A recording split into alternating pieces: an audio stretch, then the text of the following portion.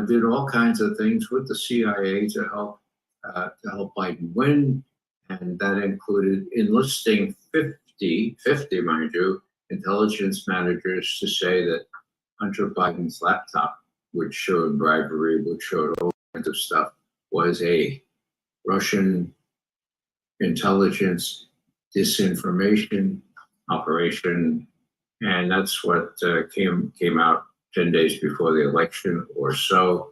It certainly helped Biden. I'm not sure whether it's through the election to him, but we'll never know that, but it certainly helps. So Blinken was behind that, and that's in court testimony by an acting director of the CIA who was enlisted to do this. He got 50 of them, and then he had them himself. His name was Mikey Morell.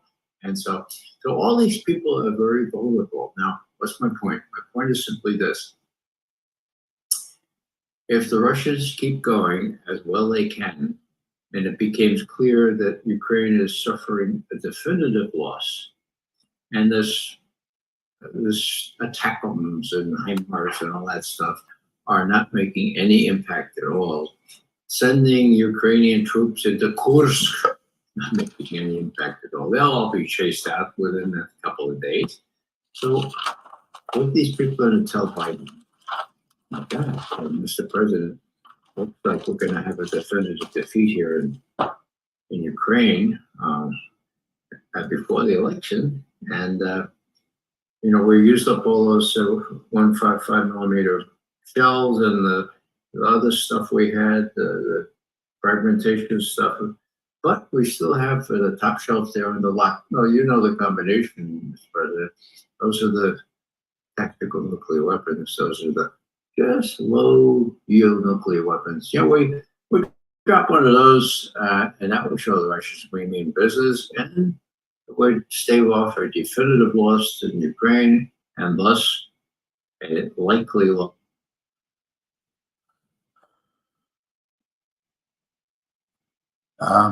Am I live or am I Memorex?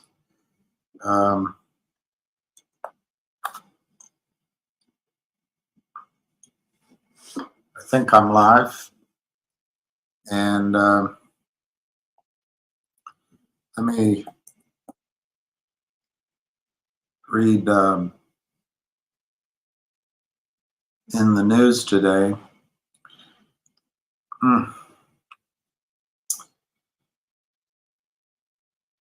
Tricky thing getting older. This is on the website TipRanks.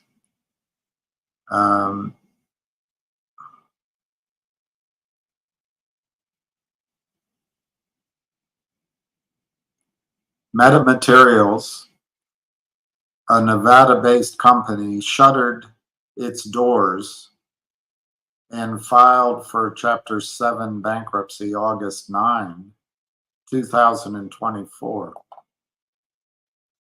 After exploring all other options, this filing means that a trustee will be appointed to manage the liquidation of the company's assets. The company also terminated all its employees and executives, and the board of directors resigned, all in conjunction with the bankruptcy proceedings. These steps are part of the formal process to wind down the company and to address its debts.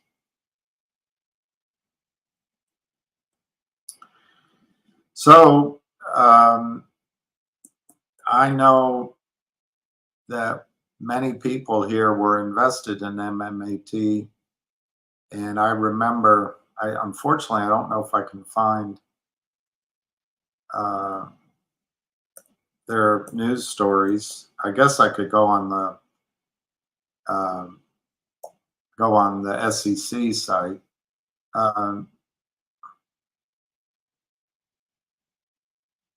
And their website is still up there, so we could probably go back through the news. But this is an amazing company. It's advanced materials, nanotechnology, etc. It's in aerospace and defense, 5G communications, automotive,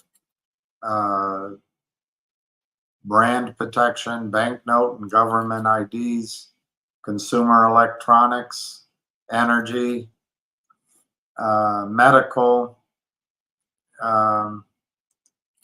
Is this the right one? It says it has Lockheed Martin in it. Let's look, news. Yeah, it is. It is. So they did an offering in February, so-called registered direct offering priced at the market. So they used a single institutional investor. They sold 850,000 shares and warrants for up into 850,000 shares with a unit price of $4.04 per share. NASDAQ, of course, NASDAQ, where all the rules under Adina Friedman are designed to protect the investment banks, not the CEOs, not the investors. So their gross proceeds were $3.4 million. They paid, they had commissions and other expenses. The warrants have a $3.91 strike price. So it doesn't matter. Those are just in there to stop the risk if the stock goes up. And then the selling just continues and continues. The company intends to use the net proceeds from the offering for expansion of its technology, commercialization, and sales efforts, specifically in banknote and brand authentication, NPOR and NCORE technologies. That's another thing, separate from banknotes.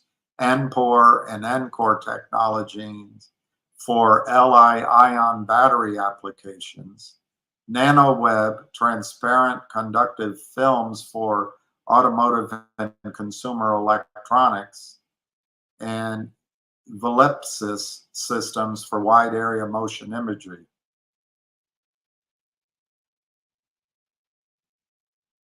They had the shelf out since November of 22, and I know that they were warned not to do that, but the board all votes together like sheep going up the ramp into the slicing metal knives to slit first the necks and then grab the hind legs, lift the sheep one by one, drain them, and then the knives come out to slice and pull the skin off and start chopping.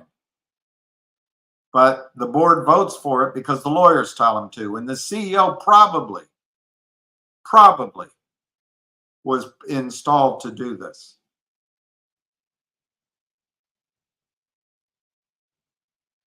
The fact that you have to think this way makes you realize how bad the regulatory system is in the United States of America. And how undeserving Adina Friedman is to earn $2.5 million a month. The company agreed to warrants.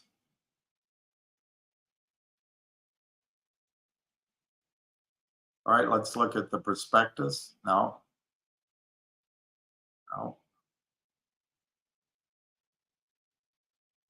There's no prospectus here. All right, so they did it with AGP, Alliance Global Partners.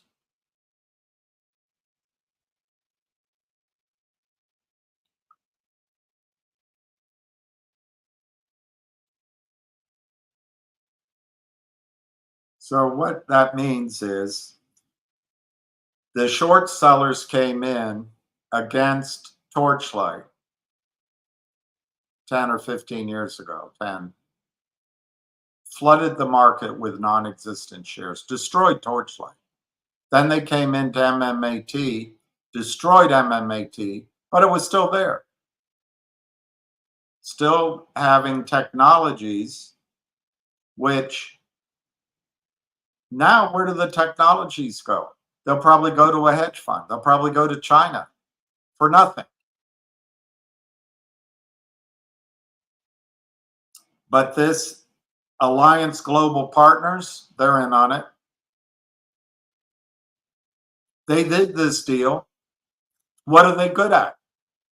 Are they good at determining the price, maintaining the market afterwards, picking out a good investment? No, they're just flowing the contract through so that the bastards start selling the stock. They drive it down. They'll blame it on the CEO. They get lawyers to file. They pay off the SEC, and the SEC is trained to go after CEOs. It's just like the Democratic Party accuses Republicans of being racist as if it were the 1960s or 1950s. That kind of racism that Hillary Clinton was a Barry Goldwater girl for, that kind of racism is yesteryear.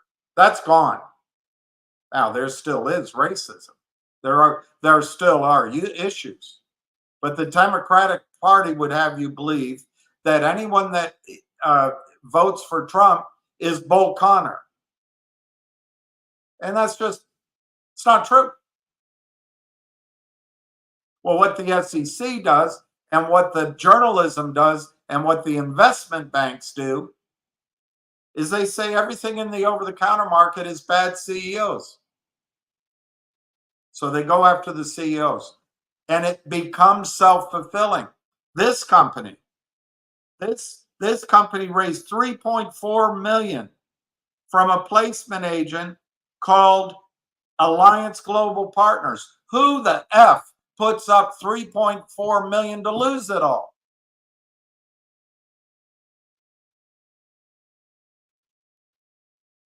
That's what happened. They lost it all. Because they were selling it down. They had done a reverse split. They were destroying price discovery. They were destroying the supply and demand mechanism that exists in a free market. They have everything under control. They have bribed and flattered Adina Friedman. They own this Alliance Global whatever the hell it's called, has clients that do the shorting. They own Gary Gensler, and they own the press. They corrupt Congress, and they just sell. And then they blame you. They blame the CEOs. They blame John Berta and George Pelecanos.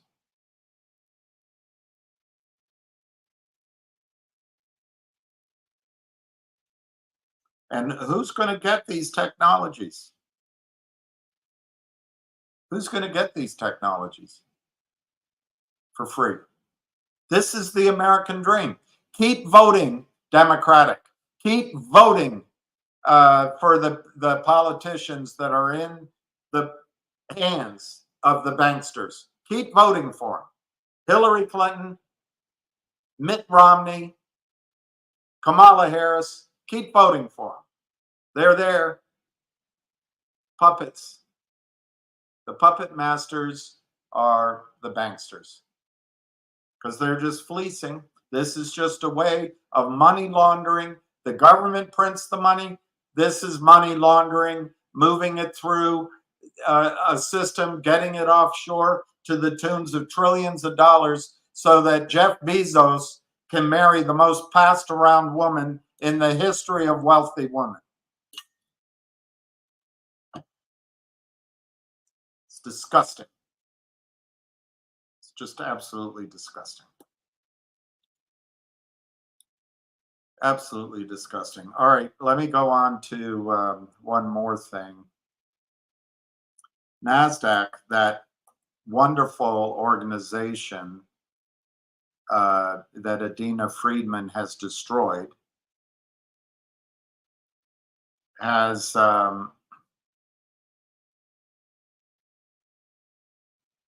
announced, I guess, I don't know if she announced, but NASDAQ put out news today, yesterday, that according to Reuters, and for some reason, I can't download the whole article, but NASDAQ is proposing amendments to its rules pertaining to penny stocks to put a faster way so the banksters can take all the fleece off the sheep, put it up the conveyor belt, knock it on the head, slit its throat, take the leather off, take the meat, and then they get a faster way to get it out of there so it never can recover. So NASDAQ is proposing amendments to its rules pertaining to penny stocks to put a faster, more stringent delisting process in place for non-compliant companies. Companies that were compliant until the banksters start shorting them into oblivion. And then Gary Gensler blames it on you for investing in them. Gary Gensler blames it on the CEO.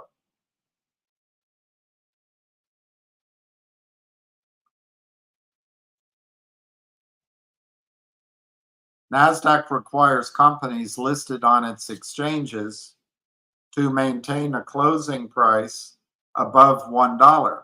Companies that fail to meet this criterion for 30 consecutive trading days are deemed to be non-compliant with the listing standards and are given 180 days to regain compliance.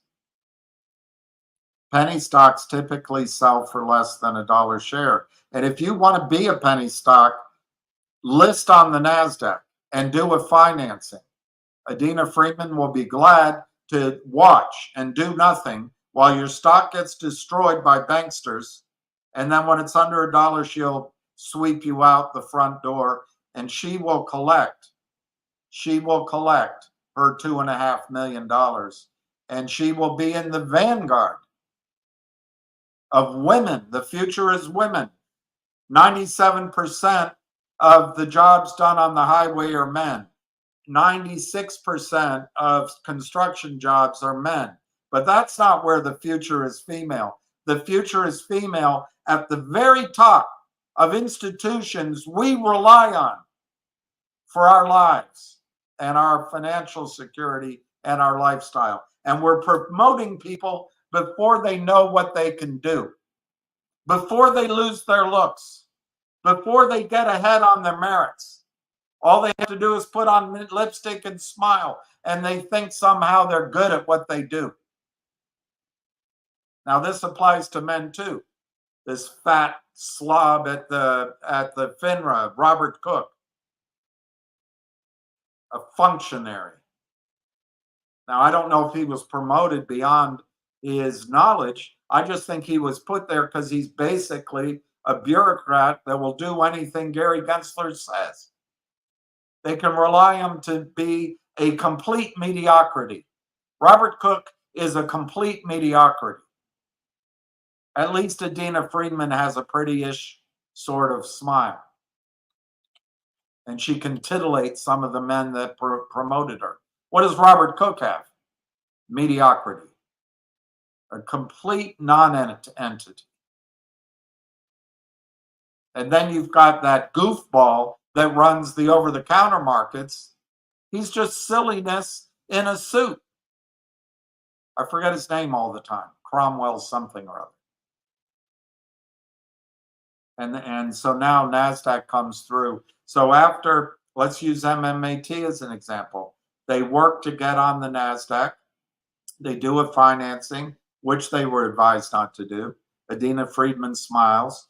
The selling began, goes on and continues. Adina Friedman smiles. The stock goes from dollars down below $1. They do a reverse split. Adina Friedman smiles. The company fights. It goes to this Alliance Global Partners, raises $3.4 million. They make advances on all their technologies. In some cases, breakthrough technologies in solar energy and battery technology. Adina Friedman smiles. And the selling onslaught continues. selling, selling, selling. Adina Friedman smiles.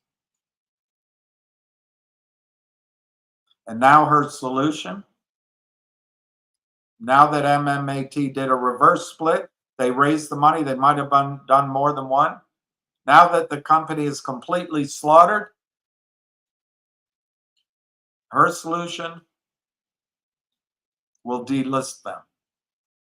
And Adina Friedman smiles. Gary Gensler, the glad hands, glad hands, move, follow the bouncing ball. Don't listen to what I'm saying. Watch my hands, watch my hands. I'm going to try to kind of tell you the truth, but I don't know. It's in my church. We can just tell you enough that you believe is true. There's no sin of omission in my lying. But then I got to fill in later that I'm smart. Glad hand Gensler. His solution, go after the CEO. Not only go after this CEO, he doesn't go after. Why? Because this CEO is probably put in place by the shorts. He goes after the previous CEOs. He doesn't go after the banksters.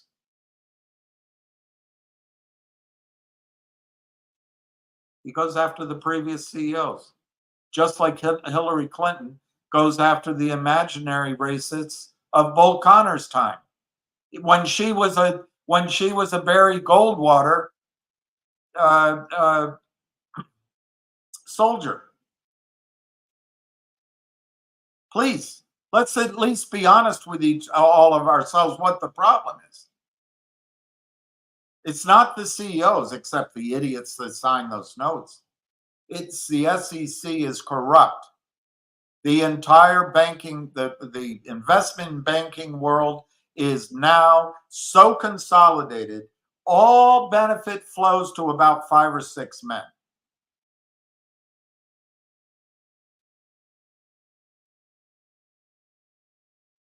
And it's okay. It's okay with us because at least they're not Donald Trump.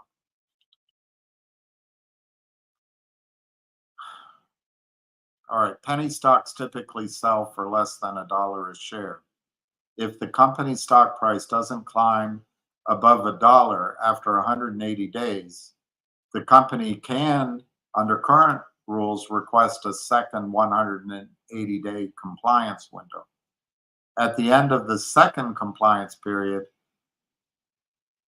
companies whose stock remains under $1 have the option of appealing to NASDAQ's hearing panel, which puts the delisting process on pause until a hearing. However, these proposed changes could speed up the process of delisting non-compliant companies. That's what the shorts want. That's what the criminals on Wall Street want. They want to delist it. Bankrupt's better. No 1099, no taxes paid. Oh, they're going to pay it? You trust them to pay their taxes? These are men. Fuck my computer. Fuck my. These are men on a mission because somehow they're a protected class.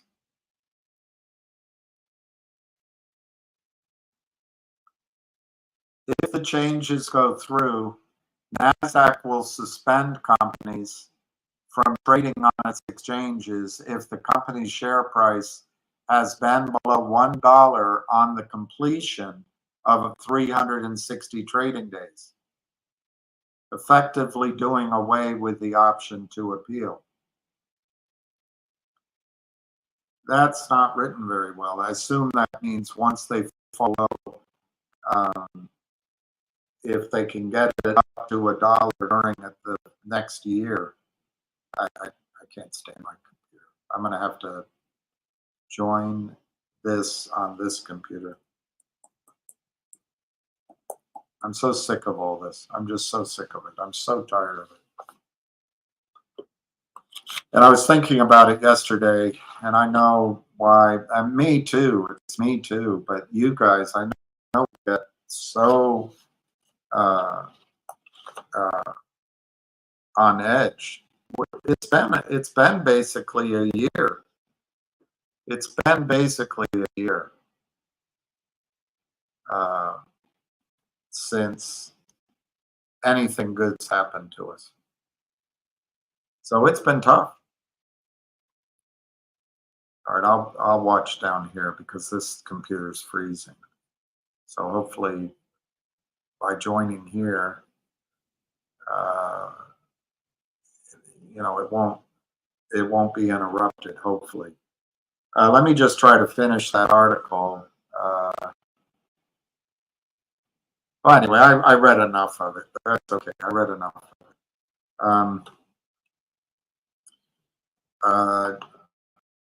NASDAQ is going to clean out, and if you guys don't see, and maybe I'm wrong,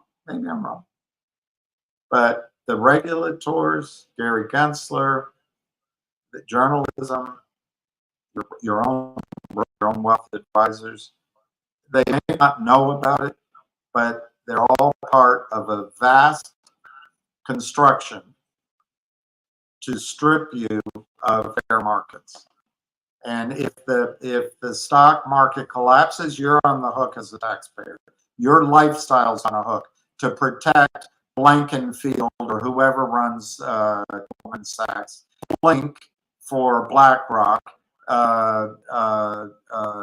what's his name at Citadel, Gibson, and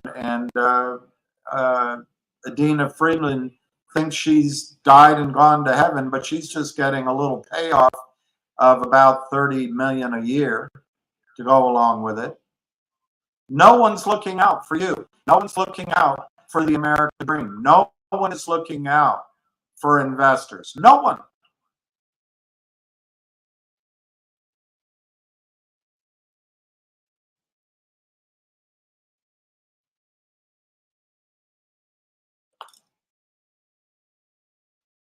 I guess you can tell I'm sick of it.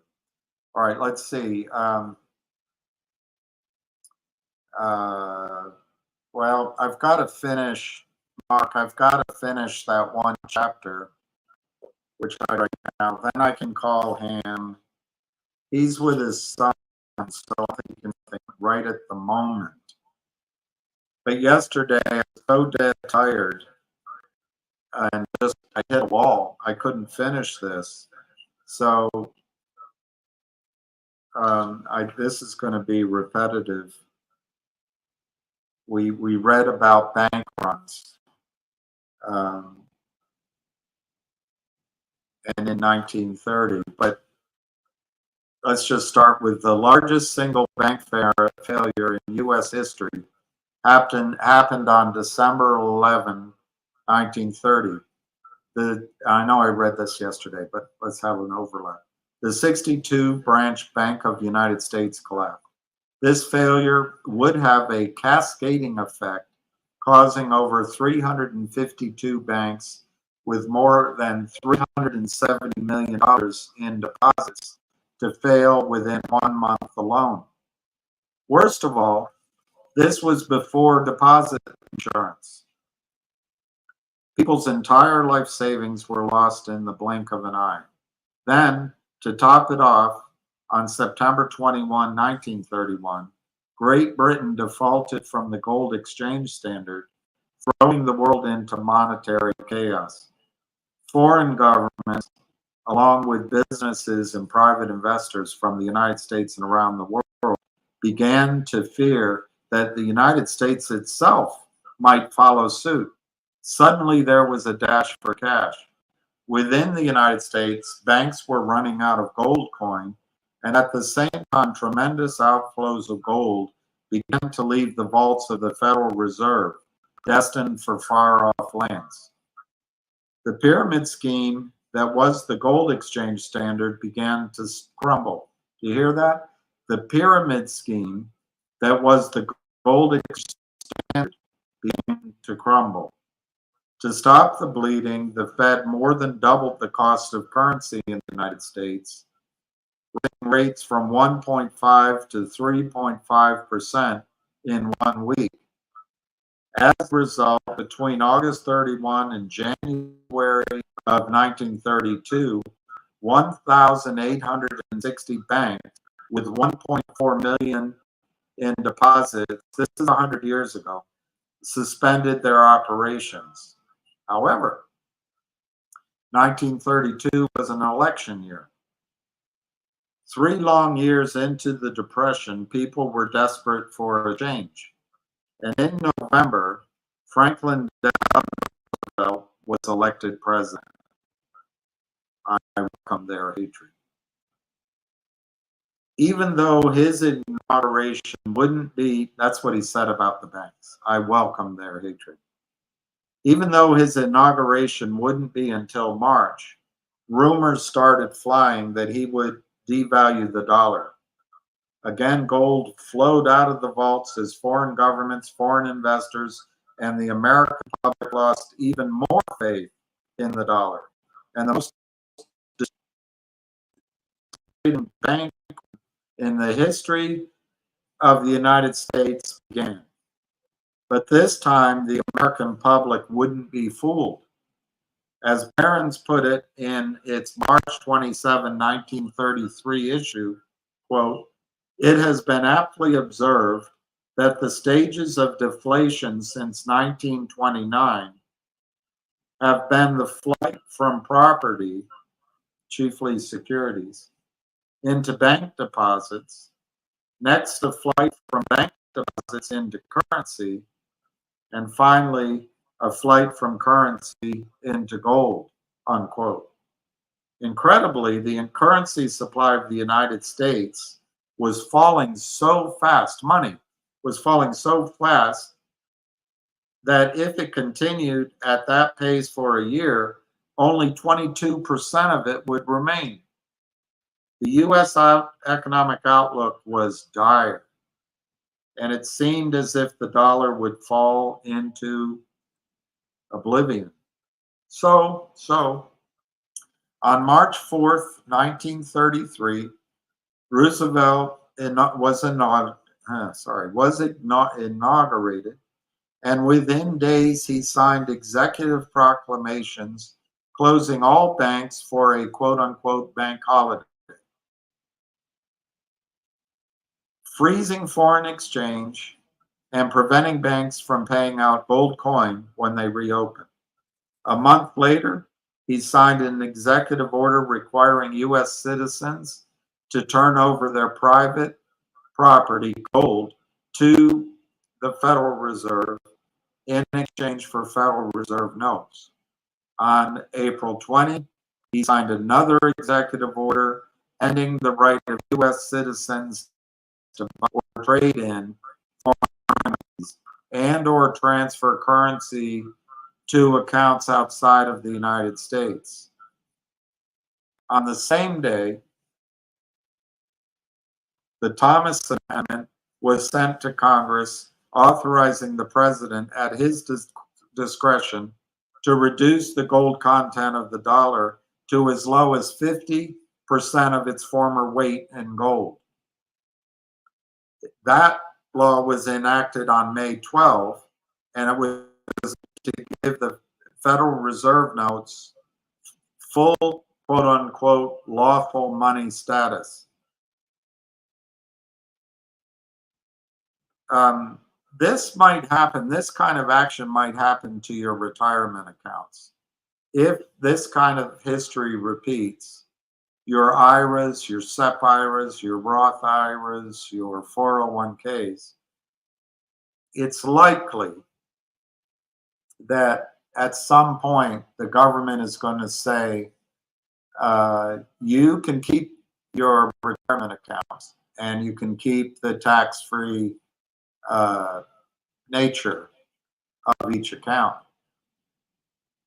But from now on, you can only own U.S. Treasury bills or notes or bonds.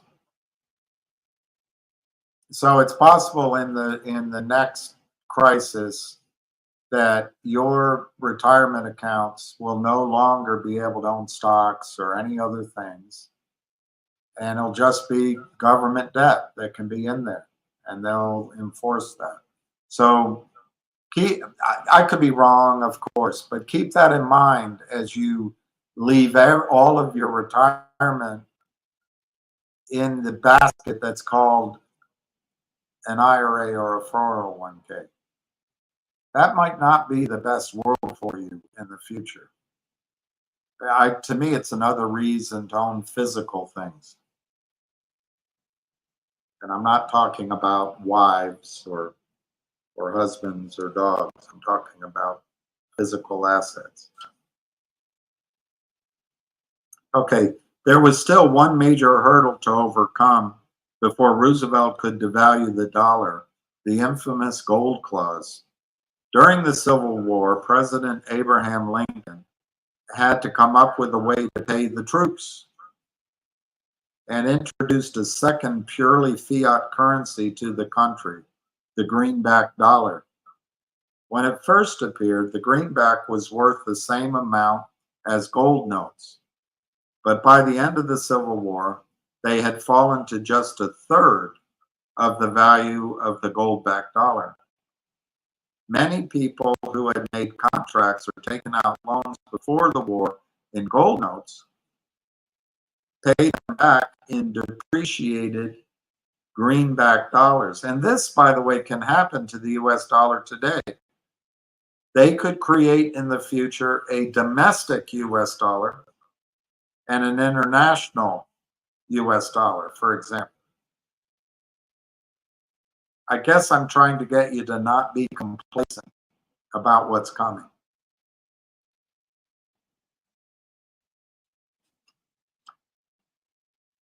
Of course, this was cheating the creditors, and many lawsuits were filed. After the end of the Civil War, most contracts contained a gold clause to protect lenders and others from currency devaluation. The gold clause required payment in either gold or an amount of currency equal to the, quote, weight of gold value when the contract was entered into. The big problem for Roosevelt was that most government contracts and obligations had this clause written into them. So devaluing the dollar would also increase the cost of government obligations by the same amount. So at the behest of President Roosevelt, Congress passed a joint resolution on June 5, 1933, defaulting on the gold clause in all contracts, public, private, past, present, and future. In essence, the government simply said to the American people, I want a government as good and as honest as the American people.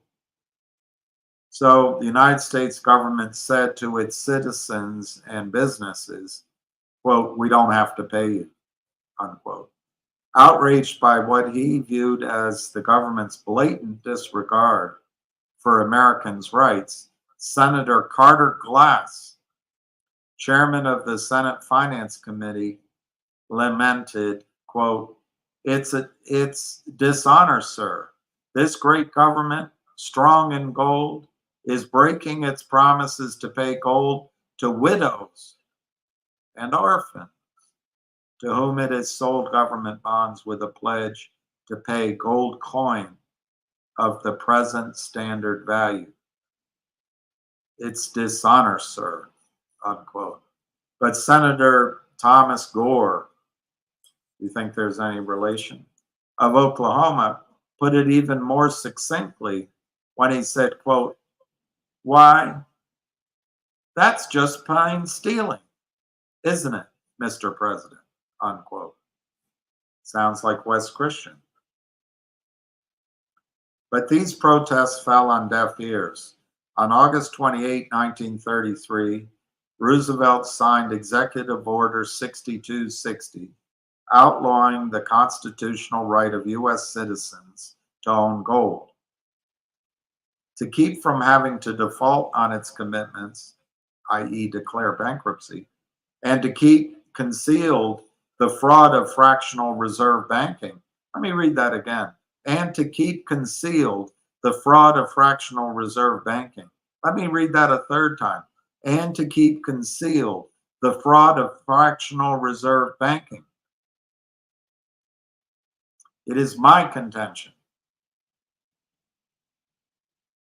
that what you're seeing in the US security system is the fraud and the concealment of fractional reserve security custodialship, fractional reserve security trading, my opinion.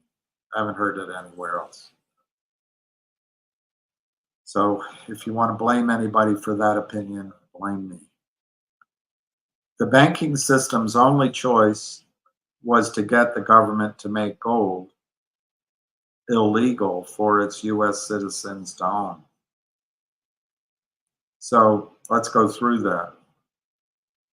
He signed Executive Order 6260, outlawing the constitutional right of US citizens to own gold. So the banking system, I'm reorganizing the subjects and the verbs.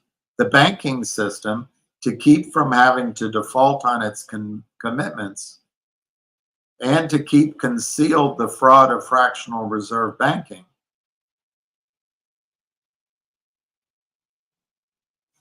had one choice, which was to get the government to make gold illegal for US citizens to own. Roosevelt gladly obliged. By the way, it says here, gold is the legal money of our Constitution, an inert, inanimate element. But anyway, so first, under the threat of it must mean punishing. They wrote publishing. First, under the threat of punishing the gold hoarders, named, oh, no, I'm wrong. Sorry about that. First, under the threat of publishing the quote unquote gold hoarders' names in the newspaper, and then under the threat of fines and imprisonment, the United States of America, land of the free and home of the brave, ordered its citizens to turn over their private property, the money in their pockets, to any Federal Reserve Bank. As far as I can tell, no one seems to know exactly who penned the proclamations and executive orders. But one thing was now clear. The government was no longer a government of the people, by the people, and for the people. Instead, listen to this sentence. Instead, it was a government of the bankers, by the bankers, and for the bankers. Instead, it was a government of Goldman Sachs, by Goldman Sachs, and for Goldman Sachs. Instead, it was a government of the banksters, by the banksters, and for the banksters.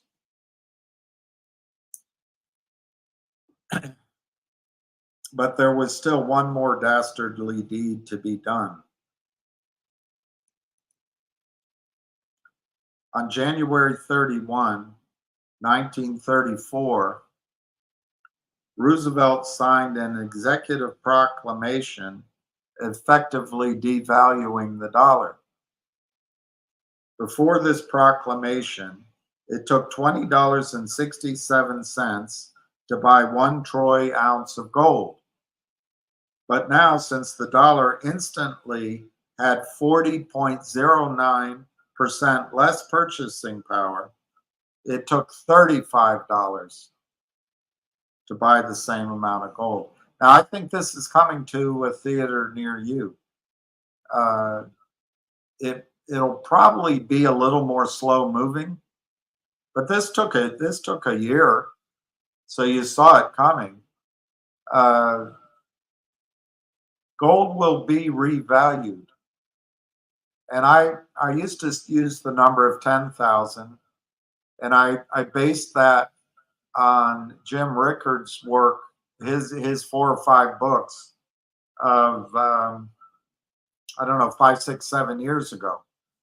But I recently saw a transcript of an interview he gave, and I think his new number is $20,000 an ounce, $20,000 an ounce.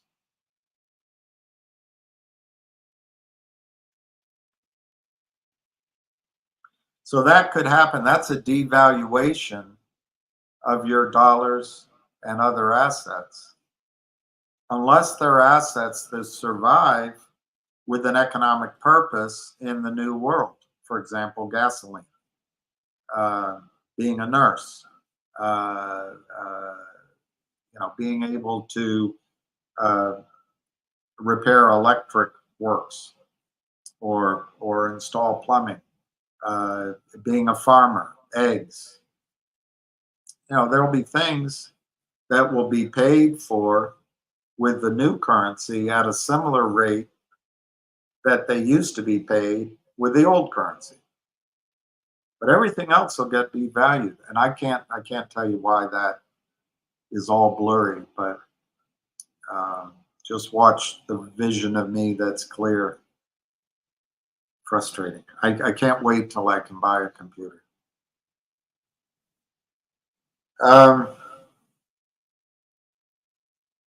Okay, so on January 31, 1934, Roosevelt signed an executive proclamation effectively devaluing the dollar.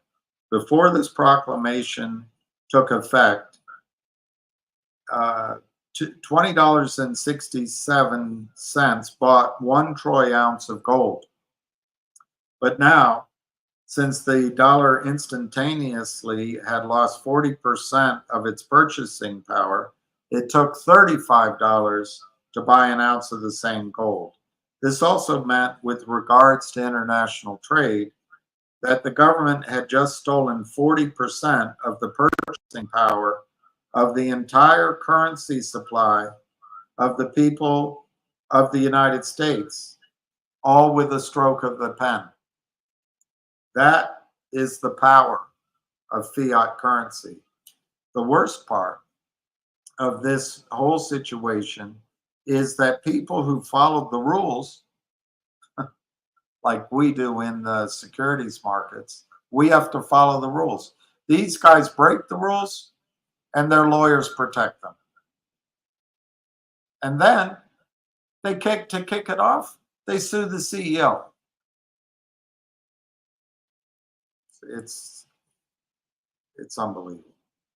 The worst part of this whole situation is that people who followed the rules and turned in their gold as decreed were the ones who suffered the most.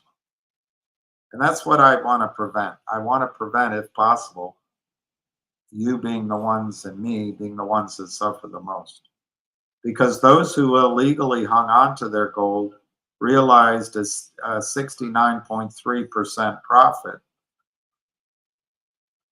due to the pressures Roosevelt's policies applied to the dollar.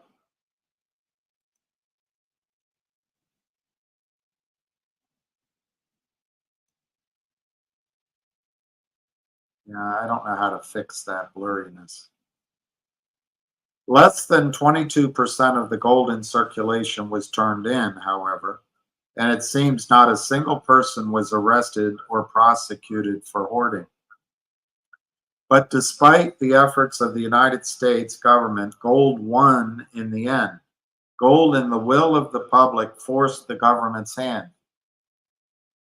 By forbidding the U.S. population from laying claim to any of its own gold, and by devaluing U.S. dollars, the United States was able to avert international runs on the dollar and was able to continue international trade under the gold standard by declaring the claim checks on gold held by United States citizens, the dollar, null and void, the contracts, null and void, and by requiring more claim checks from foreign central banks to purchase each unit of gold, the devaluation of the dollar, there was now a far lower multiple of claim checks to gold.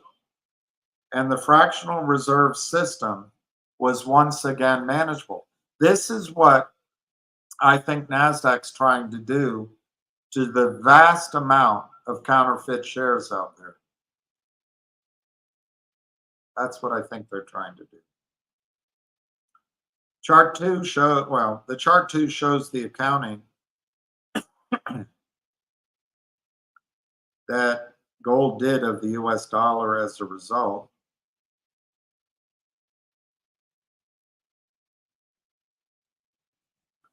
It's hard to read this chart. It just basically means that the currency, there was more currency than gold, basically, and that by devaluing the currency, it came into alignment with the amount of gold that was out there. Repricing gold did that. The great,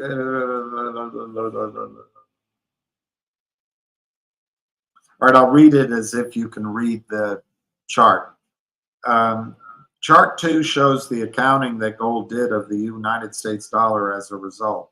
The gray line is US-based currency, which is dollars in circulation plus paper dollars held at the Fed and in the banking system that are used as the base for fractional reserve credit dollars. The black line is the total value of the United States gold stock, the number of ounces the Treasury held times the price per ounce. By devaluing the dollar from 1/20th of an ounce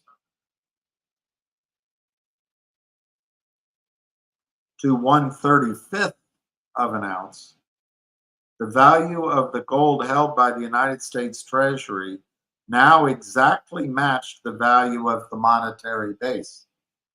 This meant that the dollar was once again fully backed by gold.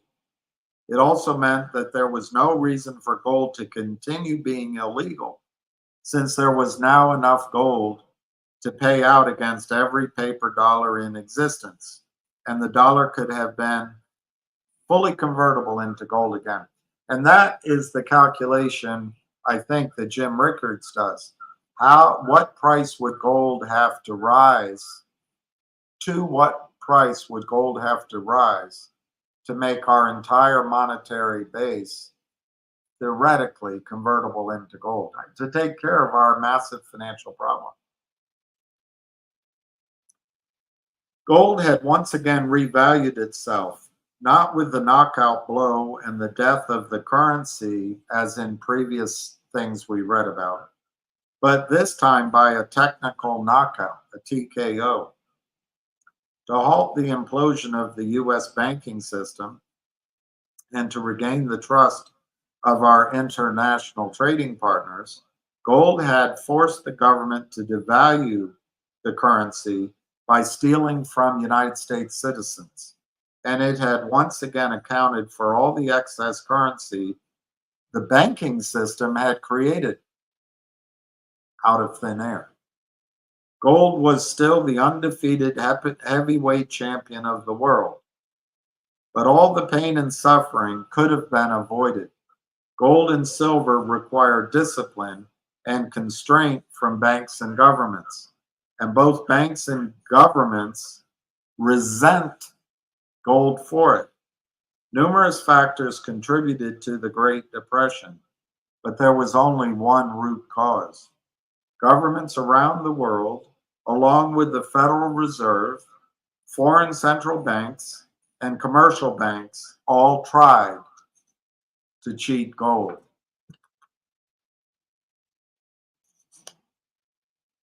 And I'll just, before I close the book, I'll just repeat this one sentence. The government was no longer a government of the people, by the people, and for the people. Instead, it was a government of the bankers, by the bankers, and for the bankers. All right, I'll see what your comments are, and then we can call him. We can call him in 5 minutes and see if he's around. I don't know if he is. Everything on my screen is red except for T-Low is up 13 cents to 439.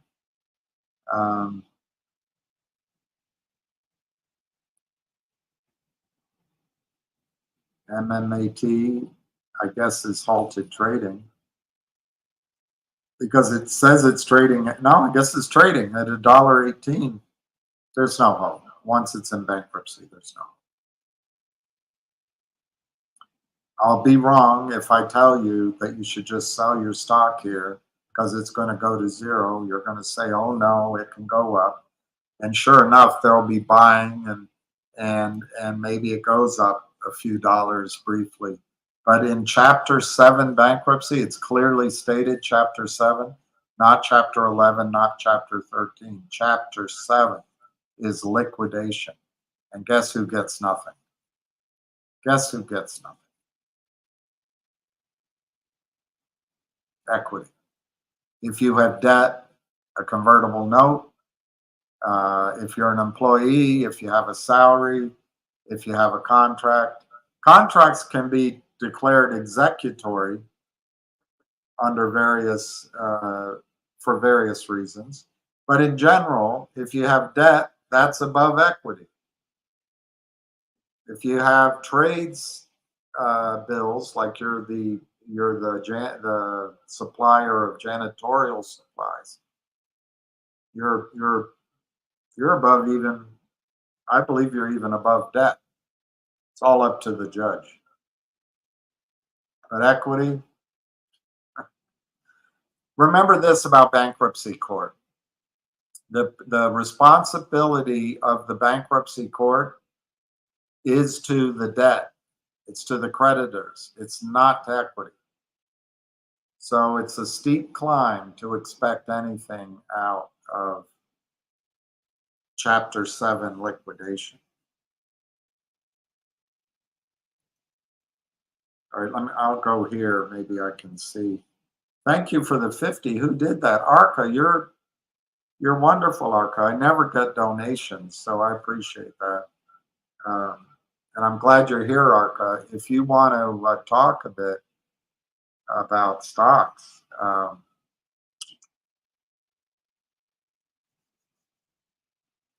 don't know. I could send you the link, but then I'm worried you did it before. You can take over my screen and talk about stocks if you want to. You don't have to. Everybody, Arca and what's his name? Richard Hoffman. These are sources of information. And Ace. These are people that never get upset. They never get flap. They're never flappable. As you know, I can be flappable. All right, let's do it. Let's do it. Better do it quickly before my schedule is fully booked. I'm just kidding you.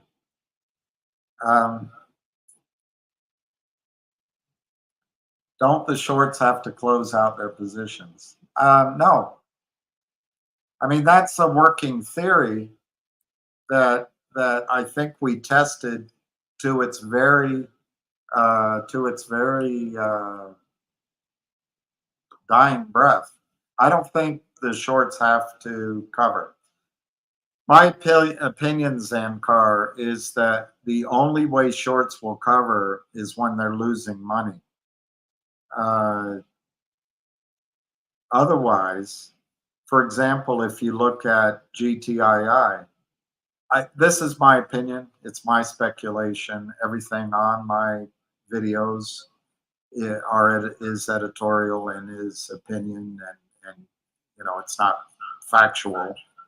I mean, I try to hew to the facts, but it's my judgment. But I think the so-called new CEO of GTII was brought in to get the company into the expert market. And the expert market is just a way to hide the bid and the ask, hide the manipulation, hide the collusion, hide the fraud. And it's all done under the guise of a SEC/FINRA approved curtain. No, I don't think they have to close their positions. But let me be technically correct, Zamkar. I'm answering it with the practicality. To use the example, it's been a long time since I was in college. I just found out one of my friends, bless his soul, and he's alive, but bless his chances. May God help him. He has really advanced stage of bladder cancer, so I've been thinking about college. But in college, to rephrase your question, isn't it illegal for people to use cocaine? Isn't it? It's not allowed for people to use cocaine, is it?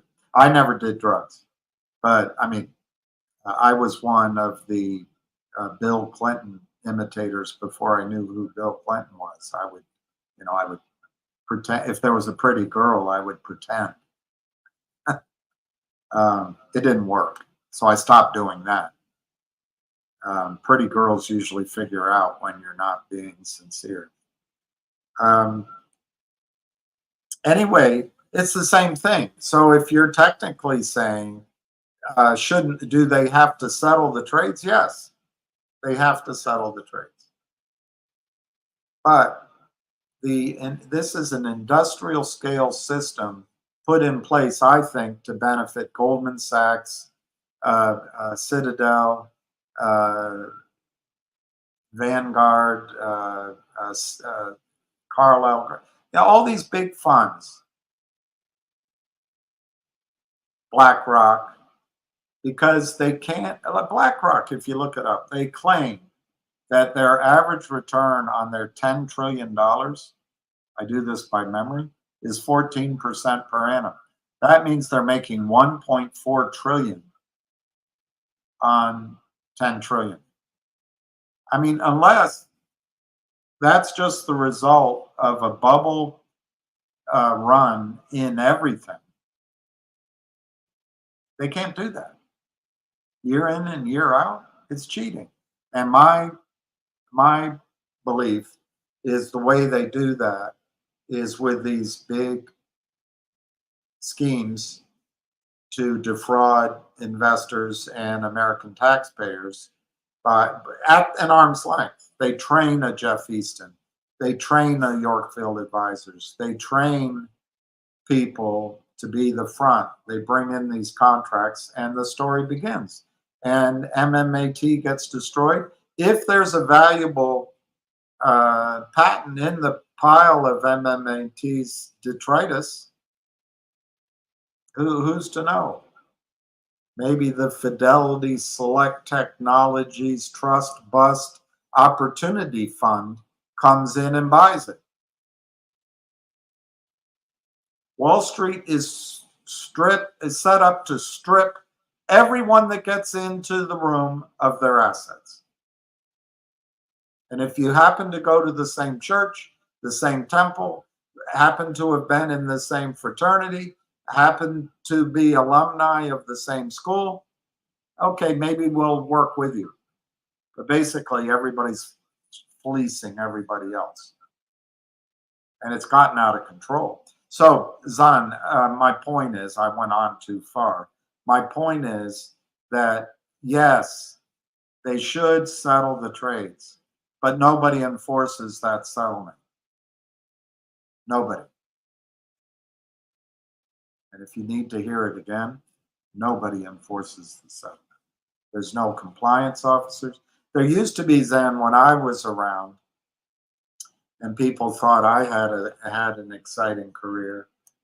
And when girls saw me walk across the office, they'd sigh and flitter their eyes. I'm just kidding. It used to be that your compliance officers sat next to, I mean, diagonally, the operations manager had an office in the same suite with the office manager, and then the compliance officer, I mean, literally in the same suite. The operations manager could open his door, it was a he, and go directly into the office manager's door. Or you could go in through the front of either party if you were just saying one. You'd go, hey, Bert, I've got this. Well, let me check with David. And then across the secretarial little lobby, there was Pat, and he was the compliance officer. So the whole kit kaboo was all connected by one secretary. She was a she. And I can't remember. No, there were two secretaries. Pat had there were two. David had one, and then Pat had Eloise. She was a sweetheart.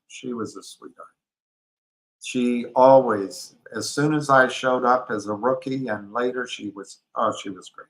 But anyway, she was an older woman. But all of it was taken within shouting distance, phone, or a quick, 5 strides to the other person's office. Now the compliance is gone. One of the geniuses of folks reforms on the market. Folks, he was no FDR.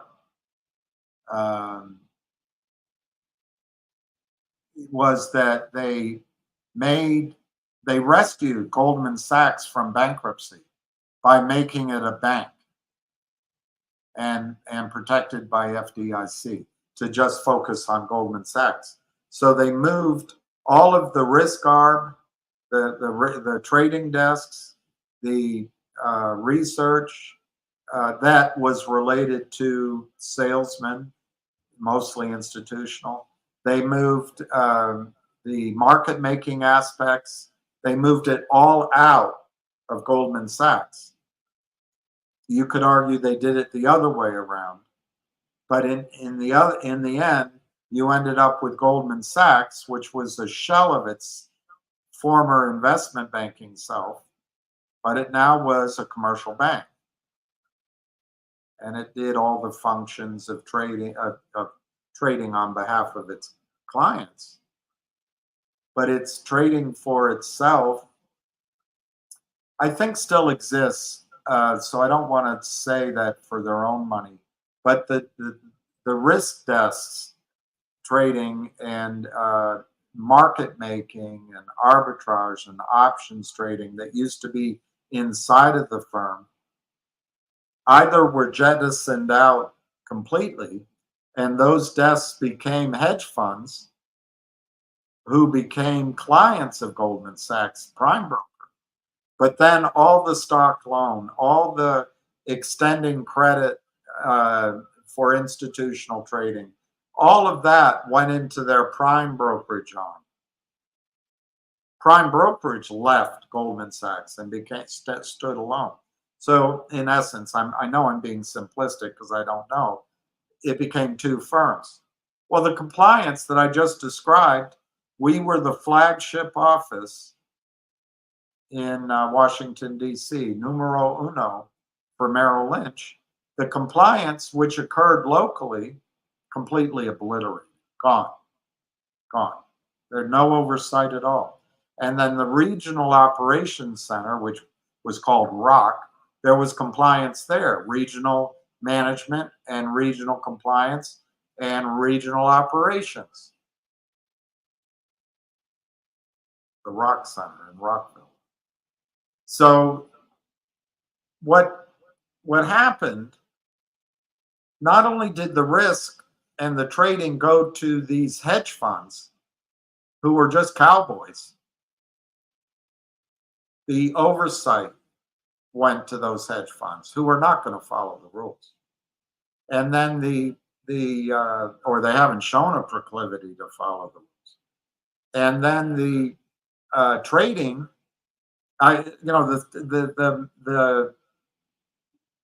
the tools that grease trading, like margin lending, stock lending, and all that, went to the prime brokerage. Execution went to the prime brokerage.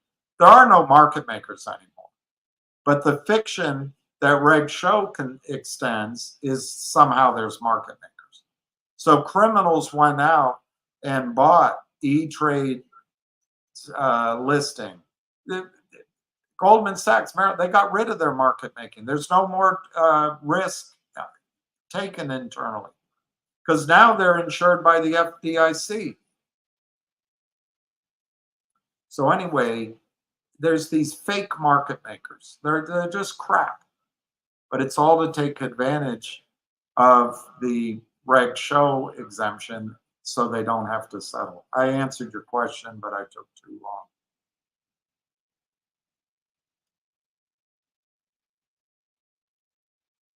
That is their plan, Pete. It is their plan. And I started out my time life video with a little bit of frustration that I showed. Here, maybe I can go over there and this works now. This is an attack from all shorters. Yep, that's it, Pete. Hi, Donna. They filed for Chapter 7. That's it, Mark. Beautiful dog.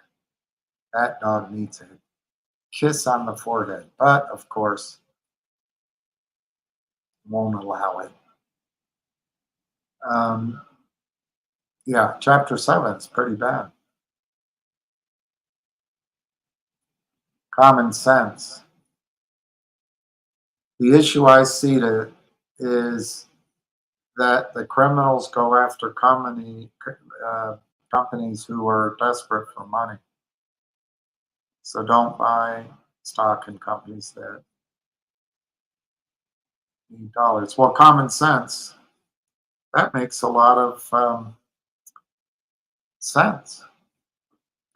I would say it slightly differently, but I agree with you, and I heard it from the gentleman who is used to work on the American Stock Exchange. So he was the first person I ever heard this expression from, and I agree with him. I think companies who need to raise money are complete, they belong in the loony bin. That's not what he said. He basically said, if you list on the US over-the-counter markets or NASDAQ, and probably New York Stock Exchange too, you should only do it if you don't need capital. If you need capital, you're going to get destroyed. You're going to get destroyed. And the irony of it is common sense. What I was just describing to you of how it used to be, here in DC, we had Ferris Baker Watts, we had Wheat First Securities, we had Legg Mason, we had Johnston Lemon, we had Laidlaw, we had another one that began with an L, we had Alex Brown, we had Moores and Cabot, we had Dean Whittier and Payne Weber, Kidder Peabody, and many more. I used to be the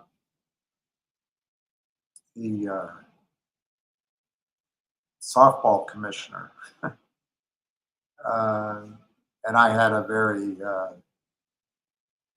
simple idea. We compete with each other during the week. Let's just go have fun and like a larger fraternity, get to know each other. But anyway, at the peak of it, I think there were something like 24, 26 teams. So many offices, some were duplicates. But the point is common sense. CEOs, I brought a home builder public, which failed at the end, but I was so excited. I was a young guy. But my firm, who was called Tucker Anthony at the time, Julia M. Walsh and Sons, ready to go, did all the work, it was very exciting. But then you bring other people in on the prospectus. But the company, the investment banking, it's a months-long process. And the company travels up to the banking. The company goes on a roadshow to meet with institutional and retail investors. There's research. We had a research analyst. You then bring onto the prospectus 1 or 2 or 3 other co-leads who have market making in the home building area, who have research analysts, and who have salesmen and women who will put the stock away in their books. None of that exists anymore. So if this company needed to raise, I think it wasn't a big raise.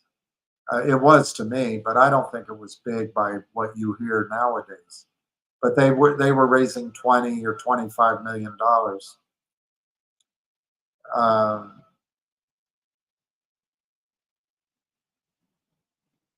That process took time.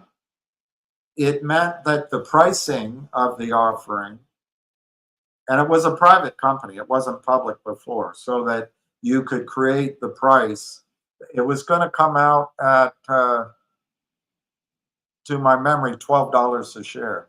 It might have been 15, but I think it was going to come out at 12. Now you get indications of interest, you build your book, and then you price it as a investment bank and as a company whose responsibility is to maintain an orderly market. I think it used to be for 30 days. You were under obligation. It might have been negotiable to maintain an orderly market, in that you had to stand by the price you put the stock out at. So there were green shoe provisions, but basically what you had to do is make sure you sized and priced your deal according to the demand out on the street. And that process is how people raise money. And it would cost, I'm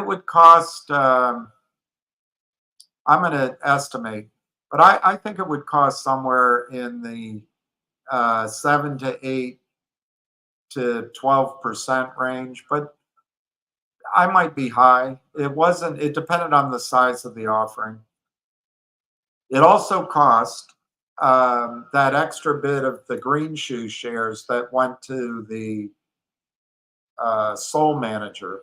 Well, I don't know. It might have also gone to the co-managers, but it went to the banker.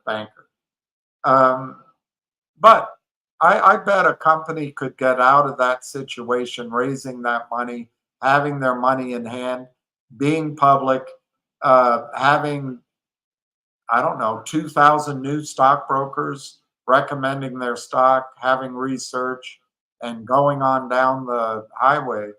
Probably, I can't imagine it costs more than 15%. I'm having a hard time remembering any specific details. But now, what happens? None of that exists anymore. None of it exists anymore.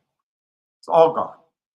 So now a company, going to your point, common sense, who needs to raise 20 million or 5 million, they go to Benchmark, and Benchmark says, well, why don't you call these good guys at the Lynn Partners, New York City?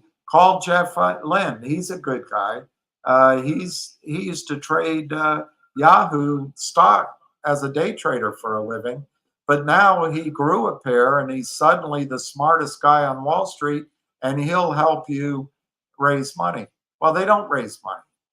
If you heard from what I'm describing, the investment bankers went out and actually marketed the deal amongst retail and institutional clients, and new money came in to the company. They don't do that now. They pretend they do, but they don't. As soon as, let's use Jeremy Frommer, Vocal, as soon as he picked up the phone and called Jeff Easton, Jeff's pulling up his computer and he's looking and he's saying, or what's it called? CRTD, I guess. CRTD. It's trades, let's see, it trades 100,000 a day. They have how many outstanding? Okay, this is good. It has volume. Jeff Easton doesn't care what the company does, doesn't care if they have revenue, doesn't care if there's cash flow, doesn't care if there's news, doesn't care if Chairman Xi came into New York City to meet Jeremy Frommer and offer to publish his life's biography on the created platform. They don't care about any of that. And they say, okay, we can raise money for you. But we can't raise 20 million, but we'll raise $500,000, $5 million. Awesome. And we'll do it at the market, no discounts, and we'll do it. There'll be some, I mean, they have different varieties. No formula, maybe some warrants. They do all that. Well, as soon as the phone calls ended, this financial genius, Jeff Easton, calls up his 4 hedge fund clients. Hey, Mickey Cohen. Hey, Ken Griffin. Hey, Polar. Hey, Anston. I got one. What's my deal? Well, we'll give you, as soon as we'll pay for the lawyers, and as soon as it's signed, we'll give you a kickback of 5% of whatever we've sold to up to that point. But you can have whatever fee you negotiate, and you can have whatever expenses you can put in there, and you can have any original issue discount that you create. But 2 years from now, after we bankrupt the company or we seller box the company, we'll split with you. We'll give you a kickback of 20% or 30%. We're taking all the risks. We'll make sure you don't go to jail. We'll make sure if you get in trouble with the regulators, we've got the law firms. We'll split it 80-20. Maybe Jeff Easton is so powerful he can get them to do it 60-40, but I doubt it. I doubt it. So they get this, they get paid in the back end. And the irony is common sense. If you think about what I've just described, Jeff Easton's clients, let's call it the Anston funds, the Ansem funds. I have that article here somewhere.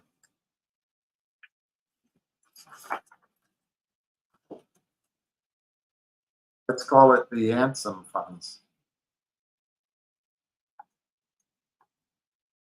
The Anson, A-N-S-O-N. Let's say that Jeff Easton's client is the Anson's fund out of Toronto. His sidekick, Philip Vallier, lives there in Toronto. So let's say it's the Anson funds. Jeff calls the Anson's funds. Hey, we got one. All right, well, what's the average daily volume and how many shares are out? And what's the deal you're offering them? Well, we're going to do it at the market. The stock's trading for $9 right now.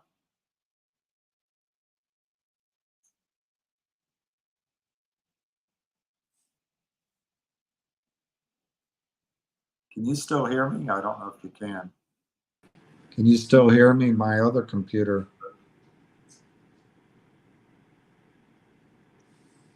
My other computer is down. I don't know if you can still hear me, but I'll keep talking. My other computer is completely gone.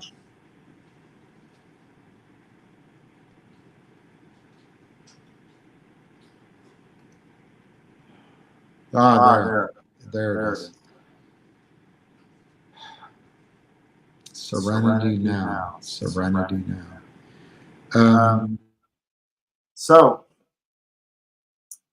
Jeff Easton will call up Anson Funds and say, I have this new company created They don't ask what it does. They don't ask any of that. He signed the agreement. Yeah, he signed it. So they start selling the stock. And the deal is the Anson funds, for example, will sell $6 million worth of stock.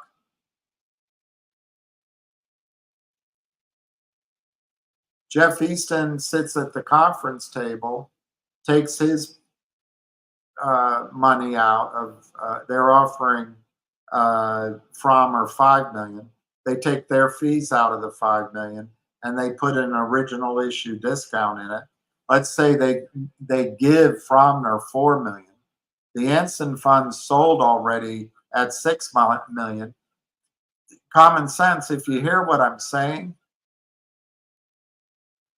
because Wall Street is so corrupt and because it's so concentrated and because Gary Gensler couldn't give a crap,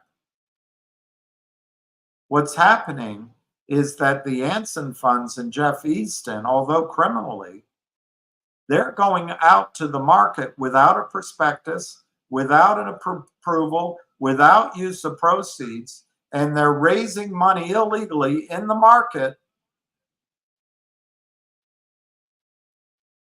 and then giving it to the company. And they're booking all those fees, and then they're setting up a 2-year, 3-year money-making machine, criminal for themselves. But they step into the role that all those investment banks, the beautiful franchises that existed, used to have. They're all gone now. And that prevents Goldman Sachs, I don't know if Madison Dearborn's even around again, but these big pools of private equity, they no longer have to compete with all these investment banks. They get in on this gravy train too. And so then you just have 6 guys. Bezos, whatever that jerk's name is from Facebook. And he hires someone to lean in. And then there's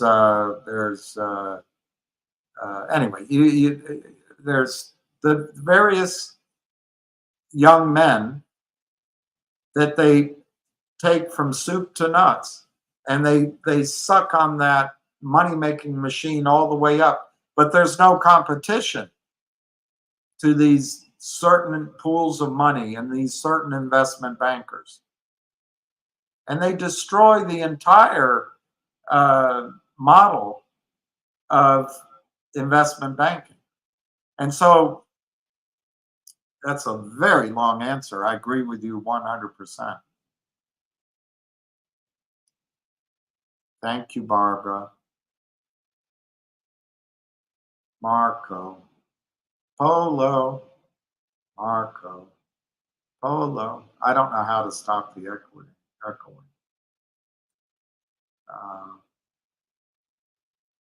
I could take a risk and just turn this off. I could try that. Just see if that works for now.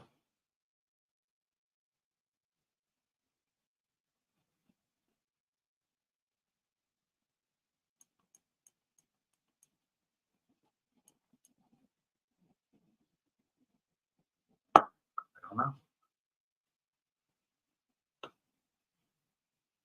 Let's see if it's echoes now. I don't know.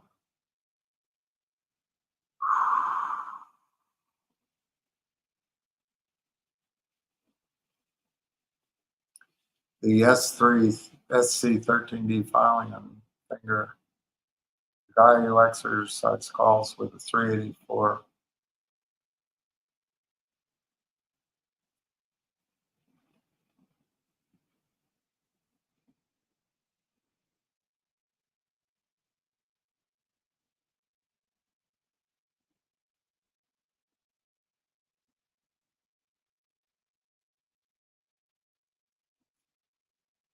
Peter, I'm going to give you my answer, but I could be wrong. The long-term calls in finger motion or any stock on the NASDAQ, to me, they back up derivative contracts, credit default swaps, whatever you want to call them. And it's a way of hedging the risk. So why would they do it at 384 when they could buy stock in the open market at $2?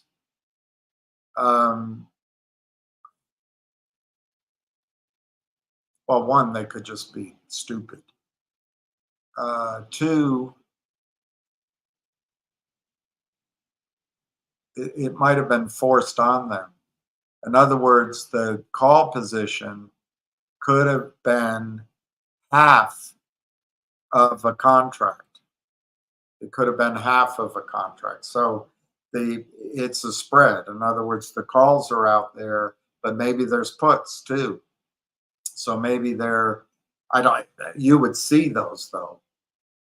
But just to use puts and calls, maybe they had profits in the puts and they want to close out their position. So my point is, maybe it's just part of a position. It also could be that the underlying hedge fund or whatever is in the middle of a squeeze and is having a hard time locating shares. They've manipulated the price down to $2 and there's no volume. So they're not able to cover anything. So maybe they got a margin call, a capital call, and the prime broker said, look, we're going to close you out. They said, no, please don't do that. That's going to make it go to $20. Well, you got to do something. You bring in money or you bring in stock. And maybe that's what happened there. But it still sort of makes you wonder, why didn't they just buy in the open market? And I guess that would be another thing. Maybe they couldn't buy 57,000 shares in the open market without it going to $10. Nobody's selling finger. I mean, when I say nobody, in essence, nobody. It's the trades are all fake. So you see this volume. I'd say there's 60 to 80% fake. You see all this volume. It doesn't mean that a real short can buy 57,000 shares in the open market. He may be able to get another short that he's working with to sell him the shares. But then he's got to make a deal that's collusion and it's racketeering to back up those losses. So, Peter, it may be a sign. And if I'm being too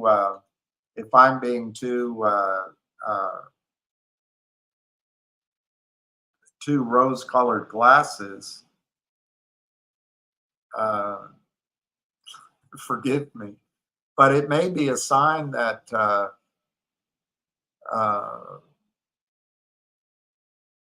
there's not a short squeeze, that there's a capital call going on.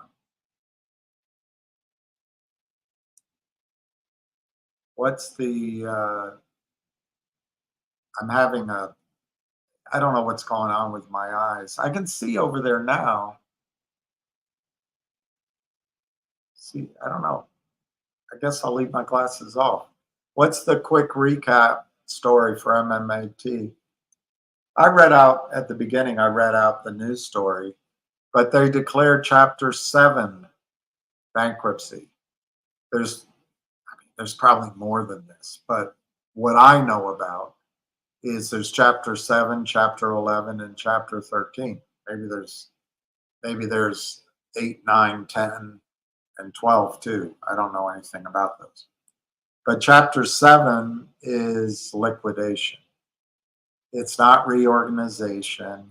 It's not coming up with a 5-year plan. It is, everything's on the chopping block. So I think the fact that the stock's trading at $1 is insane. I think people should sell their shares. I can't give financial advice. These shares are going to go to zero. MMAT is going to go to zero. The high on the day is 123. The low is 56 cents. Now, They could, you know, people, I've seen it with BBBY and Hertz. They could run it up because people are just impressionable. But in Chapter 7, Axel Hutz, the judge's responsibility is to the creditors, not to equity. The judge has to be fair, and equity become, you know, there's different classes. Equity is the last class. Give me a call sometime when you don't have any class. So Axel, not for nothing, I think MMAT shares are going to go to zero. And if you don't want to take your loss, just wait till it goes to zero, and then you'll have no choice. I think people should take their loss at $1. I can't give advice. You got to think it through. But if you look at Hertz or Bed Bath & Beyond, they all rallied. So you might be able to trade it, but your ultimate goal is to get the heck out of there.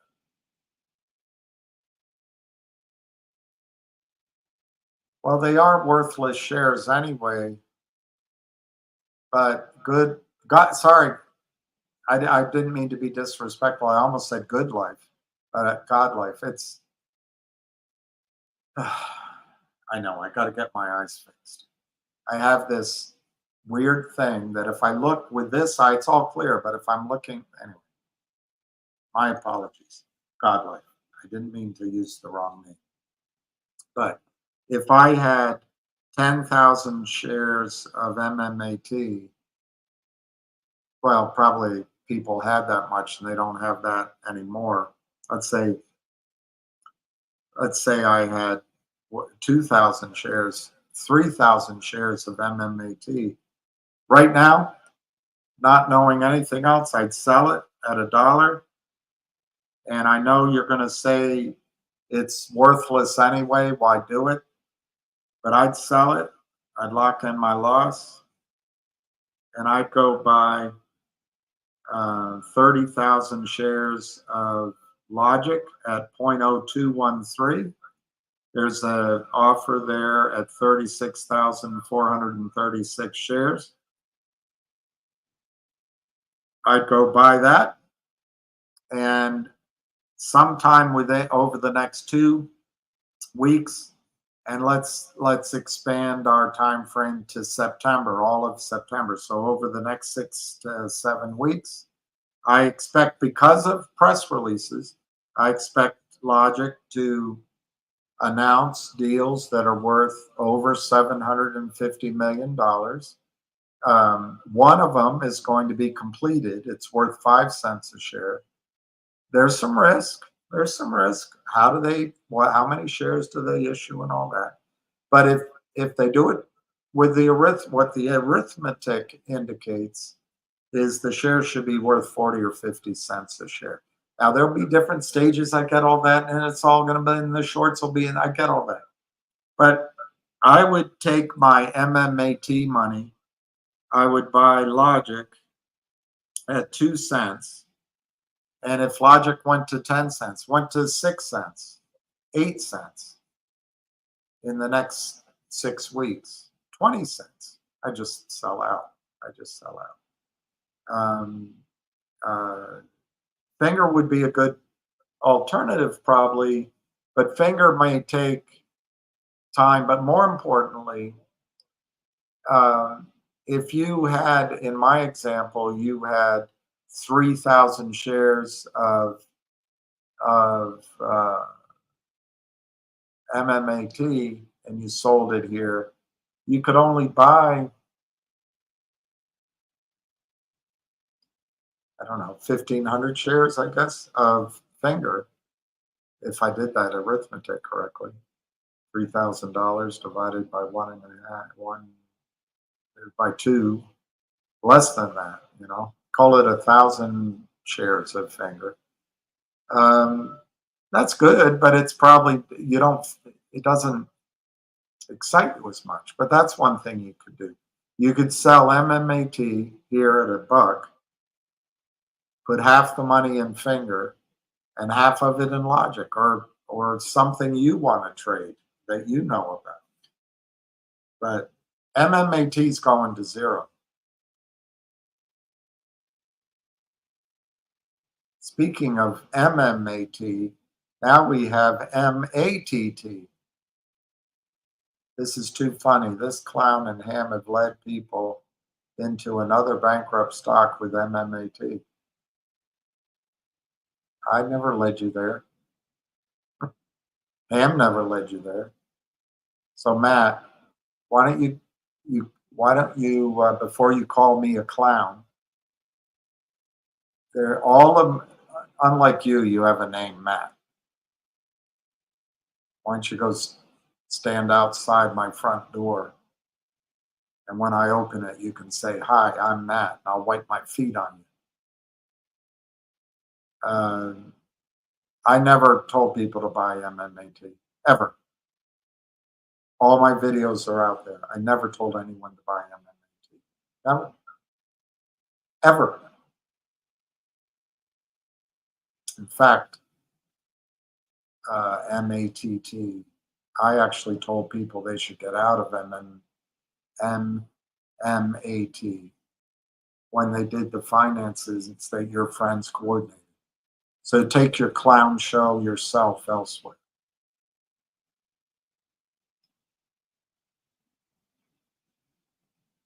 No, it's not a stupid question, Pete, but it's how do I describe it?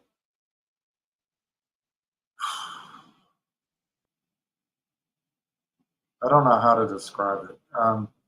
If there's 20 variables which could cause a buy-in of the stock, they have 19 under capture, paid off, or bribed. The one might be if there's a group somewhere that organizes a concentrated buy-in all at once, or of new money, or there's a institution that wants to get into it, and the whole thing gets out of control, and the stock price goes to whatever number causes the prime brokers to be losing money. But what I've seen, Pete, over the last couple of years, AMC, GME, MMAT, MULN, COSM, Vocal, CRTD, KNW, Root, RUM, CVE, every company, as soon as it pops up, they're not scared because they don't have emotions. They're just machines. They sell it down. So, no. And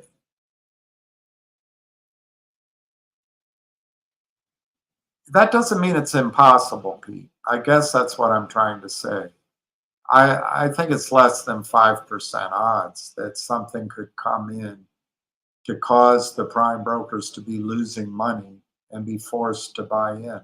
But this is the whole argument that Double D on Twitter tries to con people into. And by the way, I saw a class action lawsuit being filed against MMTLP, somebody or other, for losses.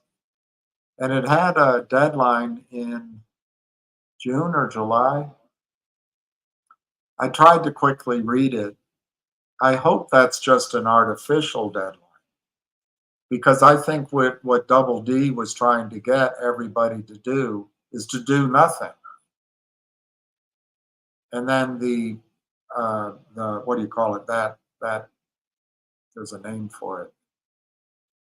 Anyway, I have a Biden brain. There's a name for it. The period of time that your legal rights are alive ends. And I think it might have ended already in MMTLP. And I think what Double D was trying to do was get you to wait that long. But anyway,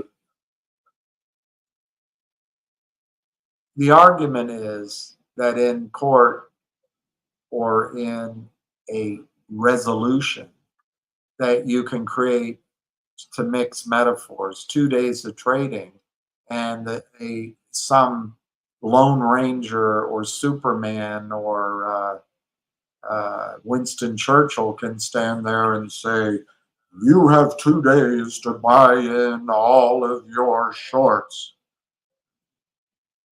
And question's going to be, or what? Or what? All right, we'll wait 2 days. Now what do you do? Well, we're going to huff and puff and blow your house down. What are you going to do? Well, we're going to go back to the judge and we're going to ask her for damages as if the stock had gone up 2,000 points. All right, lots of luck. We'll see you in court. No, I really don't see them, Pete, having to cover the outstanding shares. Look at a company like MMAT. It was rumored that the shorts had, and can you prove it? Can you prove it? No, I can't quite prove it. But it has been rumored, and there's been efforts to get counts, that it's in the billions of shares. It's all gone. Bankruptcy, it's gone. It doesn't matter. The judge will say, son, what is your alibi? If you were somewhere else, you won't have to die.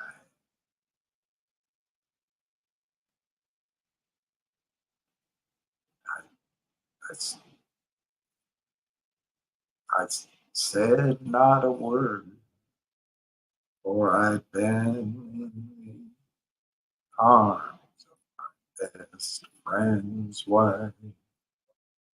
She walks these hills in a long black veil.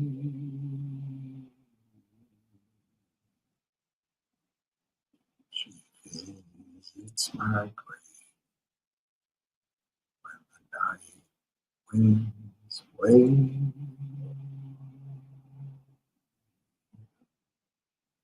Nobody knows. Nobody sees. Nobody knows but me. Anyway, so they're not going to close that position. Chapter 7 is a perfect coda to the heist. It's the perfect bookend of a brilliantly schemed out theft. And so the people who shorted Torchlight to oblivion were trapped, maybe, by the reverse merger of MMAT into Torchlight, shorted MMAT to oblivion, and literally to oblivion. So they have that profit. They're still trapped in MMTLP, but I think they're making progress. Time is the great leveler.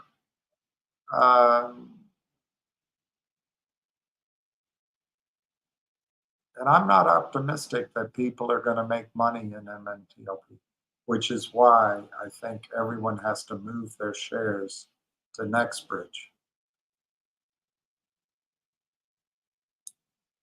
I don't know if Ham's joining.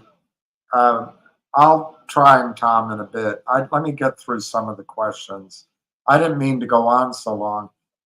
I spoke to him earlier. He was with his son, so I just presumed that he could not come on.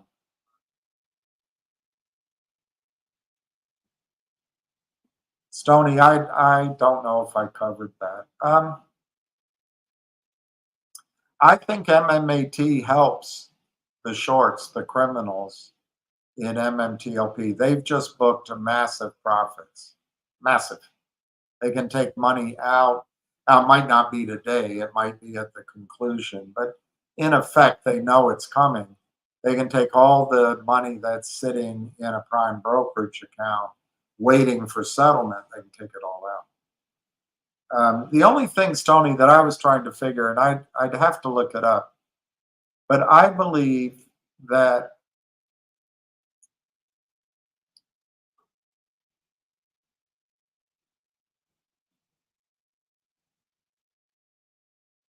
so Stoney, don't be mad at me if I get this wrong. I'm doing it by memory. But I believe that MMTLP, aka Nextbridge, bought the debt. MMTLP borrowed, I think, 20 million or so, 25 million from MMAT, which I think carried over to Nextbridge. So to the extent MMTLP doesn't exist, MMTLP is worthless. But to the extent that that note is still out there, that's going to hurt Nextbridge because that becomes uncollectible, probably, or very little. Depends on what these technologies are worth. But I was thinking about it, Stoney, and the reason I didn't bring it up, something in my memory tells me that Greg McCabe stepped into the shoes of MMTLP on that note. So I think Greg McCabe is now the creditor to MMAT. That's good in the sense, if I'm right, that it's not strictly a Nextbridge loss, but it's not good that Greg McCabe takes such a hit to himself. But that's all by memory, Stoney. I have to look it up. It's in there, I don't know, like a year ago, 9 months ago filing, what happened. I'll just have to look it up. But I think this is a very chilling bit of news for recovery in the so-called resolution of MMTLP. I think it's very chilling. It's another reason that I strongly voice that anybody who is hanging on because Double D told you that you're entitled to something, you're out of your bird. MMTLP is worthless. It's just an accounting placeholder. That's all it is. Move, go claim your asset at Nextbridge. Nextbridge is a live company. And in that sense, Stoney, I think it becomes a legal battle, and there might be some cost that Nextbridge bears, and there might be lawsuits, but that's all their game. Nextbridge, in my judgment, is sitting on, I guess it's the, darn it. I look at the maps, and I guess the Oro Grande Basin is not the Delaware, but the Delaware Basin is so big, it goes, to my eyeballs, it goes into New Mexico. So I don't know. Anyway, the Oro Grande is next door to that. And Stoney, I think the drilling that they've done, the 15 or 20 wells, and the fact that they increased ownership from 75% to 100, and that they're going to raise money this year to drill the additional 5, and that they're going to re-up their leases for 5 years, and that they may even add additional leases. I think all of this bodes very well for the productivity of this Oro Grande Basin. It's not well known, so that makes it speculative.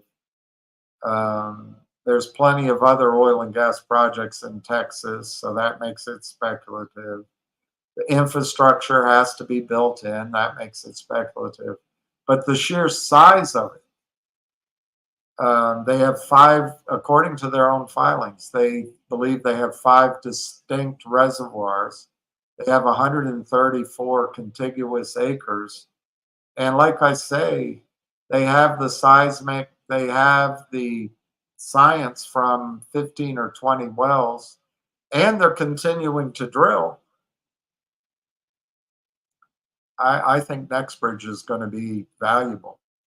We will find out, Stoney, and this is a caution I give when you think it through. All of this negativity, as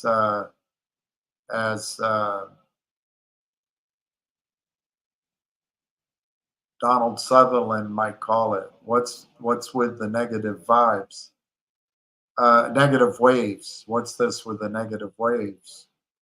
All of it around the lawsuits, the class action, all of that in any other stock could cause funders to walk away.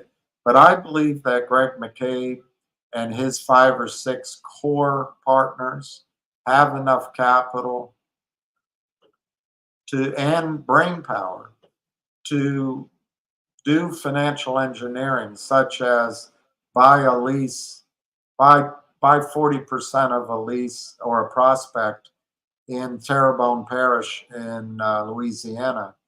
And as soon as they have it, make a deal to sell the shallow zones and maybe all of the shallow and maybe 50% of the target, whilst retaining the deep, grand slam target 100% for cash, and maybe getting money out they can give toward drilling, and then still retain an override or a working interest of 7.5% in the zone of interest. And those kind of wells, by the way, if they hit, they can be cash flowing monsters that really have a meaningful effect at Nextbridge. I also think the Roth capital, whatever it was, S1, S3, I always get those two confused, is in place. So there was a proviso given to John Berta when he was in charge. I don't know if I believe it's given to Greg McCabe, such that they can veto any buyer of Nextbridge stock that comes in through the Roth capital offering. There is a risk, and I believe it will happen. Roth Capital, the guy that runs it, who I consider a friend of mine and I like very much, he did a lot of pipes in his lifetime, private investment, public entity. And these used to be flow-throughs. And I always had the sense that what was happening was, and I've said it to CEOs in the past, they're just giving you your own money. They're selling your stock in the public market. Then they come in and fund the private entity, and they're just giving you your money back. But those were all small scale. Those were done it was almost like a cottage industry, or meet in the men's room to exchange what are those called, 10-ounce bags or dime bags for money. Let's say, don't tell anyone, be cool. What's happening now, it's like an open air market, and it's across the whole city, and the cops look the other way, and the regulators are part of it. So I'm losing my thought process here. What's possible with Roth Capital is they'll raise 20 million, 40 million, and they'll call around to their so-called institutional investors. It's entirely possible that let's just blame Ansem funds again. I don't know who it is, but let's say it was Ansem funds. A-N-S-O-N, Anson funds. They'll call up Anson funds. Anson will say, we'll take 20 million of it. And I don't think Roth Capital will look too deeply because they're going to be in between. If Greg McCabe doesn't recognize the new entity that which is created that works on behalf of Anson Funds, some family office, some offshore prince will be doing it on behalf of the Anson Fund. So I expect that the Roth Capital offering will bail out some of the shorts in MMTLP/Nextbridge. They'll fight it, they'll do their best, but they're not going to avoid it. So my point, Stoney, all of this is probably going to mean the offering that Roth Capital does is not going to be at a high price. I think any offering should be done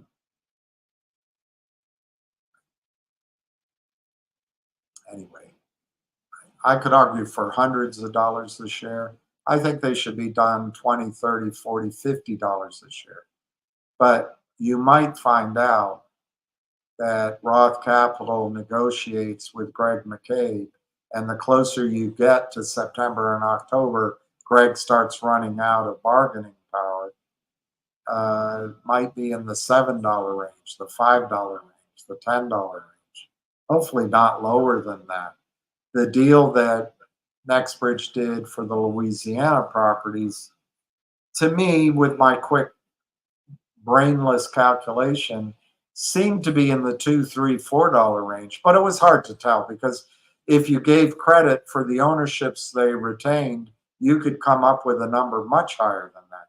But my point is, Tony, all of this, I think, is going to result in a lower stock price in the Roth Capital rise than we really want. And that's unfortunate. And so we're going to sit down with our stock position and say, what? I have to multiply that by 5? That's nothing. But remember, it's the use of proceeds that matter. The use of proceeds will be to drill 5 wells, which they said in one of their releases, they're going to use, which is what oil companies do anyway, to further delineate. I don't know if they call it discoveries, but it looks like 5 different zones, different reservoirs, to further delineate their discoveries and to maybe add additional leases where their science directs them. You know, think of riverbeds. The riverbeds wander and meander, and then think of the dead part of the riverbed that sits there, and the algae and the frogs and the stench and the burnt match smell builds. It's in these curves, for example, and maybe they own some of the acreage up top and they own acreage down in the bottom, and they don't know if it goes in between or if it goes in that curve. But as they drill more and do more seismic, we better go get that acreage too. So that's a positive, and that adds value to the share price. The other thing is, as you get close, as you drill more, you get closer to the point that they finally decide, and I don't know that Nextbridge is the decision maker. It might be in the leases. Whoever the decision maker is finally decides, you know what, we're ready to take the IRS hit to revalue our purchase price to market price, to the value of the reserves found, and we're willing to pay the capital gains or whatever it is, tax on that, because we want to go into production. and get cash flow. So you're getting closer and closer to that. I still think that's a year away, 18 months away. If I were running the company, and I'm not, I would be drilling as much as I can, stepping out, defining, proving up as much of that resource as possible. I would not produce any of the wells, because as soon as you produce a well, start producing it, it goes to the Texas Railroad Commission, and anybody can get that data. And all of a sudden you have other people buying the leases. When you go to renew the lease, it goes from $35 an acre to $5,000 an acre. So I'd be very careful producing those wells. Now, and everyone out there goes, oh, they don't have anything, they're not producing. That's not true. I look at it much differently. The fact that they're drilling more and they're keeping it at like a tight hole in terms of news, I read as very good omen. Of course, could be wrong, could find out that they were lying all the time, but I don't think that's these men. And there used to be a couple of women, but I noticed they're gone, so I think I'm safe in saying men. So anyway, Stoney, if I had to summarize, one, move your shares of MMTLP to Nextbridge, but two, just cutting through all of everything I just said, I think this MMAT news and all of the sundry law, everything that goes along with it, might result in a lower price per share raise from Roth Capital. But them's the breaks.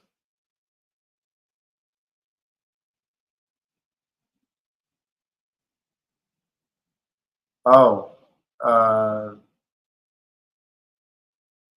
with the shares created,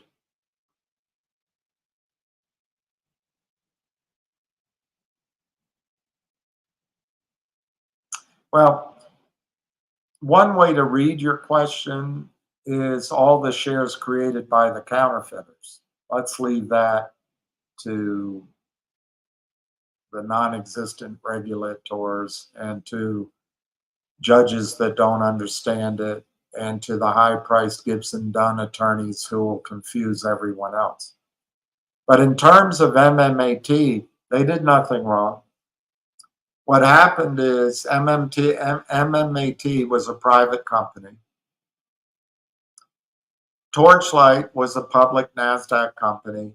MMAT reverse merged into Torchlight. I don't know the details, but let's assume Torchlight kept 15% of the NewCo.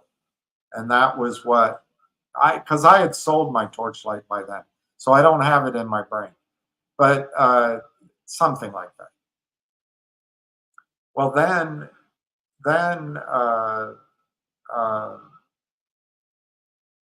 MMAT changed the name of Torchlight with taking some part of Torchlight's name, and they called it Meta Materials something, MMAT. So then they can't change that. That has nothing to do with this disaster, bankruptcy filing. But then George, who's a scientist, looked at the assets of Torchlight, and he said, I don't have the management skill, I don't have the manpower, I don't know anything about geology. Let's just distribute the assets of the Oro Grande to shareholders as a distribution. At that time, it was a private company. And we'll just, well, I'm not even sure it was a company. It was just a private distribution of those assets, which originally had been Torchlight's. It was the criminals who counterfeited signatures, cut and paste biographical data, lied, cheated, racketeered, that got that stub that was distributed to everybody, which, by the way, because Torchlight had been counterfeited probably into 1 billion shares of non-existent, MMAT was being counterfeited before the MMTLP got traded. When this was distributed, the shorts were in trouble because they couldn't deliver it. It wasn't publicly traded. You couldn't value it. You couldn't go down to Texas and buy more acreage from or lease more acreage from the ranch holders or the university. There's no way they could deliver this. So what they did, they came up with, is why don't we get this stub to trade? And they did it, not the CEOs. But it's funny how the SEC goes after the CEOs, not the criminals. But anyway, once that happened, once they got that trading, then there was a lot of counterfeiting. So I don't see anything that can unwind all that, Stoney.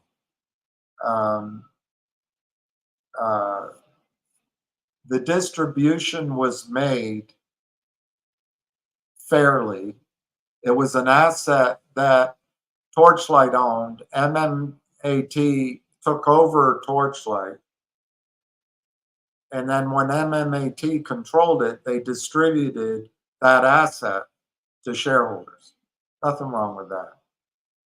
The fact that the counterfeiters couldn't deliver and then fraudulently got MMTLP to trade, that wasn't the company's doing. I mean, maybe there's allegations. I'm not aware of the company being part of it. Then the trading went on, and we all know the story. I think there's an argument that can be made that the fraudulency, is that a word, of the original documents to get it trading is on FINRA, is on the SEC, and that was a mistake. It never should have been traded. And then a lawyer could argue, well, then FINRA, which has immunity, the SEC, which is the United States government, owe that money. I don't see that going anywhere. So then the deep pockets would be the market makers. They don't have any money. Then the deep pockets would be the criminals. Well, they're all offshore. I don't see that going anywhere, not because it wouldn't be right, but there's no money the lawyers can go seize, I don't think. Maybe there is, but I'm not a lawyer. I can't figure out if they actually could. But Stoney, it goes further to my point. The original distribution of what's now called Nextbridge is entirely legitimate. There's a lot of fraud that went on.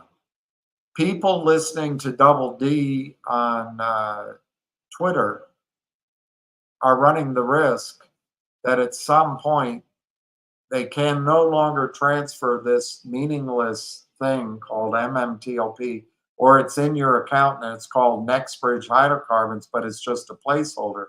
You have to move over to Nextbridge if you ever want to recover anything from your investment. That's my opinion. Because it would seem to me, Stoney, and I know I'm going on and on, it would seem to me logical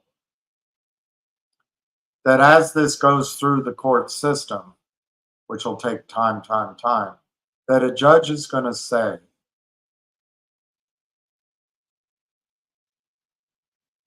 all of the counterfeit, fraudulent shares created cannot create counterfeit Nextbridge shares. Therefore, we're going to wipe those out, and any obligation for losses shifts to the people who created those shares. Well, lots of luck finding them. That's why I think you have to while everybody else is, I don't know, in La La Land, you have to turn your MMTLP into Nextbridge shares.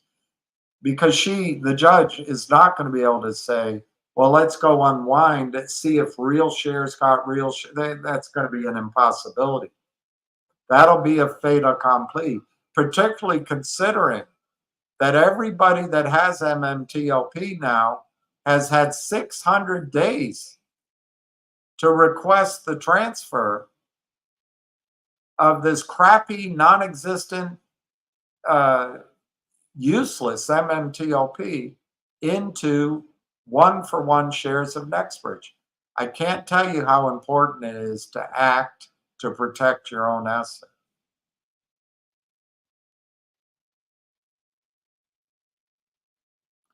Hey, Billy, if the SEC delays S1, would this be bankruptcy as well with MMTLP Nextbridge?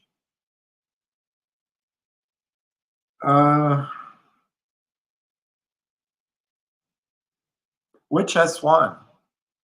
I'm going to assume, and you can correct me, that you're talking about the one that set up the shelf registration for Roth Capital to raise money for Nextbridge.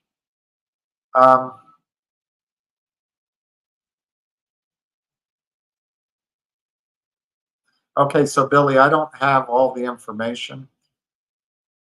I don't know how much it costs to drill those 5 wells. But if we assume it costs $5 million a well, that might be high. That means that it's total speculation on my part. That means that Nextbridge needs to raise $25 million. And they need to do it soon in order to spud and drill and complete all 5 wells by December 31. So let's call that 25 million. They have 135,000 acres, which I'm going to assume, because it's in my head, I don't know where I heard it, that the leases can be renewed at $35 an acre. That was built into the original contract for 5 years. I may be wrong on that, but since I'm speculating, they need $5 million by the end of the year to renew their leases. And let's say they need to buy some more leases.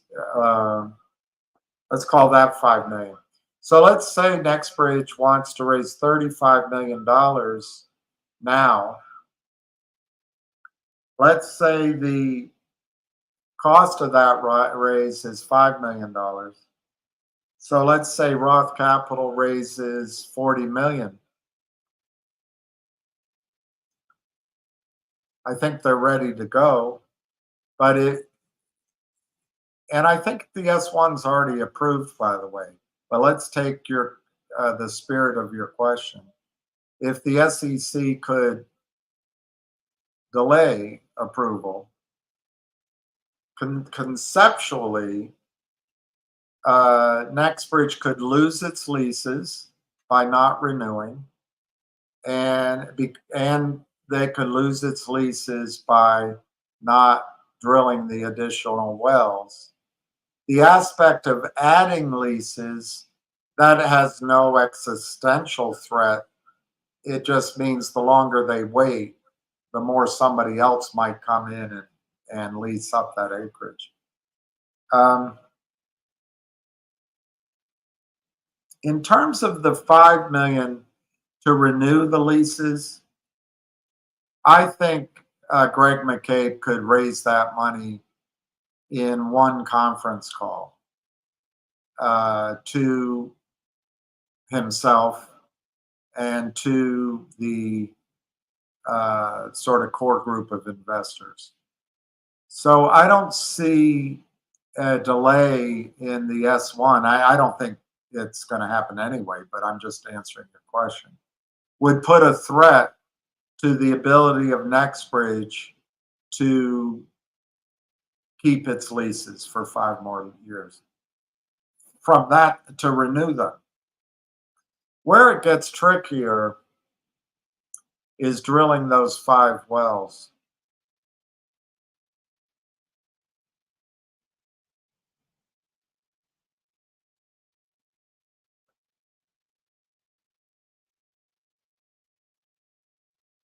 I would say to you, Billy, that I think that Greg McCabe also could raise the money to drill those 5 wells. He could also negotiate an extension of time and pay a fee to university lands, and that could happen. So I think the combination of negotiating for time or just raising the money to drill the wells can be achieved. The problem, Billy, would be that using my example, which is completely made up numbers, if he had to raise $25 million to drill 5 wells and it was urgent and he had to go to people who sensed his urgency, he might have to give them a sweetheart deal. I mean, he might have to say, I'll give you the production of all wells I've drilled. Let's call it on a 90-10 split. Once we start producing, until you're paid back. And then on these 5 wells, I'll agree. The rest revert to their original arrangement. You can't have any of that income. But on these 5 wells, he might have to offer a 50-50 split after payout. Maybe he can go to a 25-75 split after payout. Because he might have to be really generous in the deal, because anyone putting up this money will sense his urgency, probably knows the story, but more importantly, they'll look at it and say, well, there's some risk to just 5 wells. I know you've already drilled 20, but just these 5, that, why don't we spread the risk, number one. Number two, you're not producing these wells. And the lease owner, University Lands, doesn't want you to produce these wells. I may have to sit on these wells for 5 years, 3 years. So I want to get paid for that time value of my money and for the risk. So anyway, that's a long way of saying, Billy, it could be an expensive financing, but I think Greg McCabe will not allow Nextbridge Hydrocarbons to lose the Oro Grande. The only way I see Nextbridge going into bankruptcy is if they lost the Oro Grande. I do not see that happening. The key for each of you who own MMTLP, help Greg McCabe fill up his transfer agent's books with his real shareholders. If you help him know who you are by transferring your MMTLP to Nextbridge, it helps him negotiate. It helps him raise money. But Billy, I don't see Nextbridge declaring bankruptcy. I do not see it. MMTLP is bankrupt. It doesn't exist. MMTLP owns nothing. It has no officers. It has no cash. MMTLP doesn't exist. There's people on Twitter that tell you MMTLP entitles you to something. Well, if you read the FINRA fact sheet, which I printed out and read to you, FINRA facts, FAQ, isn't that clever? You have to request your shares of MMTLP. That's not always the case, but in this specific case, they put the onus on you to request your shares. And that's been out there for over a year and a half. So if this goes to court, if it gets into a legal battle, the guys and girls on Twitter who make fun of me, they're not going to be there for you. They're going to be they're going to be paid off. I mean, I heard the payoff is $1 million. I don't know if it's true, but they're going to get whatever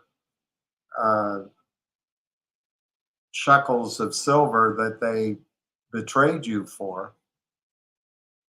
They're going to get. But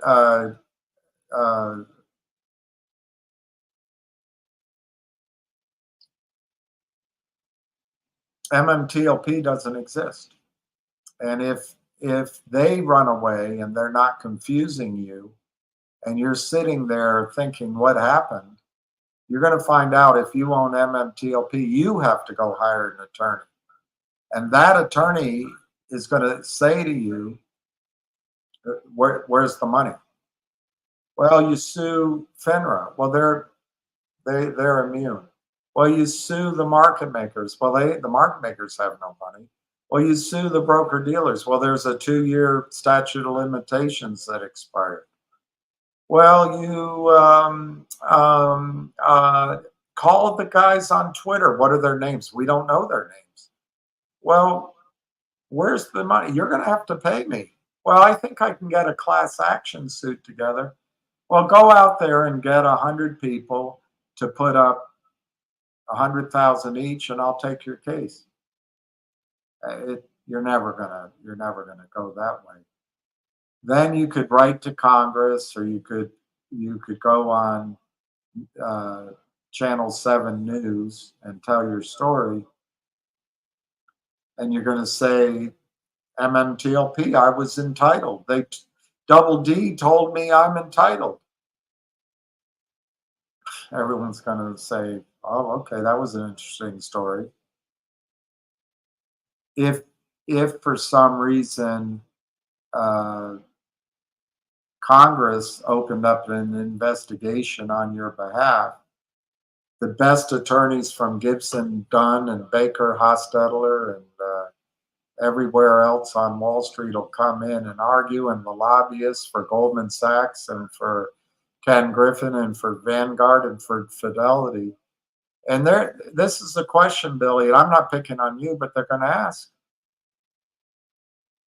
Your congressman, your honor, and I'm not picking on you, but I'm going to use your name. Billy had 800 days to ask for his shares of Nextbridge, and he never did. We stood ready for 2 years to give him his shares of Nextbridge. He never asked for it. So, Your Honor, it's our contention that we stood ready to do it, and we fulfilled our obligation. My client, Fidelity couldn't keep this offer open. They had to close this up. It was a risk to Fidelity, and as you know, these banks are such important citizens in the United States, we can't harm the bank. So, and then your lawyer is going to say, well, my client wasn't aware that he had to transfer his MMTLP to Nextbridge to receive his entitlement. He wasn't? In the FINRA fact sheet, it said it was his responsibility. Well, he didn't see that fact. Are you telling me he didn't look it up? He didn't receive notice in the mail? Why is it your client can hire an attorney, but your client couldn't look up the FINRA fact sheet? It doesn't make any sense. Your client must have known that he should have converted MMTLP, requested the conversion to Nextbridge. Well, my client listened to Double D on Twitter and all those laughing people who made fun of William, and it looked like William was an idiot, and I trusted Double D. So you're telling me that Billy, your client Billy, listened to 8 people on Twitter that you don't even know their names, and now your client, rather than suing those people on Twitter, is coming after Fidelity. That doesn't make sense to me either. The Honorable so-and-so that's representing Fidelity, the senior partner from Gibson Dunn, is attesting that you had 2 years to request the transfer of a worthless piece of paper that expired on December 13, 2022.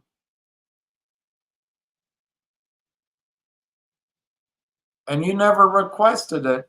FINRA's counsel is telling me that FINRA made it clear to all and sundry, everyone involved through public release, that it was on the shareholder of MMTLP to request Nextbridge, and you never did. I really, I'll consider this, but not only do I not think Fidelity owes you anything, I think you abandoned your own asset. I might hold that you have to pay for these court proceedings. It's not a good situation to be in, Billy. I'm telling you, and I'm not picking on you, anybody out there. If you are listening to Double D on Twitter, you're putting to peril recovery of your investment in MMTLP. If, on the other hand, you move your worthless MMTLP to Nextbridge, you have a chance not only of getting cash distributions, but being amply rewarded with, if there is further success. I'd say there already is success. If there is further success in the Oro Grande, and you might get outsized returns on your MMTLP, your investment in MMTLP, but you get those returns by owning Nextbridge hydrocarbons. If you stubbornly listen to Double D on Twitter and time goes by and you cling to MMTLP on the false suggestion that there could be a settlement or a resolution for MMTLP, and if you're over in Nextbridge, you're not going to get it, that's not true. And it's not going to happen anyway. Or that if you move your shares, you might lose them, you're better off in MMTLP. Or if you move them to Nextbridge, you're letting Fidelity off the hook, and I'd rather have Fidelity on the hook. That is so circular, but it's so self-inflicted wound thinking that I don't know what to do with it. I'd rather leave Fidelity on the hook for what they didn't do, but FINRA is telling me it's on me to request the shares. You're not going to get your money, but that's some point of pride or something, point of a fight, feistiness. I don't think that argument's going to work.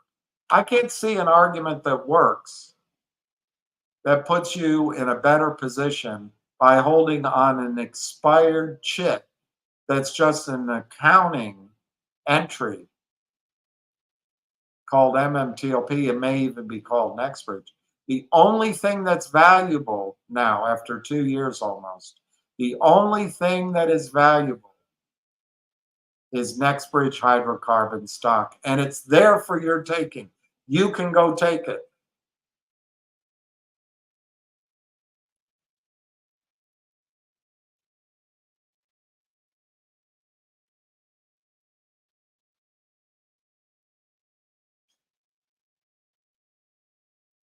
Okay, 9 weeks is pretty long, Mexican.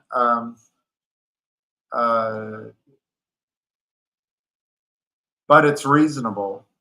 I don't think Webull ever had real shares. Maybe they had some. But I think that's good. For me, it took 6 to 9 weeks. My most recent, I requested sort of December, January, and I kept calling. they put down in their notes that the initiation date was April 1st. So I don't know how to count all that time that I spent before on the phone. But from April 1st, E-Trade took 4 weeks to give me my certificates.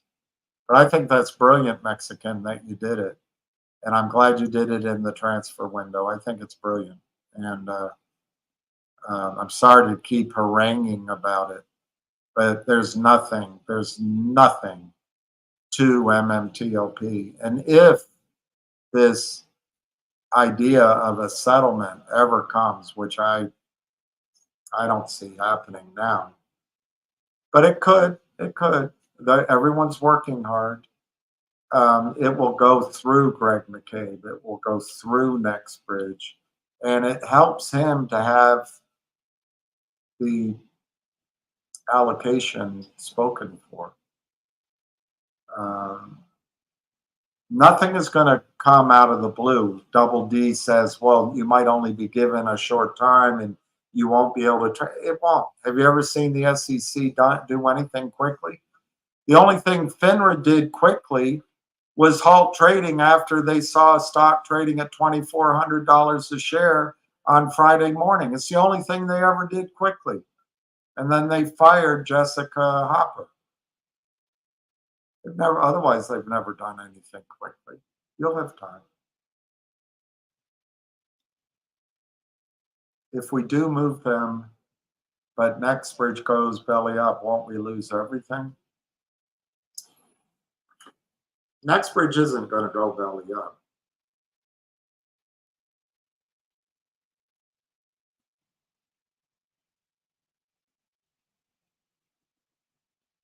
But you make a good theoretical question. If Wall Street honored its fulfillment to you and gave you 1 share of Nextbridge for every share of MMTLP, and if Nextbridge were to end up being worth 0, would you lose everything? Yes, you would lose everything. The answer is yes. So then you got to reframe your question. If I leave my MMTLP at Fidelity and Nextbridge were to go bankrupt, could I go after Fidelity for my losses because they didn't give me my shares of Nextbridge? I don't think so. I think the attorneys for Fidelity would say, yeah, sure, we'll give them the stock, or we'll give the monetary value. Sure, Judge. We still have some shares. He can have the shares. They're worthless. And Your Honor, we'll, in lieu of the stock, we are willing to send a certificate in lieu of the stock, stating that the stock's worthless. So we can close this out, Your Honor. You'll still lose everything. You'll still lose everything. So then it comes to your question, I guess you're holding out for, is they owe us the 2 days of short squeeze, the 2 days of trading.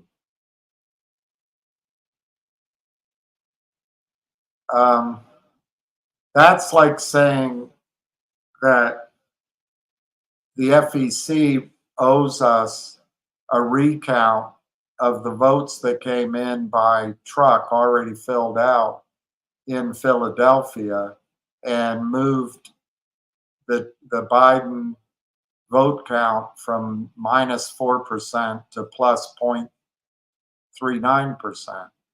It's like saying that the FEC, we should have a recount in Fulton County, Georgia, when we have videographs of Rosie and her daughter running the same votes through the machine over and over and over again and pulling bags out from under their desks and elsewhere late at night. We should have a recount. Or it's like saying we should have a recount in Maricopa County, whatever that is, when we saw that machines weren't processing felt tip pens, and when some machines were down completely, and then when we found ballots poured in off the side of the highway or in storage or in vehicles parked places, we deserve a recount there. It's never going to happen. Never going to happen. The press says it was the most honest election in history. When Germany declared one person the winner by the servers that ran from offshore, they raided those servers in the middle of the night. All of a sudden, the other person won. We deserve a recount? Yeah, theoretically, you deserve a recount. It's not going to happen. And so the short squeeze, I would submit to you, you're not going to find a congresswoman, a senator, a regulator, a judge, anywhere that's going to say you get the short squeeze value. I don't see it happening. You might find that in a class action, or judges might be amenable to saying, you know what, this was fraud. You need to return everybody's money plus costs, or you need to give everybody their money back plus costs plus penalties plus pain and suffering. So I think it's possible that in a lawsuit about the shorts, the 2 days trading, that the system could come up with $20, $30, $40, $50 a share. I don't know.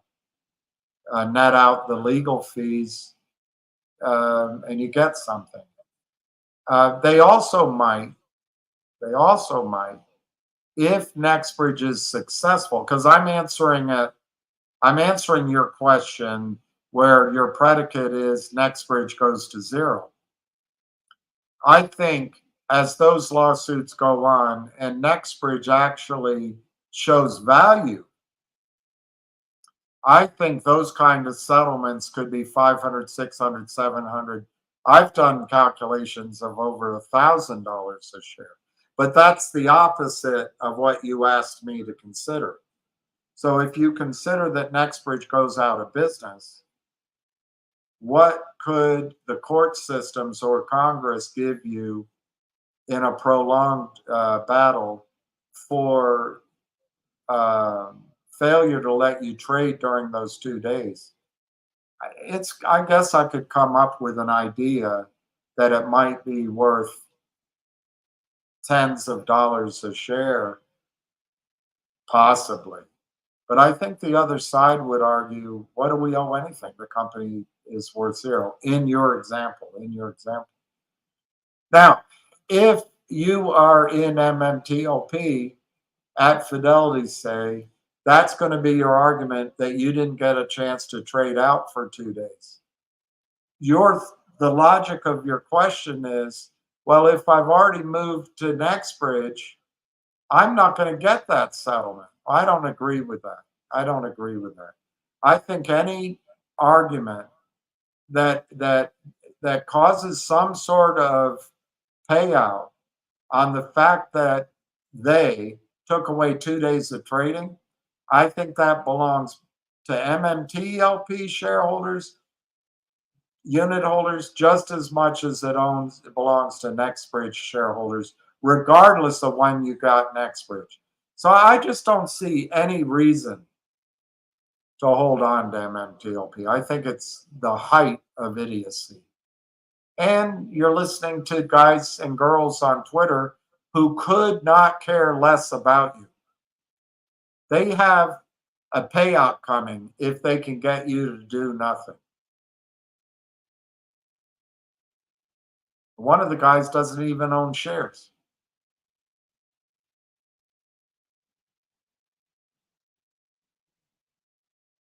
I don't think 2 days of trading would work either because of all your. I think I'll just call E-Trade and move on. Yeah, you got to move him. You got to move him. And I was E-Trade, so and Yukon. One of the other things to bear in mind is this global number of 165 million shares, units of MMTLP that can go into shares of Nextbridge. And I don't know what the number is now. I'm sad to say that I bet there could be as many as 50 to 100 million shares still available. I don't know because there hasn't been any information. I hope it's not that many. I'm doing my best to tell people to move over. But that's on a global level. By the time Morgan Stanley, E-Trade, they have a block of street name stock at the transfer agent, Morgan Stanley. It says 10 million shares of Nextbridge hydrocarbons, E-Trade, a subdivision of Morgan Stanley, and that's at the transfer agent.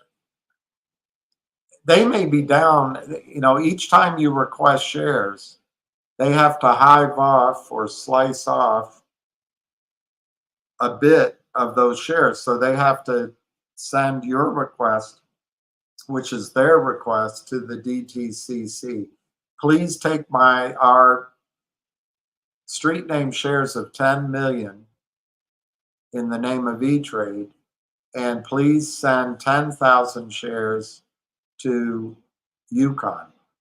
So they have to take the street name of 10 million. They then reissue that to E-Trade, and it says 9,990,000 shares. And then they put 10,000 shares in the name of CJ Yukon, and they send it to you. But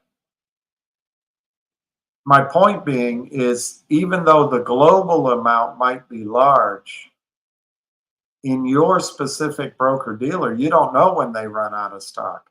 Eventually, they're going to say, we can't do it. So the sooner you do it, the better. I can't believe how many people aren't doing it. And I give credit to Double D and his friends. They're very effective at getting people to sit on their hands. But I think you do it at your own peril. 3 to 4 weeks, it was painless. Perfect. That's perfect. Good for you, Steve. Good for you. And is that Gronk? Is that Gronk? I don't remember for sure. But if it is Gronk, here's a milk bone just for you.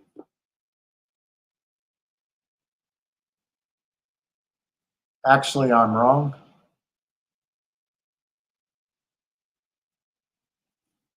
All right, John. I knew this would come up. I printed it out. Where can I find it?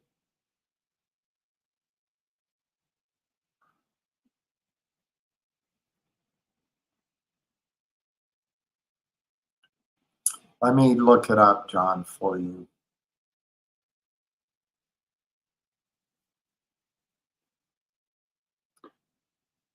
FINRA.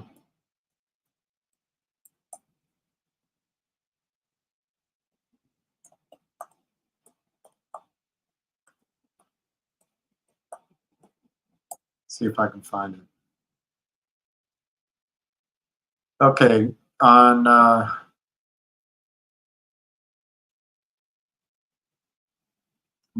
John Panamundo, on March 16th, 2023. I printed it out. I'm not going to print it out this time. I'll just read it to you. Okay, let me go with the date again. This is from FINRA on March 16th, 2003. Meta Materials Series A preferred shares were issued in connection with the June 2021 merger between Torchlight Energy and Meta Materials, Inc. while the company that resulted from the merger had common stock that became listed on the NASDAQ, the Series A preferred shares were unlisted. These unlisted shares began trading in the over-the-counter markets under MMTLP. On July 15, 2022, the company filed a Form S-1 registration statement to register the issuance of common stock of Nextbridge Hydrocarbons, which at the time was a wholly owned subsidiary of Meta Materials. As disclosed in the statement, Meta Materials would distribute to MMTLP shareholders 1 share of Nextbridge common stock per 1 share of MMTLP held, and would cancel the Series A preferred shares trading under the symbol MMTLP. According to the S-1 filed, immediately after the corporate action, Nextbridge would be an independent public reporting company. The way it's written, it's not saying it's going to be a public company, just a public reporting, but you could, I suppose a lawyer could ask what the definition of is. After several amendments, the registration statement for Nextbridge shares became effective on November 18, 2022. On November 23, 2022, Meta made an announcement stating that each holder of the Series A preferred shares, MMTLP, as of December 12, 2022, would become entitled to receive 1 share of the common stock of Nextbridge for every 1 share of MMTLP held. Meta Materials also stated that the Nextbridge shares would be distributed to MMTLP shareholders on December 14th, 2022, at which time all MMTLP shares would be automatically canceled and MMTLP holders would cease to have any rights with respect to those shares. In addition, the company stated that the Nextbridge shares received would not be eligible for electronic transfer through the DTC. So, John, you didn't buy, did you buy your shares through the DTCC? Did you buy your shares through the transfer agent? Did you buy your shares directly from the company and have them registered in your name at the transfer agent? I doubt it. You probably, I'm going to use Fidelity. You probably use Fidelity. So what this says is it's in agreement with what you said. It says that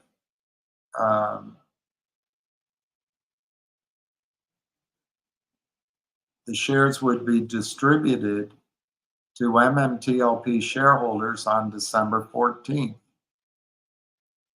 Okay. So Fidelity owns 5 million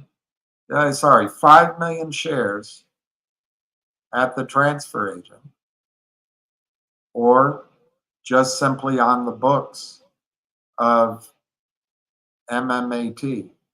MMAT distributes those 5 million shares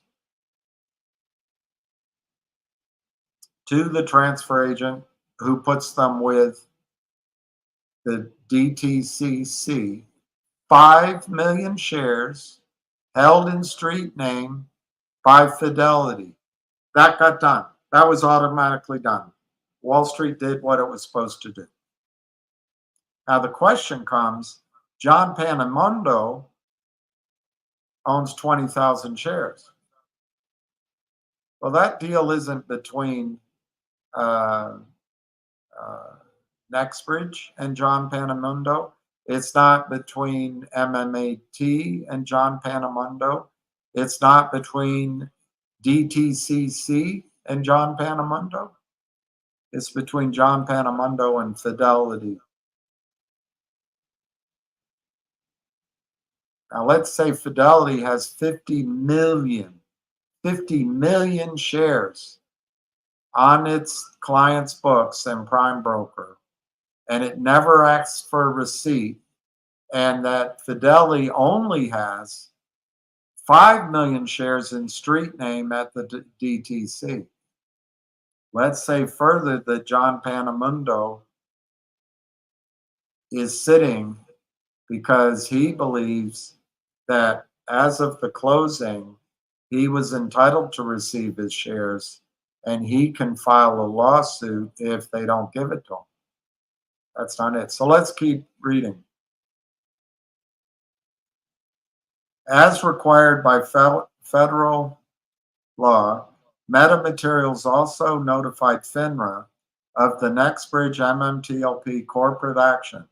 Consistent with the information provided by Metamaterials, on December 6th and 8th, 2022, FINRA provided public notice of the corporate action on its FINRA website.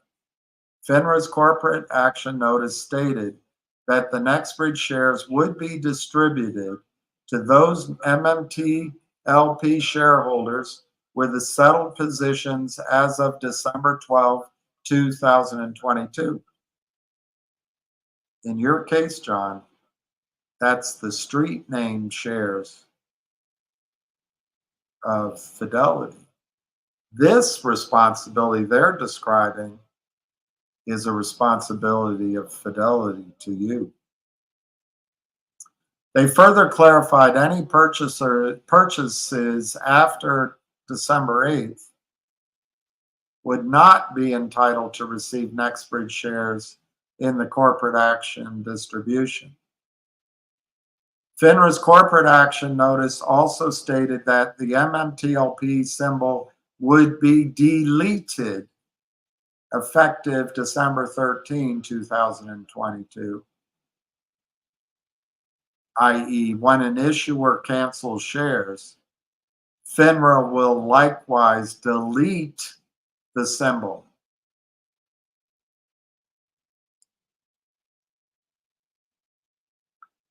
Okay, so on December 9, 2022, FINRA halted trading in MMTLP.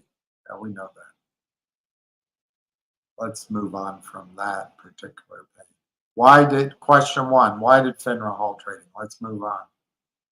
Question two, why did FINRA halt trading on December 9th if shareholders as of December 12th were entitled to receive the Nextbridge distribution? They're going to leave out of this their arguments for regular way settlement. You can have same day settlement, next day settlement, because they're talking about the 2 business days.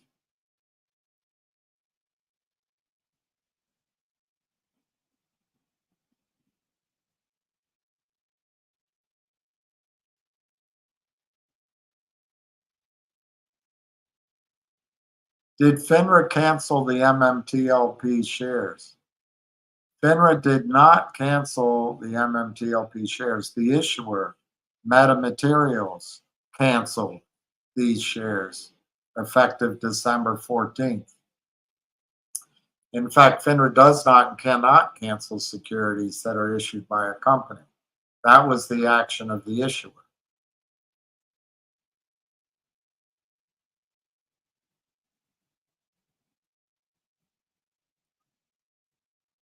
What happens to investors who did not sell their MMTLP shares prior to the trading halt? Investors who had settled positions in MMTLP on December 12th were holders entitled to receive shares of Nextbridge as part of the Nextbridge/MMTLP corporate action. Thus, applying the standard settlement cycle of trade date +2, an investor who did not sell MMTLP by December 8th would receive Nextbridge shares in the distribution. And this would be the case even if FINRA had not halted trading on December 9th. They're backfilling here. But anyway, let's move on.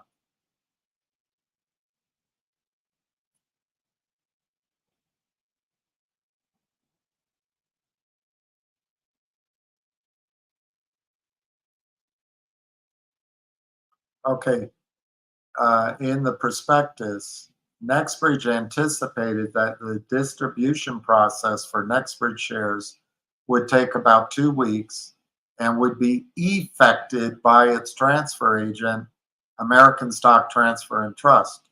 Transfer agents work for securities issuers to record changes in securities ownership, maintain security holders' records, cancel and issue certificates, and distribute dividends.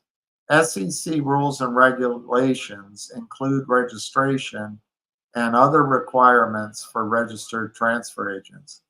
FINRA does not regulate transfer agents and does not have a role in distributing securities.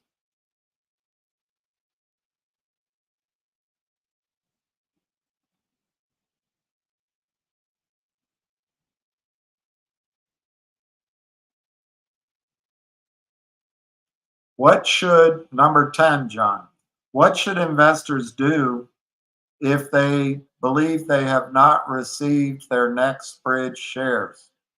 This is on FINRA's press release dated FAC, MMTLP Corporate Action and Trading Hall, FINRA's website, March 16, 2023. Question number 10. What should investors do if they believe they have not received their Nextbridge shares? If you held a settled position in MMTLP on December 12, 2022, your account should reflect your position in Nextbridge. Your broker-dealer is required to maintain possession or control of your shares in compliance with federal law.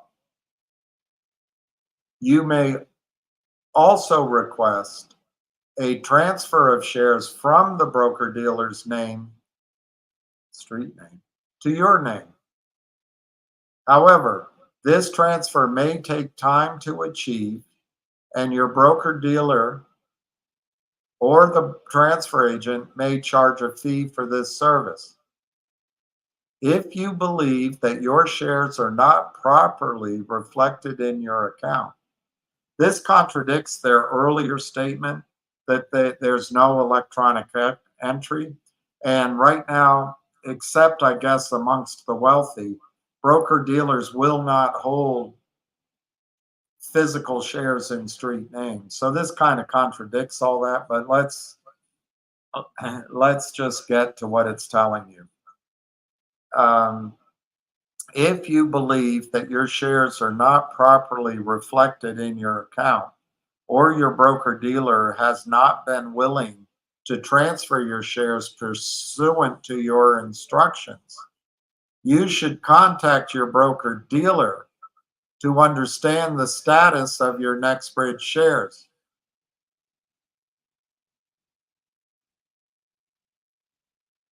Your broker-dealer may not reflect your Nextbridge shares in your account using, sorry, that's my eyesight. Your broker-dealer may reflect your Nextbridge shares in your account. Your broker-dealer may reflect your Nextbridge shares in your account using a numeric or alphanumeric identifier. Different firms may use different identifiers because an official CUSIP number, which is an identifier assigned by CUSIP Global Services at the request of the issuer, not FINRA, has not to date been assigned to Nextbridge common stock. The absence of an official CUSIP number does not affect the status of the Nextbridge shares reflected in your account. If you believe that your broker-dealer has not provided satisfactory explanation to your questions, you may submit an investor complaint to FINRA. As discussed above, Nextbridge filed a Form S-1 registration with the SEC to register the issuance of 165,523,363 shares of common stock in connection with the Nextbridge MMTLP corporate action, which became effective on November 18, 2022.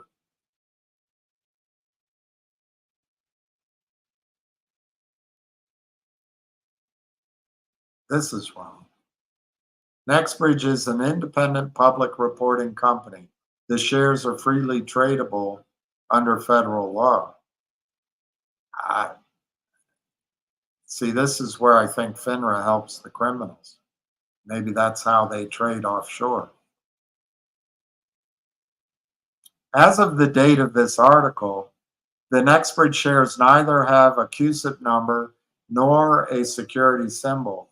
If Nextbridge were to obtain a CUSIP number, that would facilitate secondary market trading. Broker-dealers would be able to request that FINRA assign a symbol to Nextbridge shares, in addition, in connection with trading.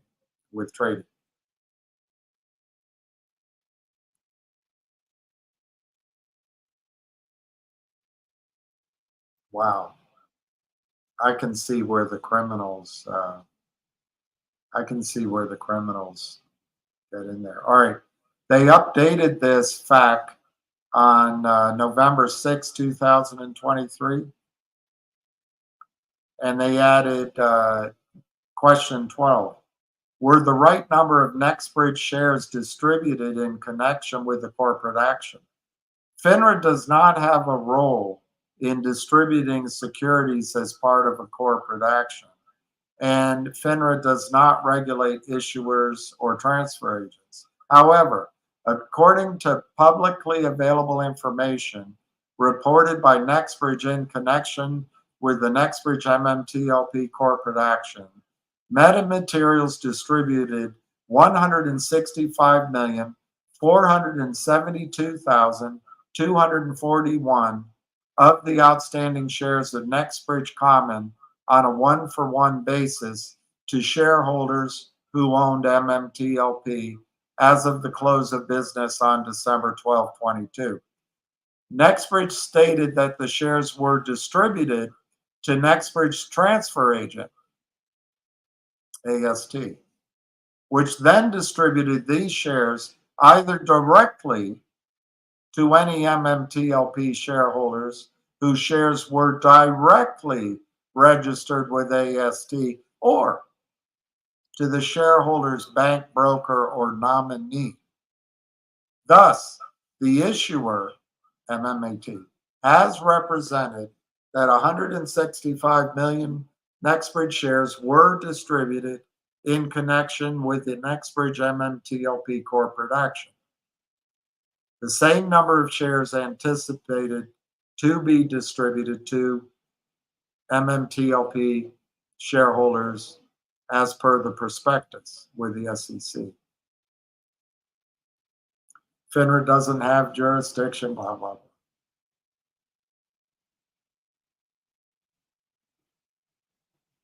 Can FINRA perform an audit?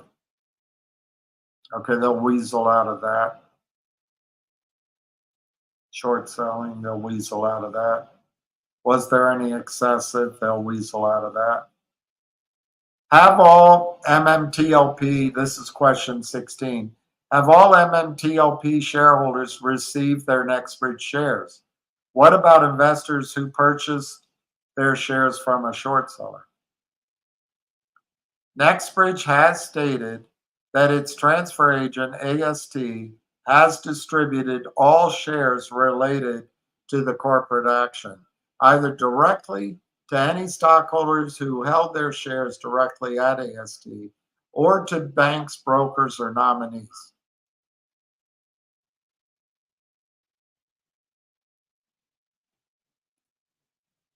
As explained in the March 16 fact, because Nextbridge has not obtained a CUSIP number for its shares, there is no uniform manner in which to identify Nextbridge common stock, and broker-dealers may therefore be reflecting the Nextbridge shares in customers' accounts using different numeric or alphanumeric identifiers, placeholders.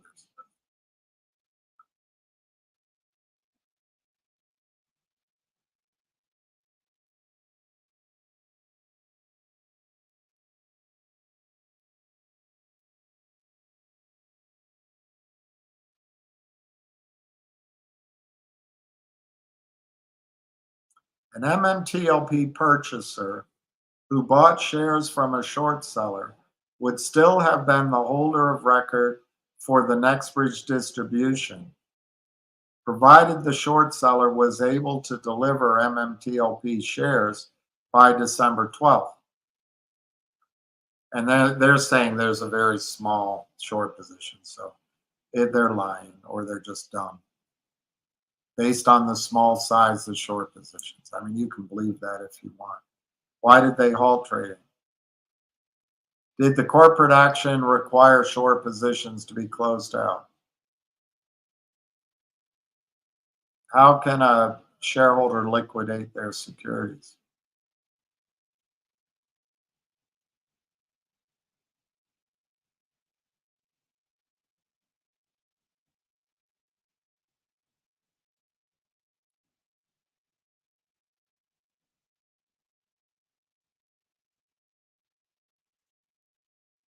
Okay, now let's go to Nextbridge.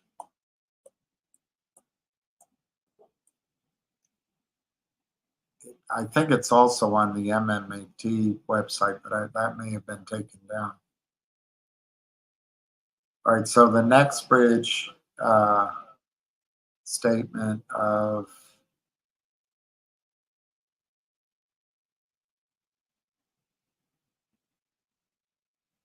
statement on its spinoff.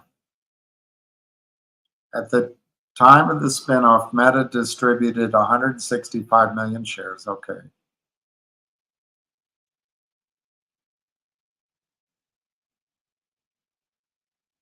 And they tell you to link to the prospectus.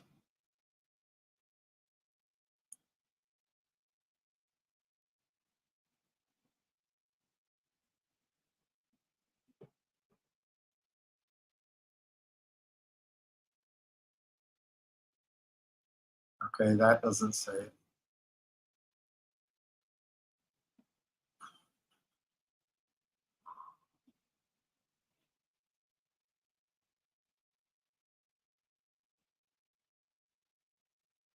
Okay, let's see the facts.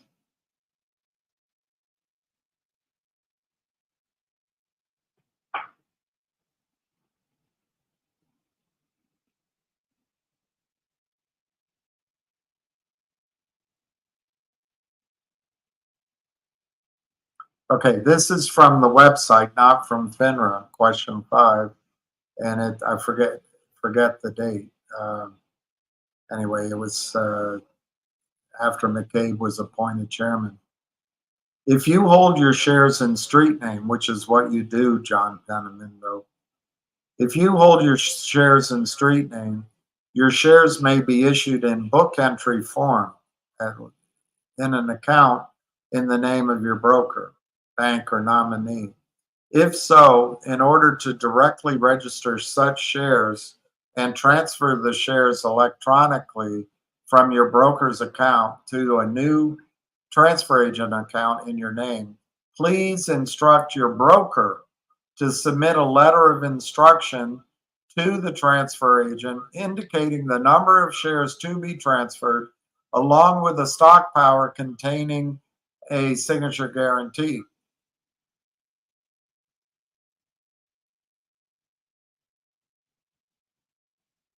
All right, that instruction came August 3, 2023.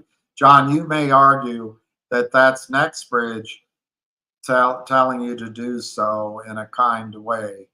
And that doesn't take away that the shares were to be transferred automatically. I mean, you obviously, John, show a massive trust in the system.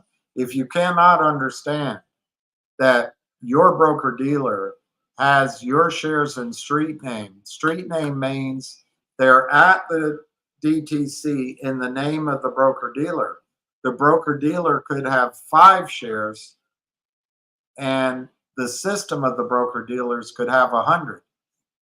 But anyway, you trust the system. It's okay. You can trust the system.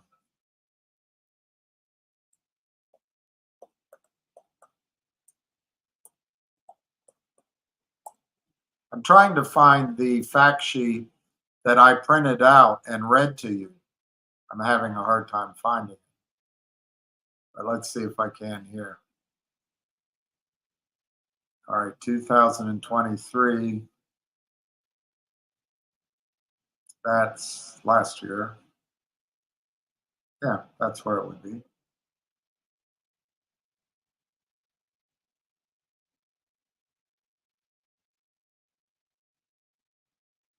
They got so screwed. They did this offering, 6 million registered. They just got in and they were screwed, and no one cares.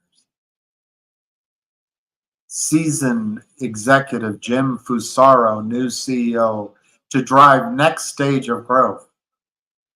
All crap. All crap. All right, let me see if it's in 22.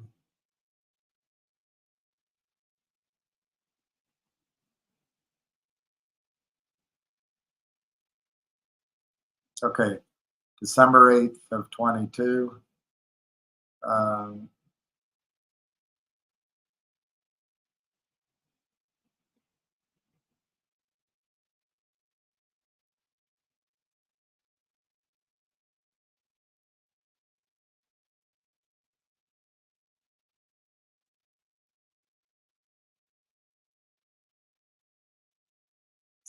Well, I did my best, John. I'll try to find. I printed it out.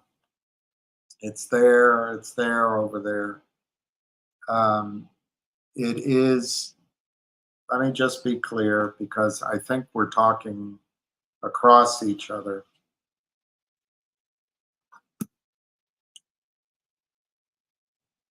Meta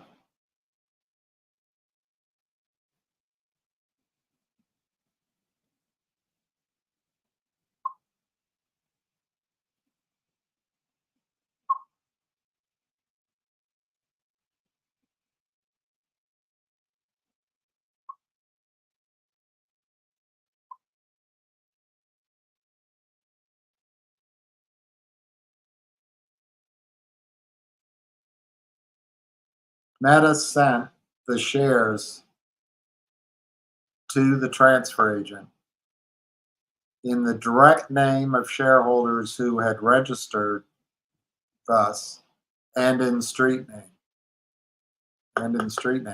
That was done. And that's all that was done automatically. Then the transfer agent sent the street name shares to the DTC.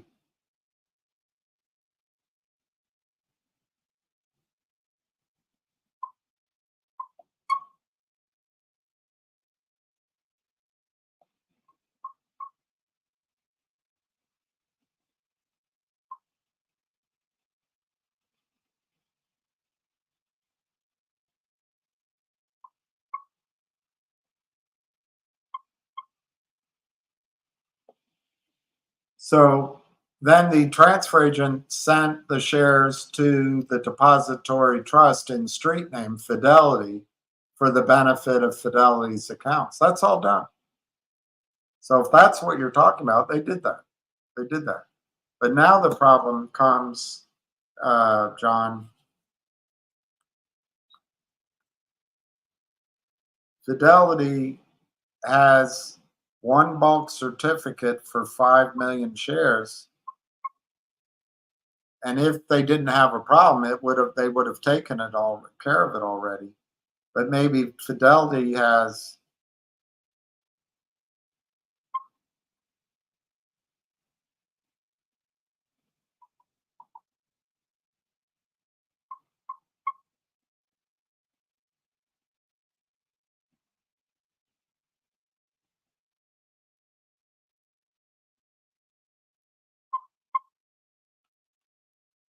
Fidelity has a certificate of 5 million shares in street name. That's all done automatically. It's distributed. FINRA's happy. MMAT is happy. Nextbridge is happy. Transfer agent. Everything's kosher.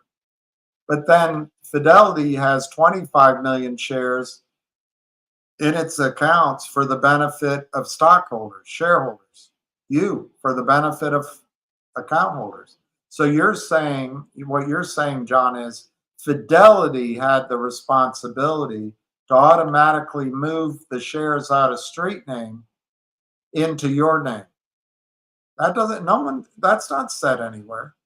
The automatic transfer of MMTLP into Nextbridge happened, but it happened at the street name level.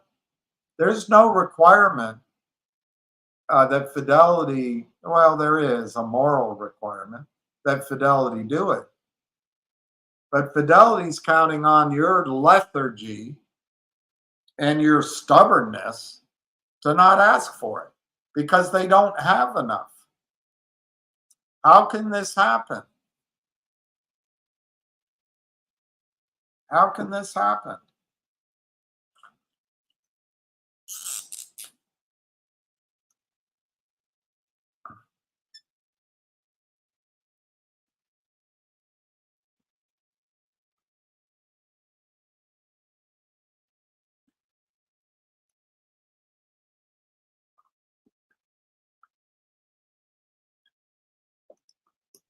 Under Reg Show, there's a market maker exemption.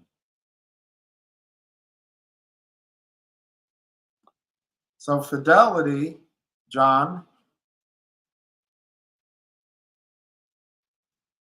their clearing arm, their broker, their prime broker, Fidelity accepted orders from market makers when the market maker under Reg Show said, we're in such a hurry, this has to be done at light speed.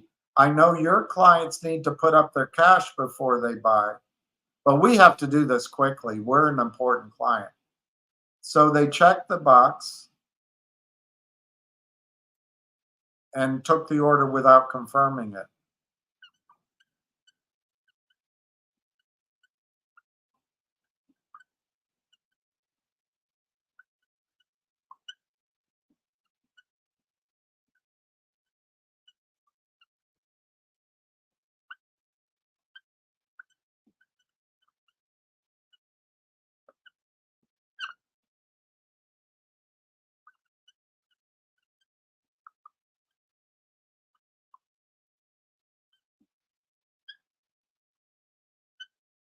They sold stock through the market maker exemption and it was Fidelity's prime brokerage.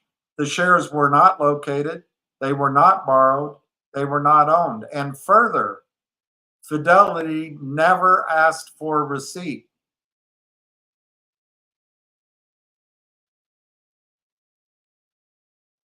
They were never settled. Now, what your argument is that according to Twitter, according to how you read it, that MMAT had a responsibility to issue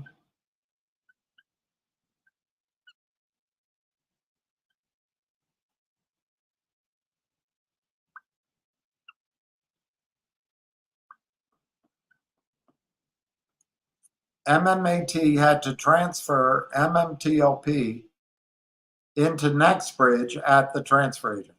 They did that. That's automatic. Now, the transfer agent takes the 175 million And for large part, it goes into street name.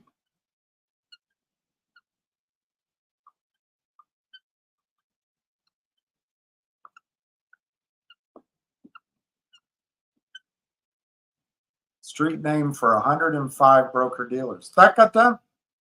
Automatic. Transferred automatically. But you're saying, John, and it's up to you. I'm tired of arguing it. You're saying that Fidelity had to automatically transfer the shares to you. And I'm telling you, no way, no how. It's on you to call Fidelity. It's on you to pay their fee. And it's on you to request. I'm done talking about it. I'm done talking about it.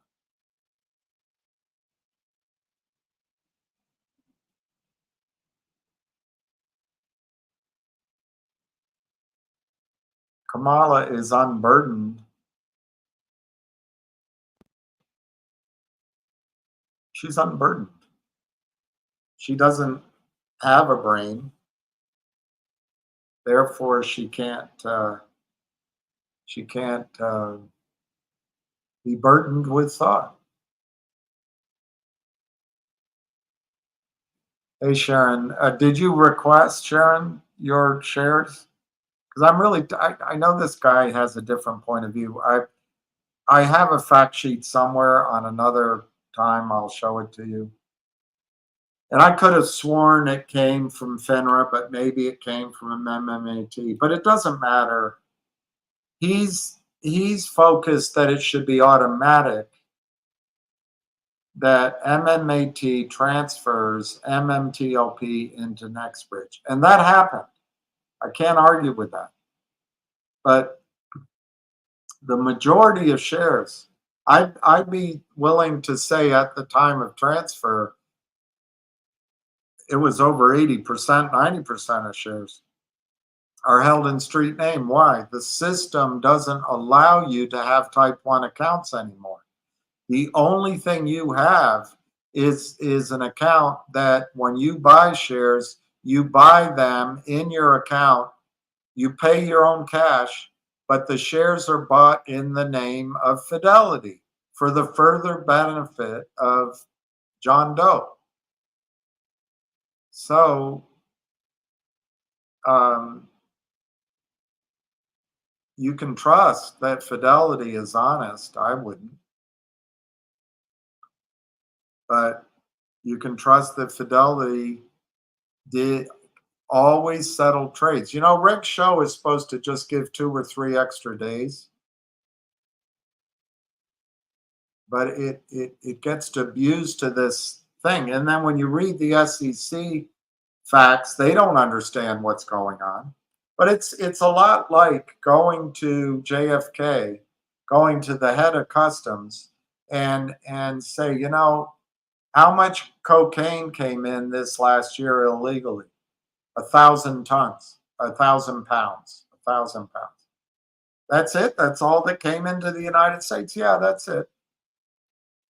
But you know that Pablo Escobar was flying cocaine into Bill Clinton's airport for 10 months. It's just not good data. It's not good data.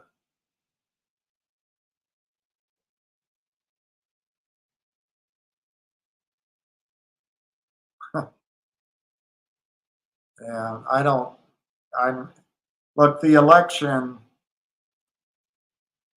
is probably going to be pretty clear to people watching it. But at the end of the day, I think it's pretty clear who is going to win.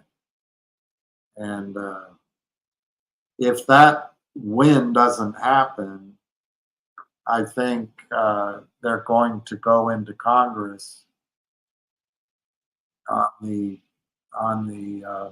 inaugural day and say that no insurrectionists under Amendment 14 can be president. So I don't hold out hope that this is going to be a clean transfer of power. $28 is great. Sharon, mine was, I think, $60. The first time I did it, they told me $260 or $240 each because I had it in my IRA and regular account. I said, no, you guys should have done this. If you didn't have a problem, you should have done this automatically, just like the other guy said, John. So they came back to me and I called back in. They said, well, we'll do it for $80 each. So, okay. And then when I called back in, it was 60. And I think the first time I did it, for some reason, they did it for free. Second time it was $60. And I got the envelope over here or over there, and it was two different FedExes. So I think it was a reasonable charge. I wanted my shares out, and clearly they used FedEx, one to send instructions to the DTCC, and then for the DTCC to send it to me. So I think it's a great price.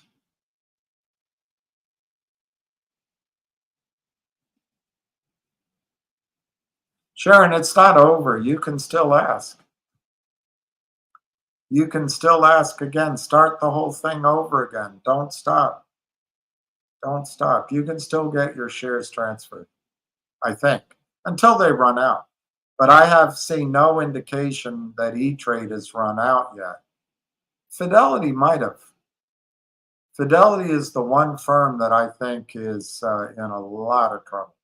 Fidelity may not have any shares to transfer, but E-Trade does. Look, at this point, just do the best you can, you know? Just do the best you can.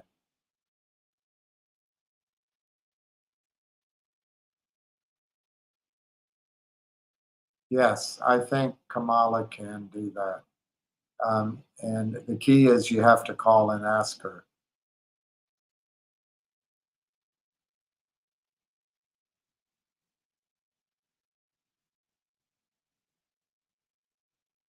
That's interesting. It took a long time. My first shares I got were in August too. ARW. So glad I followed your advice and moved. I'm so glad you did too. I'll have 12 people that listen to me after the loving. Okay, Mike. This question comes up. What if they're held in street name at your broker dealer under Nextbridge hydrocarbons? Your broker dealer is lying to you.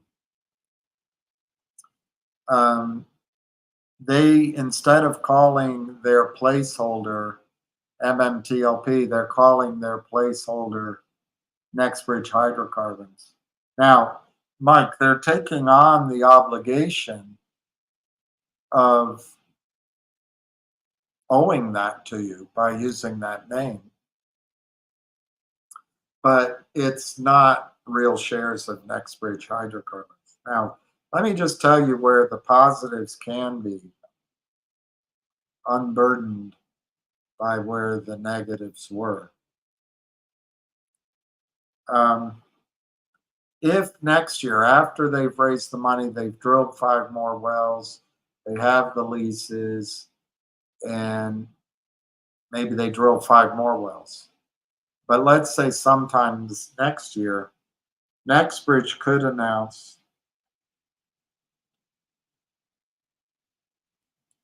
a dividend. I don't think they should. They should keep drilling, but let's say they announce a dividend. And it's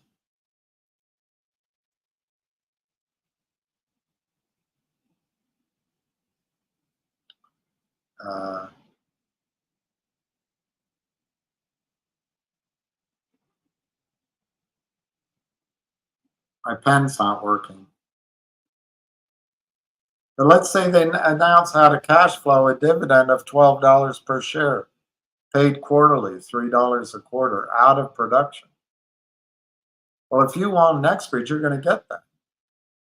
Now, Mike, to your brokerage firm, they're saying, sorry, I don't know why it freezes.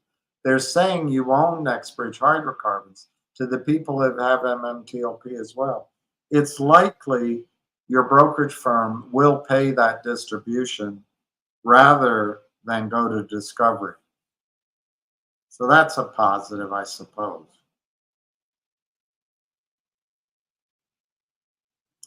But Mike, it used to be your brokerage account. There was 5 days settlement for this reason. You could open your account and leave everything in type 1. And that meant in your name.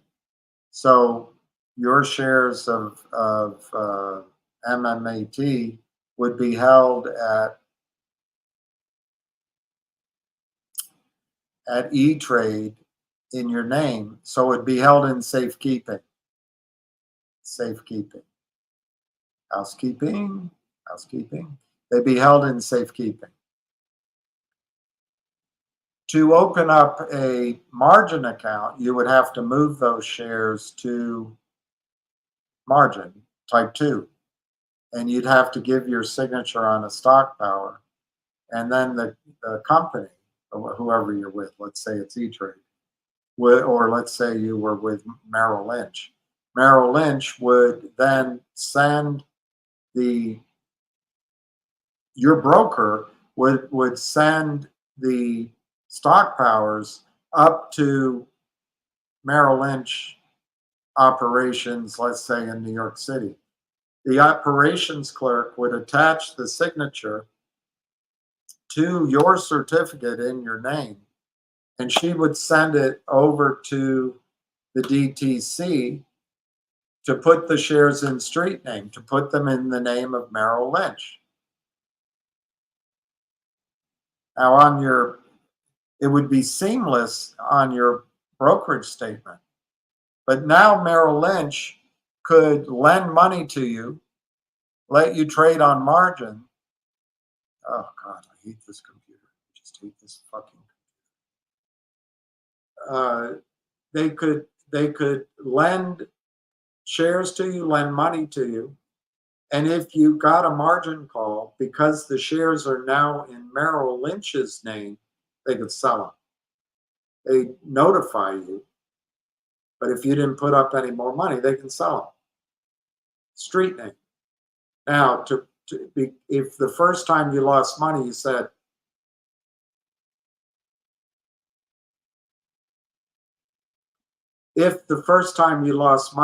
I don't want to do this anymore, you could move your shares from type 2 to type 1, back to safekeeping. Now, it probably took 10 days, but you didn't know about it. It was just an entry. Damn it.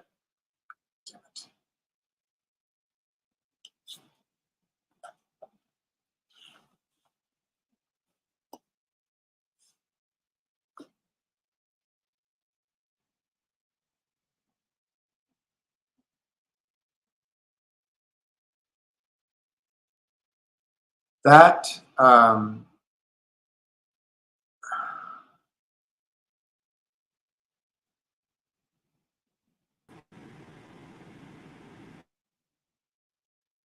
don't know what to do. That no longer happens. Sometime around 2010, broker-dealers decided that they would never, unless you're wealthy, I guess, they would not hold any of your shares in type 1. Everything is electronic. Everything is electronic. Now, that's, to me, it's so the criminals can cheat. But now, specifically in the facts I read to you, it says that Nextbridge does not have a CUSIP, does not trade, and cannot be held electronically. Cannot be held electronically because it's not a publicly traded stock. So if your broker dealer says that you have Nextbridge hydrocarbons, just call them up. and say, are those shares of Nextbridge hydrocarbons? If they say it is, say, look, I'd like to have them transferred to the transfer agent. Say, great. You have my shares already? I'd like you to transfer them to me. Well, sir, that's going to take 9 weeks. Well, I thought you said they're real Nextbridge hydrocarbon shares. Well, sir, oh, so it's just a accounting placeholder. You really don't have my shares. They don't have your shares, Mike. They're just trying to get you to do nothing. Now, if you don't buy the premise that I'm operating on, which you don't have to, but I think there's 1 billion counterfeit shares at a minimum of MMTLP that were created. And Wagner doesn't want to find it. Gensler doesn't want to find it. Medina Friedman doesn't want to find it. Robert Cook fired Jessica Hopper, it looks like. No one cares. That's fine. You don't have to care either.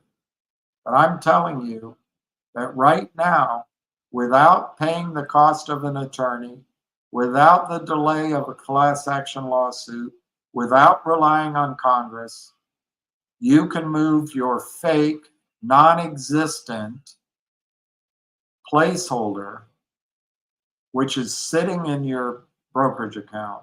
You can request to have those exchanged 1-for-1 into real Nextbridge hydrocarbon shares, which are held at the transfer agent.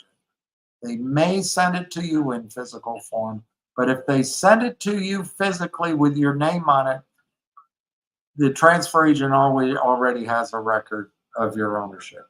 And that's what you want. But if you want to trust the system, if you want to trust Fidelity, it's okay too. If you want to wait until everyone else asks Fidelity for their shares, and you want to be in that pell-mell so that there's no guarantee you get your shares, you can do that too. I am telling you,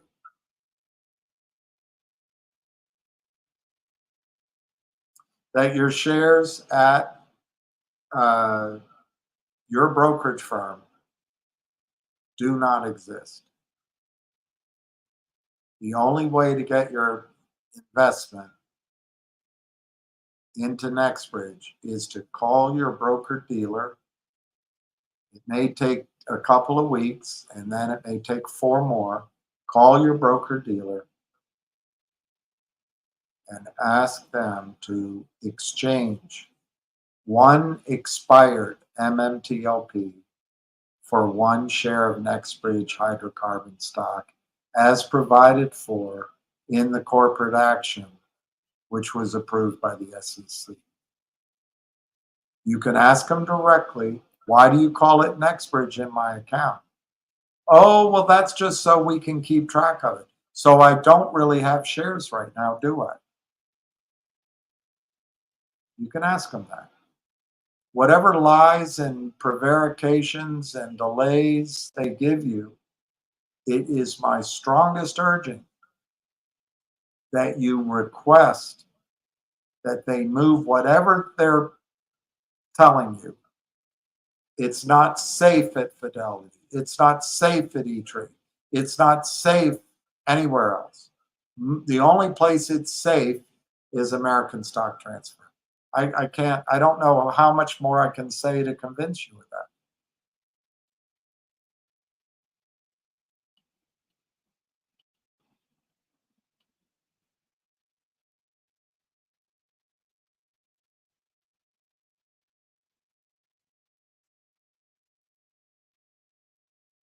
Cougar, way back in January, I thought Finger would have been at least $4 or $5. It's just blatant criminal plays. We're all sick of it. Yeah. I was thinking about that last night. Since Finger had its run last year, I think to $7, everything has been down. I can't think of a single stock that's been up from I mean, I can think quickly of 24 names and they're all down, down, down. It's been a year, so I can understand your frustration. I don't know what to tell you about Finger Motion, Cougar. Finger Motion did a toxic convertible note with the Lynn Partners. It took them at least 2 years to get out from under that. But that doesn't mean that the 4 clients that Jeff Easton allegedly referred to doesn't mean they're not still shorting the stock. According to Ham, the way it trades, these are trap shorts. You know, there's 1.6 million shares of a real short. So, Cougar, what does that mean? That means that Finger under $5 has no natural buying. Merrill Lynch doesn't recommend it. Morgan Stanley doesn't recommend it. Wells Fargo doesn't recommend it. UBS doesn't recommend it. That's probably 100,000 brokers right there. They never recommend it. Institutions don't buy it.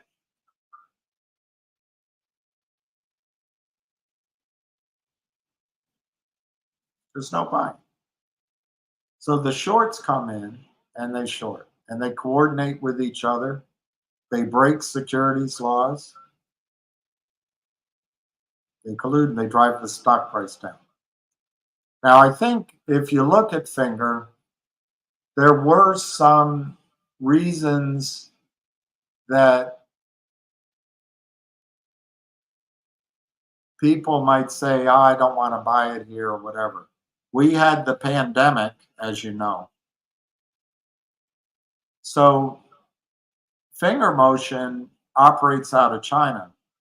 And the economic shutdown didn't end there until last year.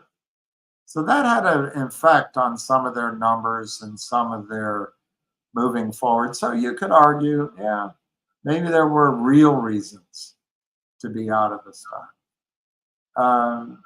There was, and there still is some unpredictability in Finger Motion's numbers. So you'd say, well, yeah, that makes some sense. But on top of all that normality is an unrelenting selling of stock that doesn't exist. Now, I guess I have to bring it out and print it out.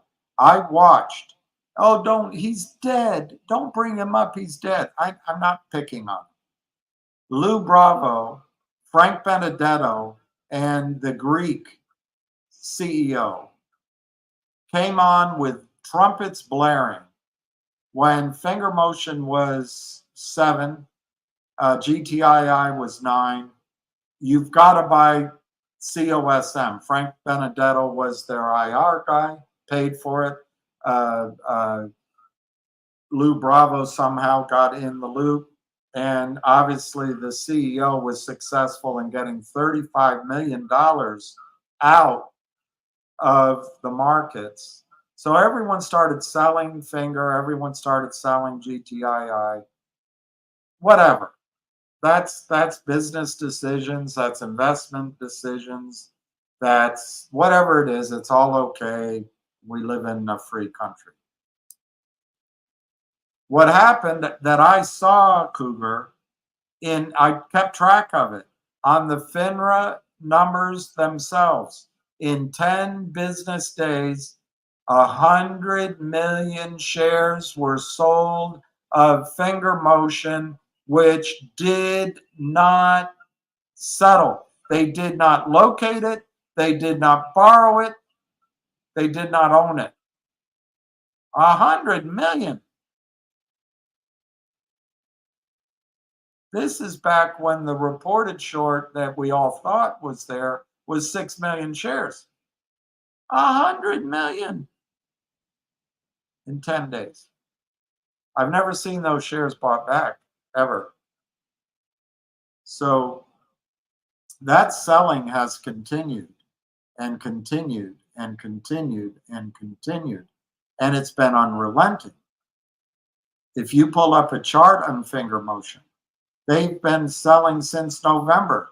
Down, down, down, down, down. Dive, dive, dive. And it's painful. It hurts. I've lost money. A lot of money for me. I don't know if it's a lot for you.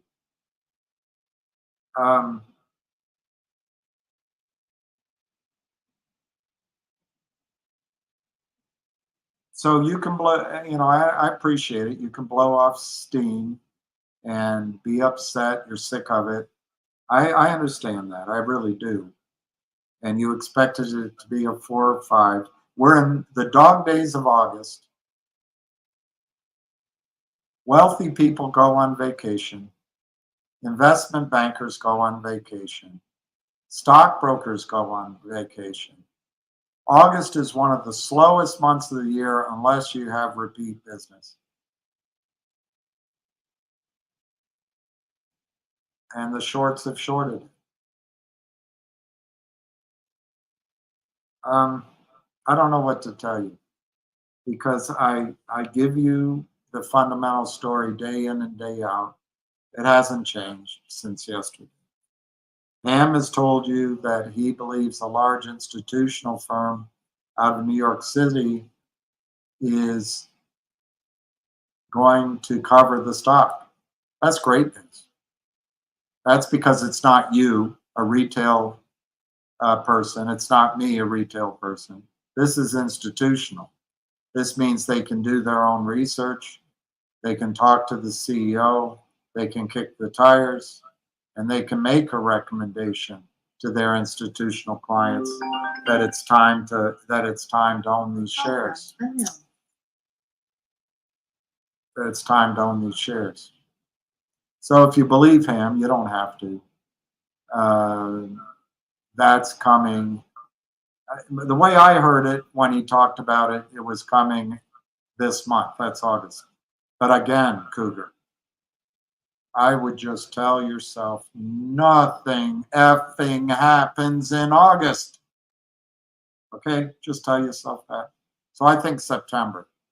If that's going to happen for Finger, that means institutional buying, not stupid, scared retail like myself, but institutional buying who has the balls to buy, have the courage to do their own analysis. They say, hey, this is a good idea.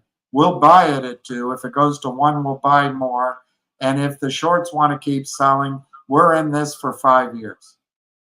That's good news. That's coming maybe in September. I've been telling you, Cougar, and I've done 2 interviews with Martin Shen. He's done 2 or 3 interviews with other people. He's been saying it.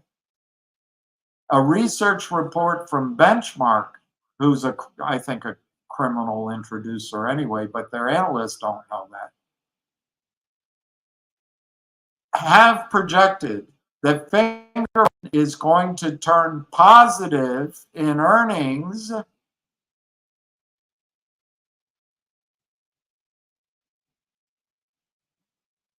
in their 3rd and 4th quarter. In their 3rd and 4th quarter. Possibly sooner, but we got a pretty good hint in their 1st quarter that they were making a transition from a China wide shut to a China wide open, and it didn't look like it was going to come as soon as their 2nd quarter.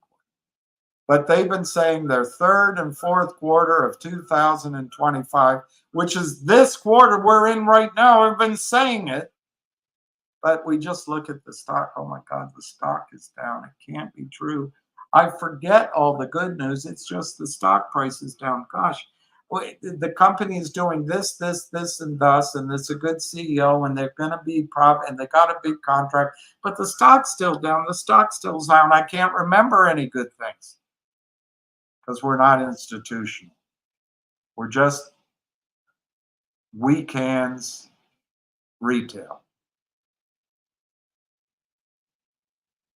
So let me summarize earnings for you. There is nothing that I've heard, nothing that gives me any indication that the company will not achieve positive earnings in Finger Motion's third quarter or fourth quarter, like they've said.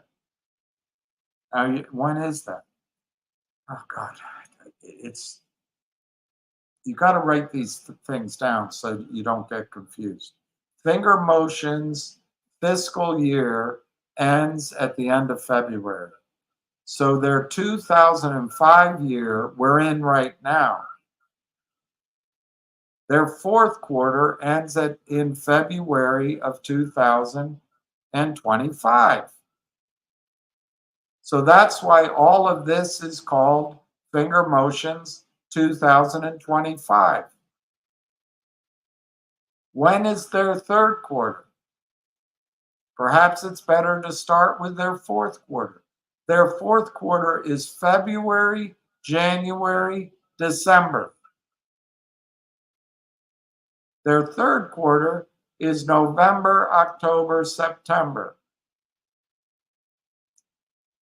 It's my opinion now, I'm adding my opinion, that because of the earnings they announced last time, where they had to move, the earnings popped up in the text messaging and fell off in the top up, it's my opinion that we should expect positive earnings in Finger Motion's fourth quarter. So that's December of 2024, January of 2025, February of 2025. Now we've been in it, as you said, we've been in it a long time. You would have thought it would be $4 or $5 by now. It pisses you off. You're angry. You're cheated. I can't argue against any of that. I personally am experiencing the exact same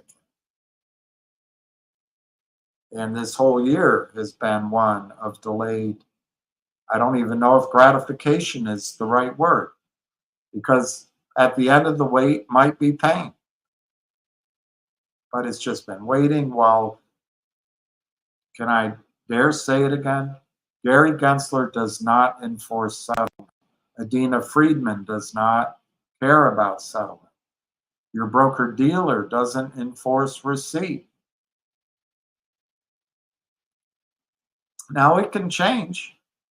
I personally think the only way a short squeeze comes in is if the prime brokers are losing money. But I'm not looking for a short squeeze right now. I think Finger Motion, if it turns profitable, it is a $5, $6 stock. I personally think this contract Finger Motion just got is ginormous. But the stock price is down. It can't be. It's only 2 vehicles. All right. Somewhere along the way, we decided that we no longer have the ability to critically think or to project information we have and come to the logical conclusion.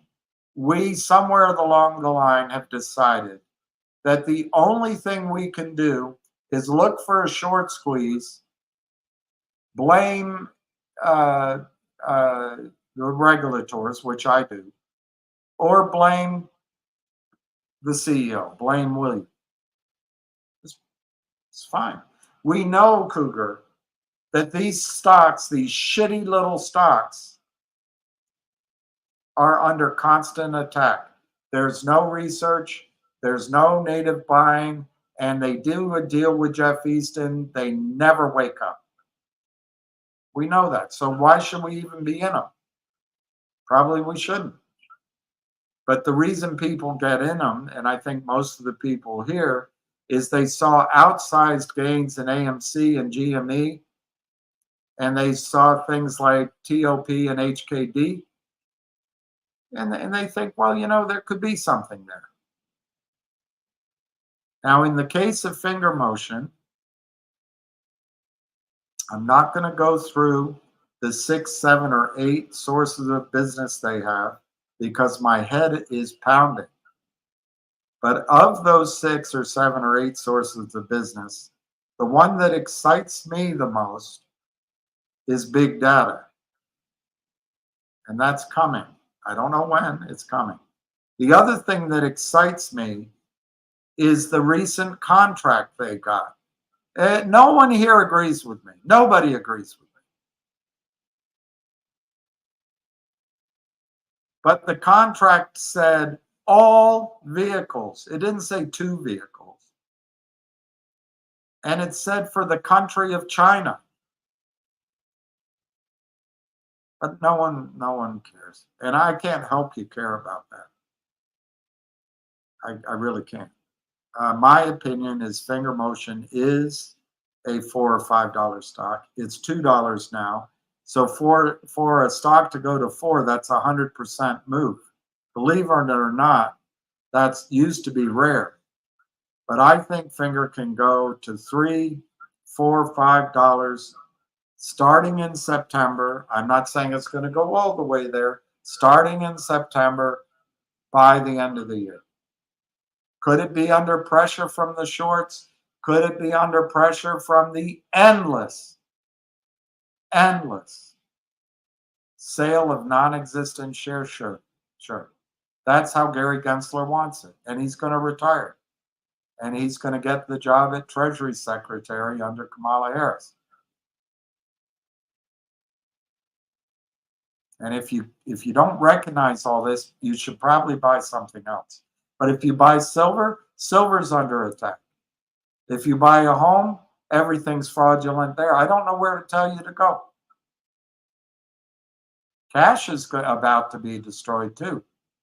So I think Finger Motion, of all the stocks out there, for me, has a very reasonable fundamental story that over September, October, November, December, January, 5 months, 6 months, I think you can make 100% on your stock position from here. Annualizing that, that's 200%. It's pretty darn good return. But you have to divorce yourself from the anger you've experienced over the last months. You have to get over, which is very hard. I go through it too. You have to get over the fact that it should have been at $4 or $5 now. All right, so it should have been at $4 or $5 now. Why did it happen? The economic shutdown. Things at Finger Motion took a little longer. For example, Apple Care is on hold. Okay, it's a growing company. It's taking a little longer. It's like watching baseball.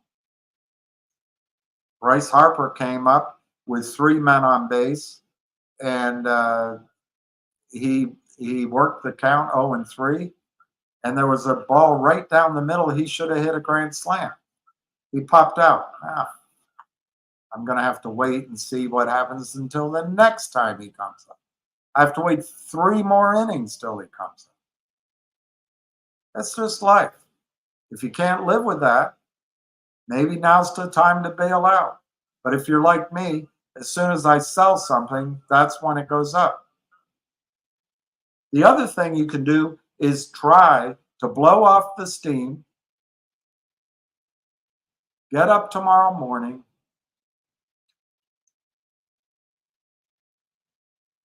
pull up Finger Motion, print out the news stories, take a pad of paper, listen to Shen's interviews, and put, why am I in this stock? Why should I sell it? And write it all down. Make a decision.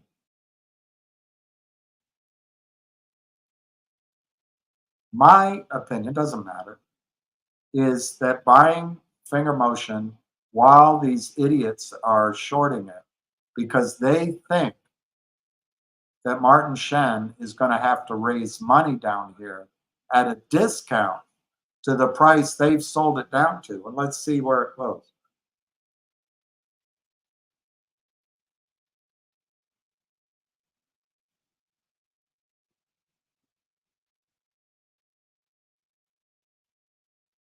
And remember, they're doing this in 100 stocks.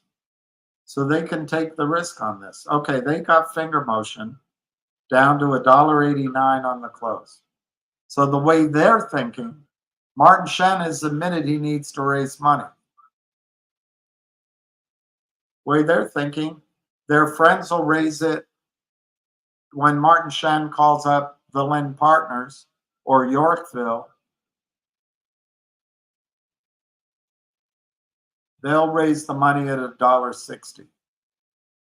Or they'll raise it so-called at the market, but their buddies will drive it down to $1.50 first. And then all the good news that's coming will be diluted by an expansion of shares. That's what they're trying to do. Further, they're trying to get Martin Shen to sign another crap deal. They'll lie to him. Oh, we don't do a convertible death spiral. No, we're going to do a deal, no warrants, at the above the market.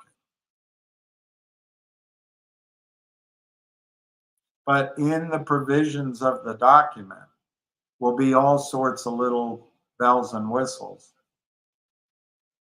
And the document will be able to be given to the prime broker to say, we're going to short this stock. They won't put it this boldly. We're going to short this stock, and this is our protection. And the lawyer will give that agreement to several prime brokers, and the selling will begin. That, Cougar Fields, is what the shorts in finger motion are hoping for. And that's the modus operandi they use. Instead of being angry, instead of being upset, the only reason to be angry and upset, in my opinion, is you don't have any more money.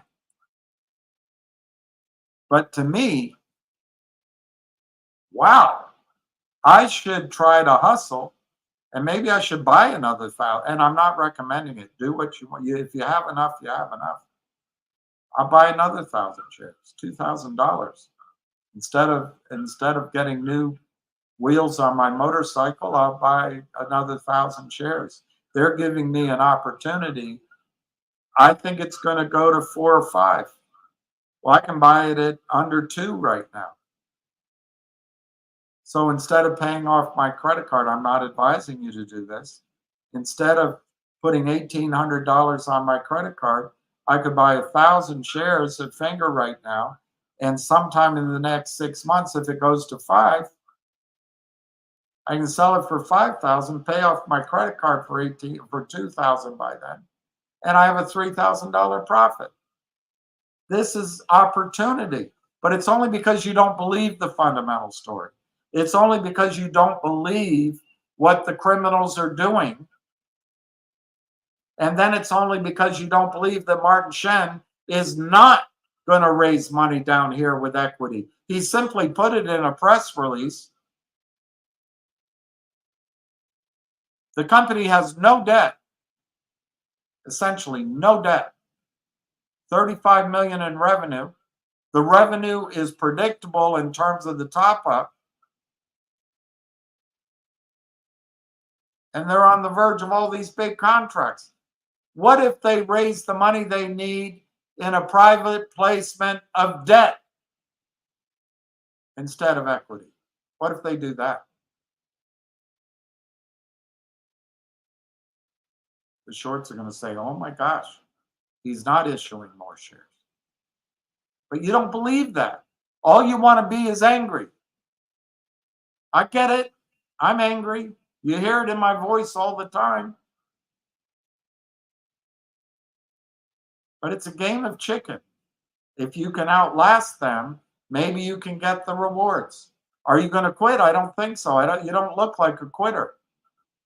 So rather than bitching and complaining, and I'm not addressing that to you, I could easily address it to myself.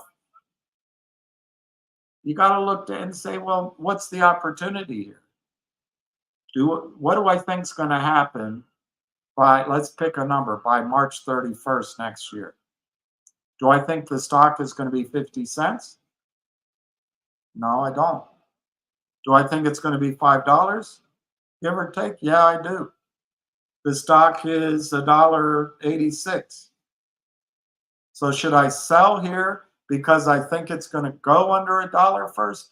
No, that's pretty scary because I heard they're going to go to in front of an institutional bank in New York in August. That's what I heard. I can't prove it. Should I sell it now and buy it cheaper? No, that's pretty scary because they're coming up with their next earnings report. I don't remember when it is, but it's soon. Should I sell it and buy it? No, that's pretty scary because I know there's a large short position. Should I sell it now and buy it cheaper? That's pretty scary because I know there's contracts coming. At least the one just came in. Everybody's telling me it's a shit contract, but it sounds pretty big. The whole country, all vehicles, sounds pretty big. Yeah, I could just sell it, get out. I'm so angry at the criminals, I'm going to get out. I'm angry at him. I'm angry at William. I'm just going to sell. Okay, that's fine. It's fine. I'm not telling you not to. I'm not a diamond hand guy. And it has been bloody painful. I never thought, Cougar Fields, I didn't see you there, but I guess you weren't invited. But on my own dime, I went up to New York City and I stayed there. I went to the NASDAQ when Finger Motion was invited on NASDAQ. Who would believe that achieving that milestone of being on NASDAQ, the stock would go from, I think, 450, 430 down to $2? I don't know. It's impossible to fight this crap. But you have a CEO, if you care to believe in him, that understands what you're fighting, and he has built a good team. They are in the largest economy in the world, and they're in telephone, telephonics, telephony, telefriend, telechick. They're in it all. If you're going to allow yourself to be angry, I get it. I don't think you should be an investor. If you're hoping for returns that could be large, you know the counterfeiting is going on. You know this pressure is happening. Maybe it's time to buy. I don't know. No one wants to buy Logic when I tell them that. No one. I mean, Arca was on here earlier. Maybe it's time to trade with Arca's trade points. He's amazing, and Avid is good too. Amazing. Maybe that's turn yourself into a day trader. Do you have the time to sit in front of a computer? Maybe you just buy the hot stock. You buy NVIDIA. But I understand it's down quite a bit. Maybe you just put your money in a mutual fund. Yeah, but they don't work. Put it in a CD. Well, that doesn't give me enough. The reason you're here is you're trying to get a better return on your money than you can do in the safe things. Hopefully you don't have all your money here. I happen to think Finger Motion can be a core position. There's other stocks out there that I like as well.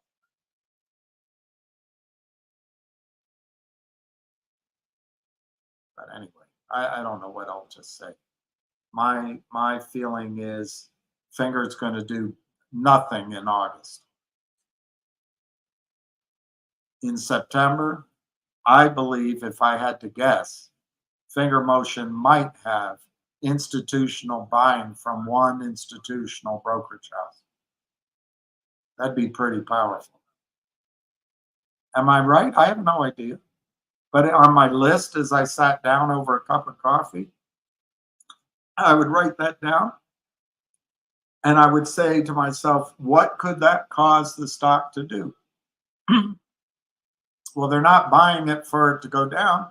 So I might say their target's $4. I'd write that down on my pad of paper. And next to it, I'd give it a percentage odds. I'd say 50-50 because I've heard it a few times, but I'd give it 50-50 odds. So I'd take my $4 and I'd cut it in half and I'd say that's worth $3 maybe in September. And then I know earnings are coming up again. I'd look up the date and I say, I know the Apple Care's on hold, but I know that they had to delay their or do something with their top-up business. So that's coming back strongly. And they did have their text messaging business. Their RCMS, Brent said, is growing. Not Brent. Martin said is growing. That looks good. I know they're working forward on their data. And they just got this huge contract. Nobody else agrees with me. I'm the only one. It says 2 vehicles. Are they going to stop at 2 vehicles? No, I think they're going to go back. All right, so this next earnings announcement, let's say it's the end of September. I'm going to say they are going to have a growth in revenues. This is my projection. And they're going to move over to higher margin, but they're still going to have a loss per share for that quarter. What's that worth to the stock over the next 90 days? I'm going to say that could increase the value of the stock by $1 from $2. Why? Because it's going to, in my opinion, it's going to show that earnings and revenues are growing. It's going to add more predictability and repeatability. So I'm going to give that $1. I'm willing to bet that all by its own, that one category looking forward to earnings could add $1 from $2 over the next 3 months. So I'll write that down on my piece of paper. This contract they just announced, are they going to, is that going to grow? Is it going to get better or is it going to get worse? Personally, I'm going to say it's going to get a lot better. The market so far gave it negative credit. Negative credit. But I think that's worth $5 a share over the next 18 months. So how much is it worth over the next 90 days? I'm going to guess that's worth 50 cents to $1 to the company as that by itself. I'll write that down. Is there a chance of other contracts being announced? Yeah. But you know what? I'm going to give that 0. I'm going to give that 0. Is there a chance that Apple Care comes back in? Yeah, but I'm going to give that a 0. Is there a chance that one of the big insurance companies finally announces that they're going to start buying the data and selling insurance into China? Yeah, that's huge, but I'm going to give that 0. I'm going to give that 0. Is there a chance that the real short and the shorts get in trouble and then suddenly they have to be buying the stock? Yeah, there's a huge chance of that. They look like they're in trouble already, but I'm going to give that 0. I'm going to give that 0. Totally give that 0. Is there a chance that Martin announces that he is doing his financing not with equity, as he's put out in press releases, but he does it with debt instead, and the company has no debt? Is there a chance of that? Sure. You know what? I'll give that a 50-cent increase in the stock price if he announces debt instead of equity, because I think that'll mean that the shorts will stop shorting non-existent shares because they know that Martin isn't going to go do a financing with the Lynn partners again. And then I would take to the bottom of my page, I'd add up all those dollars. I'd say $1 for, actually, I'd say $2 to $3 for a research report, but I give it 50 cents odds. So I give that $1 for a research report. In terms of the earnings, I think it could be worth $1, $2 a share if it's good. but because I don't know what it is, I'll give that 50%. So let's call that just 50 cents. So I'm giving $1 for a research report, 50 cents for earnings. Then if he announces a debt financing, I'm going to say that could be worth $1 in share price, but I don't know if it's going to happen. So let's call it 50%. But I give that 50 cents in stock price going up because the shorts will stop. That's $2 from here. What else did I put in there?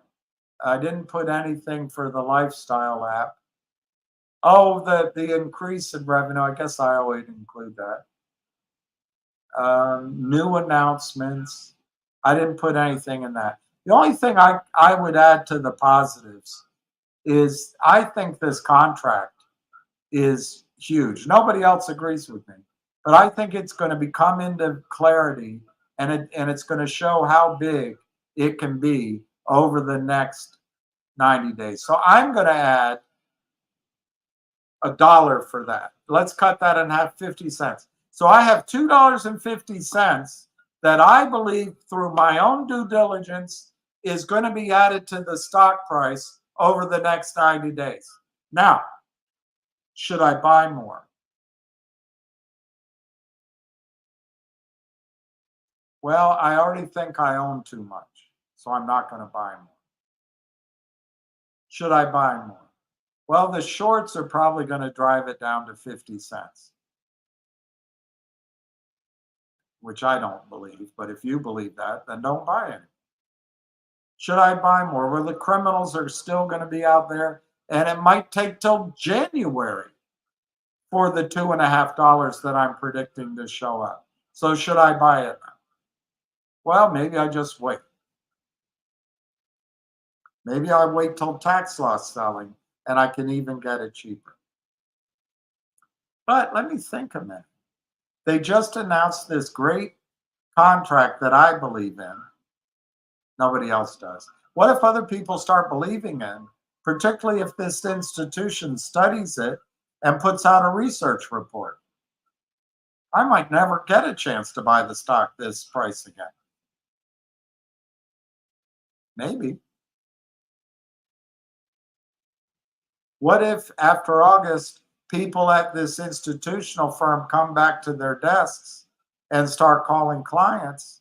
This might be the doldrums of August, and in September, things get going again. I don't know. The company seems to not to want to issue shares. They have the contract. This might be as good as it gets. I don't know. Those are the decisions you're going to have to make. And on top of that, you're going to have to ask yourself, am I overextended? What happens as the bull market ends? We're going to have a huge rally, I think, and then next year it's going to be a hard landing. Do I have enough money to get prepared for the difficulties ahead? Only you can answer those things. And the other thing you can ask yourself, do I have a better stock to buy than FINRA? Yeah, are there other stocks that look, if you're looking for them, that look like they're going to squeeze, and you have information that you feel highly confident in, that you've done your study? Maybe you put some money there. Maybe you try to play the upside in the stock market on the indexes with some call options. I don't know. But in my opinion, finger motion is so cheap, it is a call option. It is a call option. You're paying $1.90 for a call option that never expires. And when I add $2.50 to that price, I come up with $4.50. I cut back. I risked. They call it risking. I risked each idea in my head, and now I have to monitor it. Sure, the stock can go down. Anytime you buy a stock, it can go down. But this has got to be a good price, but maybe I think it's going to go down. So maybe I put some orders in at $1.50 or $1.60 to buy the stock.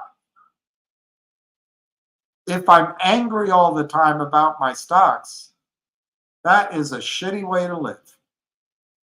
And if I'm angry at Jeff Easton, that's a shitty way to live.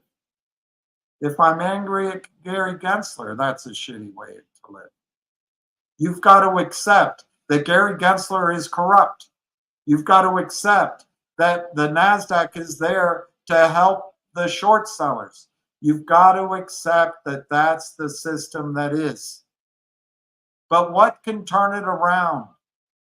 A CEO who is building revenue and cash flows and hopefully earnings soon, who never is going to go back to Wall Street to take a toxic financing. Never again. A CEO who is operating in the world's largest economy. A CEO who is selling the use of applications and data from cell phones in a country which doesn't use cash. But if you can't see all of that, you really got to leave the pressure off yourself and just say, you know what, I'm getting out of this. It's the last time I'm trading stocks. I think I'll put my money with the USAA,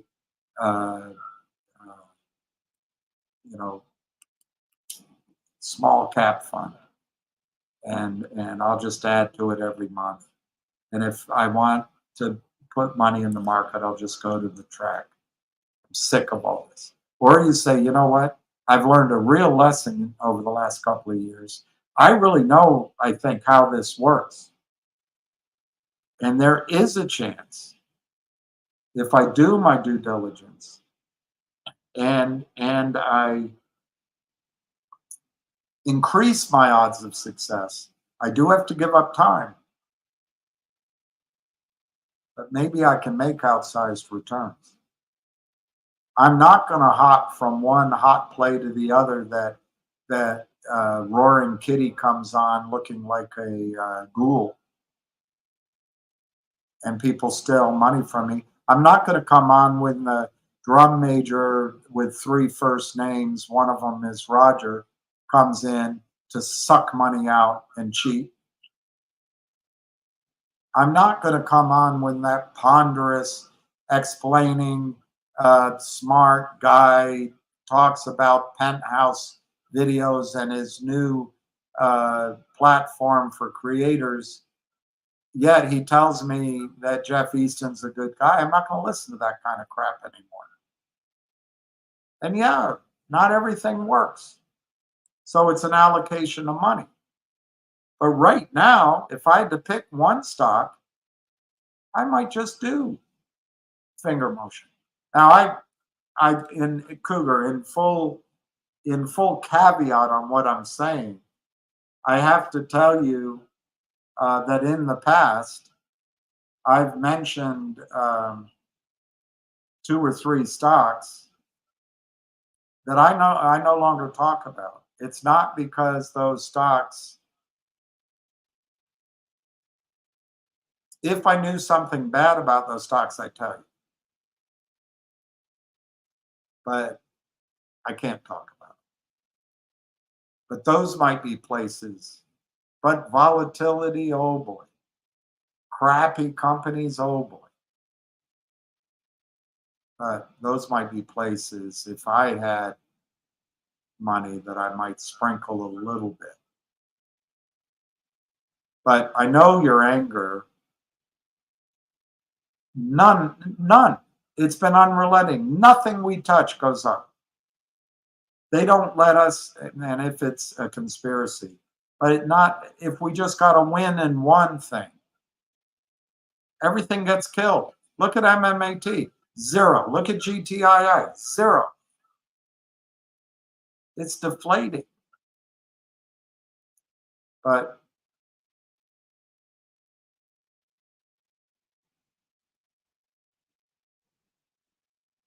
you know, they kept Wolf under, I think I bought Wolf at 2, lost money. And then I bought, when I had some money, I bought a nice position at 74 cents. And I needed the money. So I sold it. But they kept it down there forever. God, they kept it down. They took it from 220 down, down, down, down, down, down. And they kept it flat and kept it flat and kept it flat and kept it flat and kept it flat and down. And these guys did a deal with Yorkville. Brilliant story, but the criminals don't care about the story. They don't. They kept it down, down, down. And then, like a year later, year and a half later, it went to 6. I was already out. Because I had enough, I guess, or I had the idea that it was better to do something else. So I missed out on the run-up. Every idea I had about the stock being a good investment proved to be correct. But I got pissed off, angry at Jeff Yorkville, angry. They count on that. That's what makes us unprofessional. And I'm not picking on it, but that's what makes us non-professional.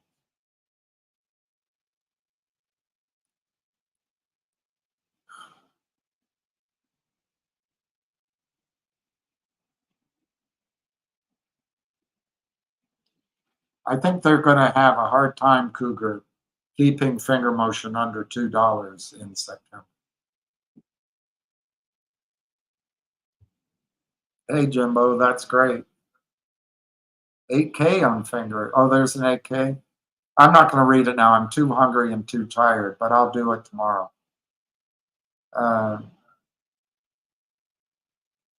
Common sense. This is exactly why buying shares in companies which aren't self-sustaining is not worth the risk. Yeah, that's true, but it's not true too. The reason people make fortunes is they buy out of favor stocks that are on the verge of being self-sustaining. If you buy all of your stocks, common sense, when they're self-sustaining, you'll make 8% a year. And maybe you get lucky, one's NVIDIA, but NVIDIA runs out ahead of its skis too. So you're not right, but you're not wrong either. You're not wrong either. So I would say for you, you shouldn't buy any of these stocks.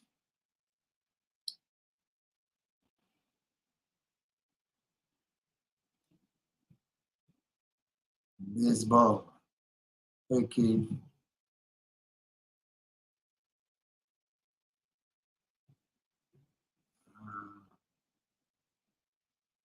Finger is 99 million market cap. When you look at it that way, Mark, and you step back and you don't put any of your belief in the CEO, or you don't put any of your belief in the stories, you know. And this, I'm now going on the side of what's that guy's name? Common Sense, and John, and a couple other people. And that's what you should sit down, Mark. I mean, I just tried to do with a pad of paper all my positives, but you should put on the other side of the paper, is finger motion worth $100 million? If I had $100 million, would I buy finger? You got to answer them. I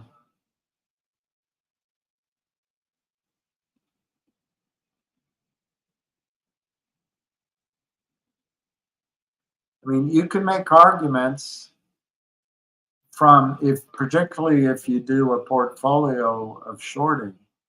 Oh, it's in China. Oh, we're going to war. Nothing's predictable. They haven't monetized that. You could come up with all those kind of reasons. So you write it down. And if you think the market cap should be 25 million, not 100 million, then you try to buy the stock at 50 cents. Personally, I think 100 million is, I can make an argument right now, Mark, that 100 million is a fair valuation for Finger.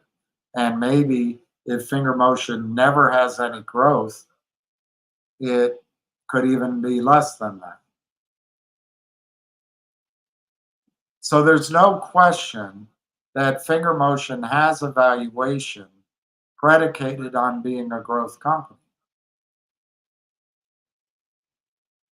I could also make that argument to you, Mark, and I think you're the one that told me that Tesla is going to be a $6 trillion company. And I think that's insanity. Now, it might get there because the dollar goes down, and it might eventually get there. You might be right. But to go straight up, I don't know that it's going to go straight up. So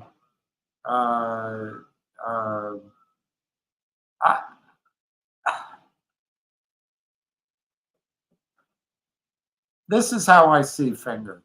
I've known it now for a long time. I've known it when it's been, I'm not going to be able to do it in my head, but I know when its market cap has been much, much higher. 200 million, 300 million, 400, maybe 500, I don't know. I mean, the stock went to $17.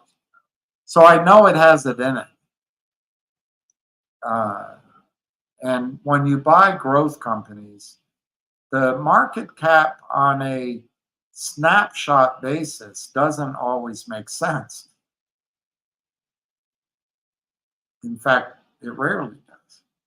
Now, if you're buying a grocery store business, you probably should buy it on its assets and how many peas it has in the freezer, and how many kegs are in the alcohol section, and etc. Real estate. But growth companies trade, and this is where it gets tricky with Finger right now, but it's also where it gets really exciting. Growth companies trade on a PE multiple. You get a multiple to earnings. Well, there are no earnings in essence, there are no earnings yet in Finger Motion. Well, that's normal. There were no earnings in Amazon. There were no earnings in Facebook. There were no earnings in Google. There were no earnings in Amazon. Oh, I already said Amazon. In E-Trade, or there were no earnings in all these stocks. Ford Motor, when it came out, there were no earnings. There were losses among losses. It's just definitional. You got to invest, and there's a period of time where the earnings don't show up. But then all of a sudden, the earnings kicked in with Amazon, with Facebook, with Alphabet. Well, now, Finger Motion has been a slug. My gosh. First, for me anyway, it was a squeeze story that I heard about. And then I liked, I'll tell you why I liked Finger. Jimmy Rogers, who founded Quantum Funds with George Soros. Jimmy Rogers was in Beijing, and he was trying to buy an ice cream cone. It's on one of his videos. It was 3 years ago. And the woman, he reached in his pocket for his cash, and the woman said, "Quieten, or whatever they say. We don't take cash." And she reached for his phone because she would only take payment for the ice cream cones, 2 cones, I think, over the phone, by the phone app. He said, I have no idea. What are you talking about? And so she let him have his ice cream cones for free. But he learned that in China, they don't use cash, they use phones. I also really bought into the idea of big data. It's taken a long time. But now I've met with Martin Shen and spoken with him in interviews. You've seen him as almost as much as I have. And I'm really impressed with the team. I went to dinner with them. And the thing I guess I see about FINRA is it took 10 years to build up trust and contacts. I don't think they're going to lose the trust. And I think they're about to reap their reward.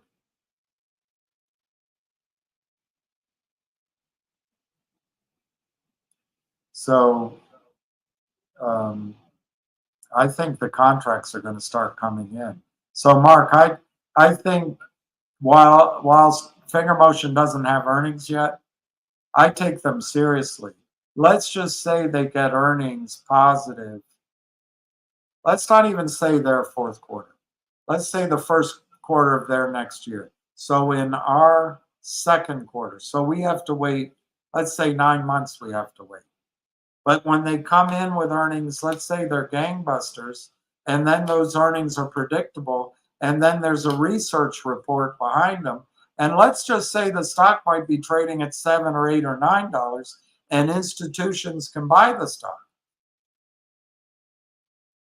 Well, then I've waited, for me anyway, because I'm not Rockefeller, I've waited too long. Remember, at least for me, the only thing I have to offer to myself, the only thing I can arbitrage is time. So right now, I'll be simplistic. I can't do it. But right now, let's say with $2,000, I could buy 1,000 shares of Finger Motion. Well, I have to give up time. I've done my analysis, and as soon as September, they could have institutional buying. As soon as September, my 2,000 might only buy 500 shares. So do I want to take the risk even though I'm uncomfortable? On a snapshot basis, it might be fairly valued. Or do I want to say, you know, I'll go ahead, I'll buy 1,000 shares. If it gets cheaper, maybe I can buy some more. But at least I know I'm in there for the 1,000 shares. And if an institution's coming in, if earnings come more quickly, but for me personally, my favorite thing is this contract, because I think it means more contracts are coming. But that's just me. Anyway, I'll move on. I'm sorry to keep it.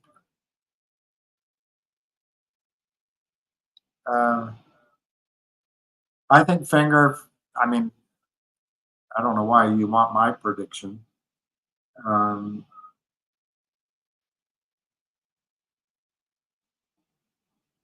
I think Finger will be $4, $5, or $6 by the end of the year, and it could be higher. But if you want me to give a sort of conservative number, 4, 5, or 6. If it's 4, you double your money. If it's 6, you triple your money. I'm not including the potential of the squeeze, which can always happen, but I'm not looking at that. If an institutional buying comes in or a big contract came in out of the blue, I could be way off, and it could be a $10, $15 stock. But for sanity clause purposes, I'll give a end of the year target of 4, 5, or 6. Middle of 2025.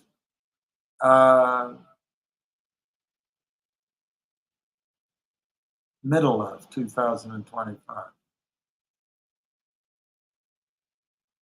So basically a year from now, I will say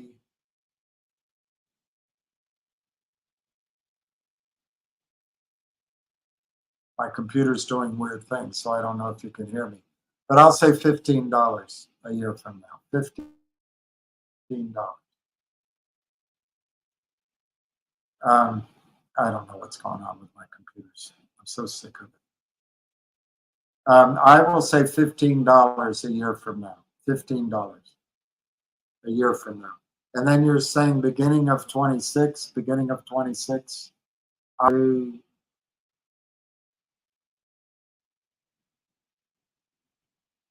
I'll say $15. So I guess I'll say end of this year, 4, 5, 6, end of next year, $15. That's what I'll say. Which is pretty good.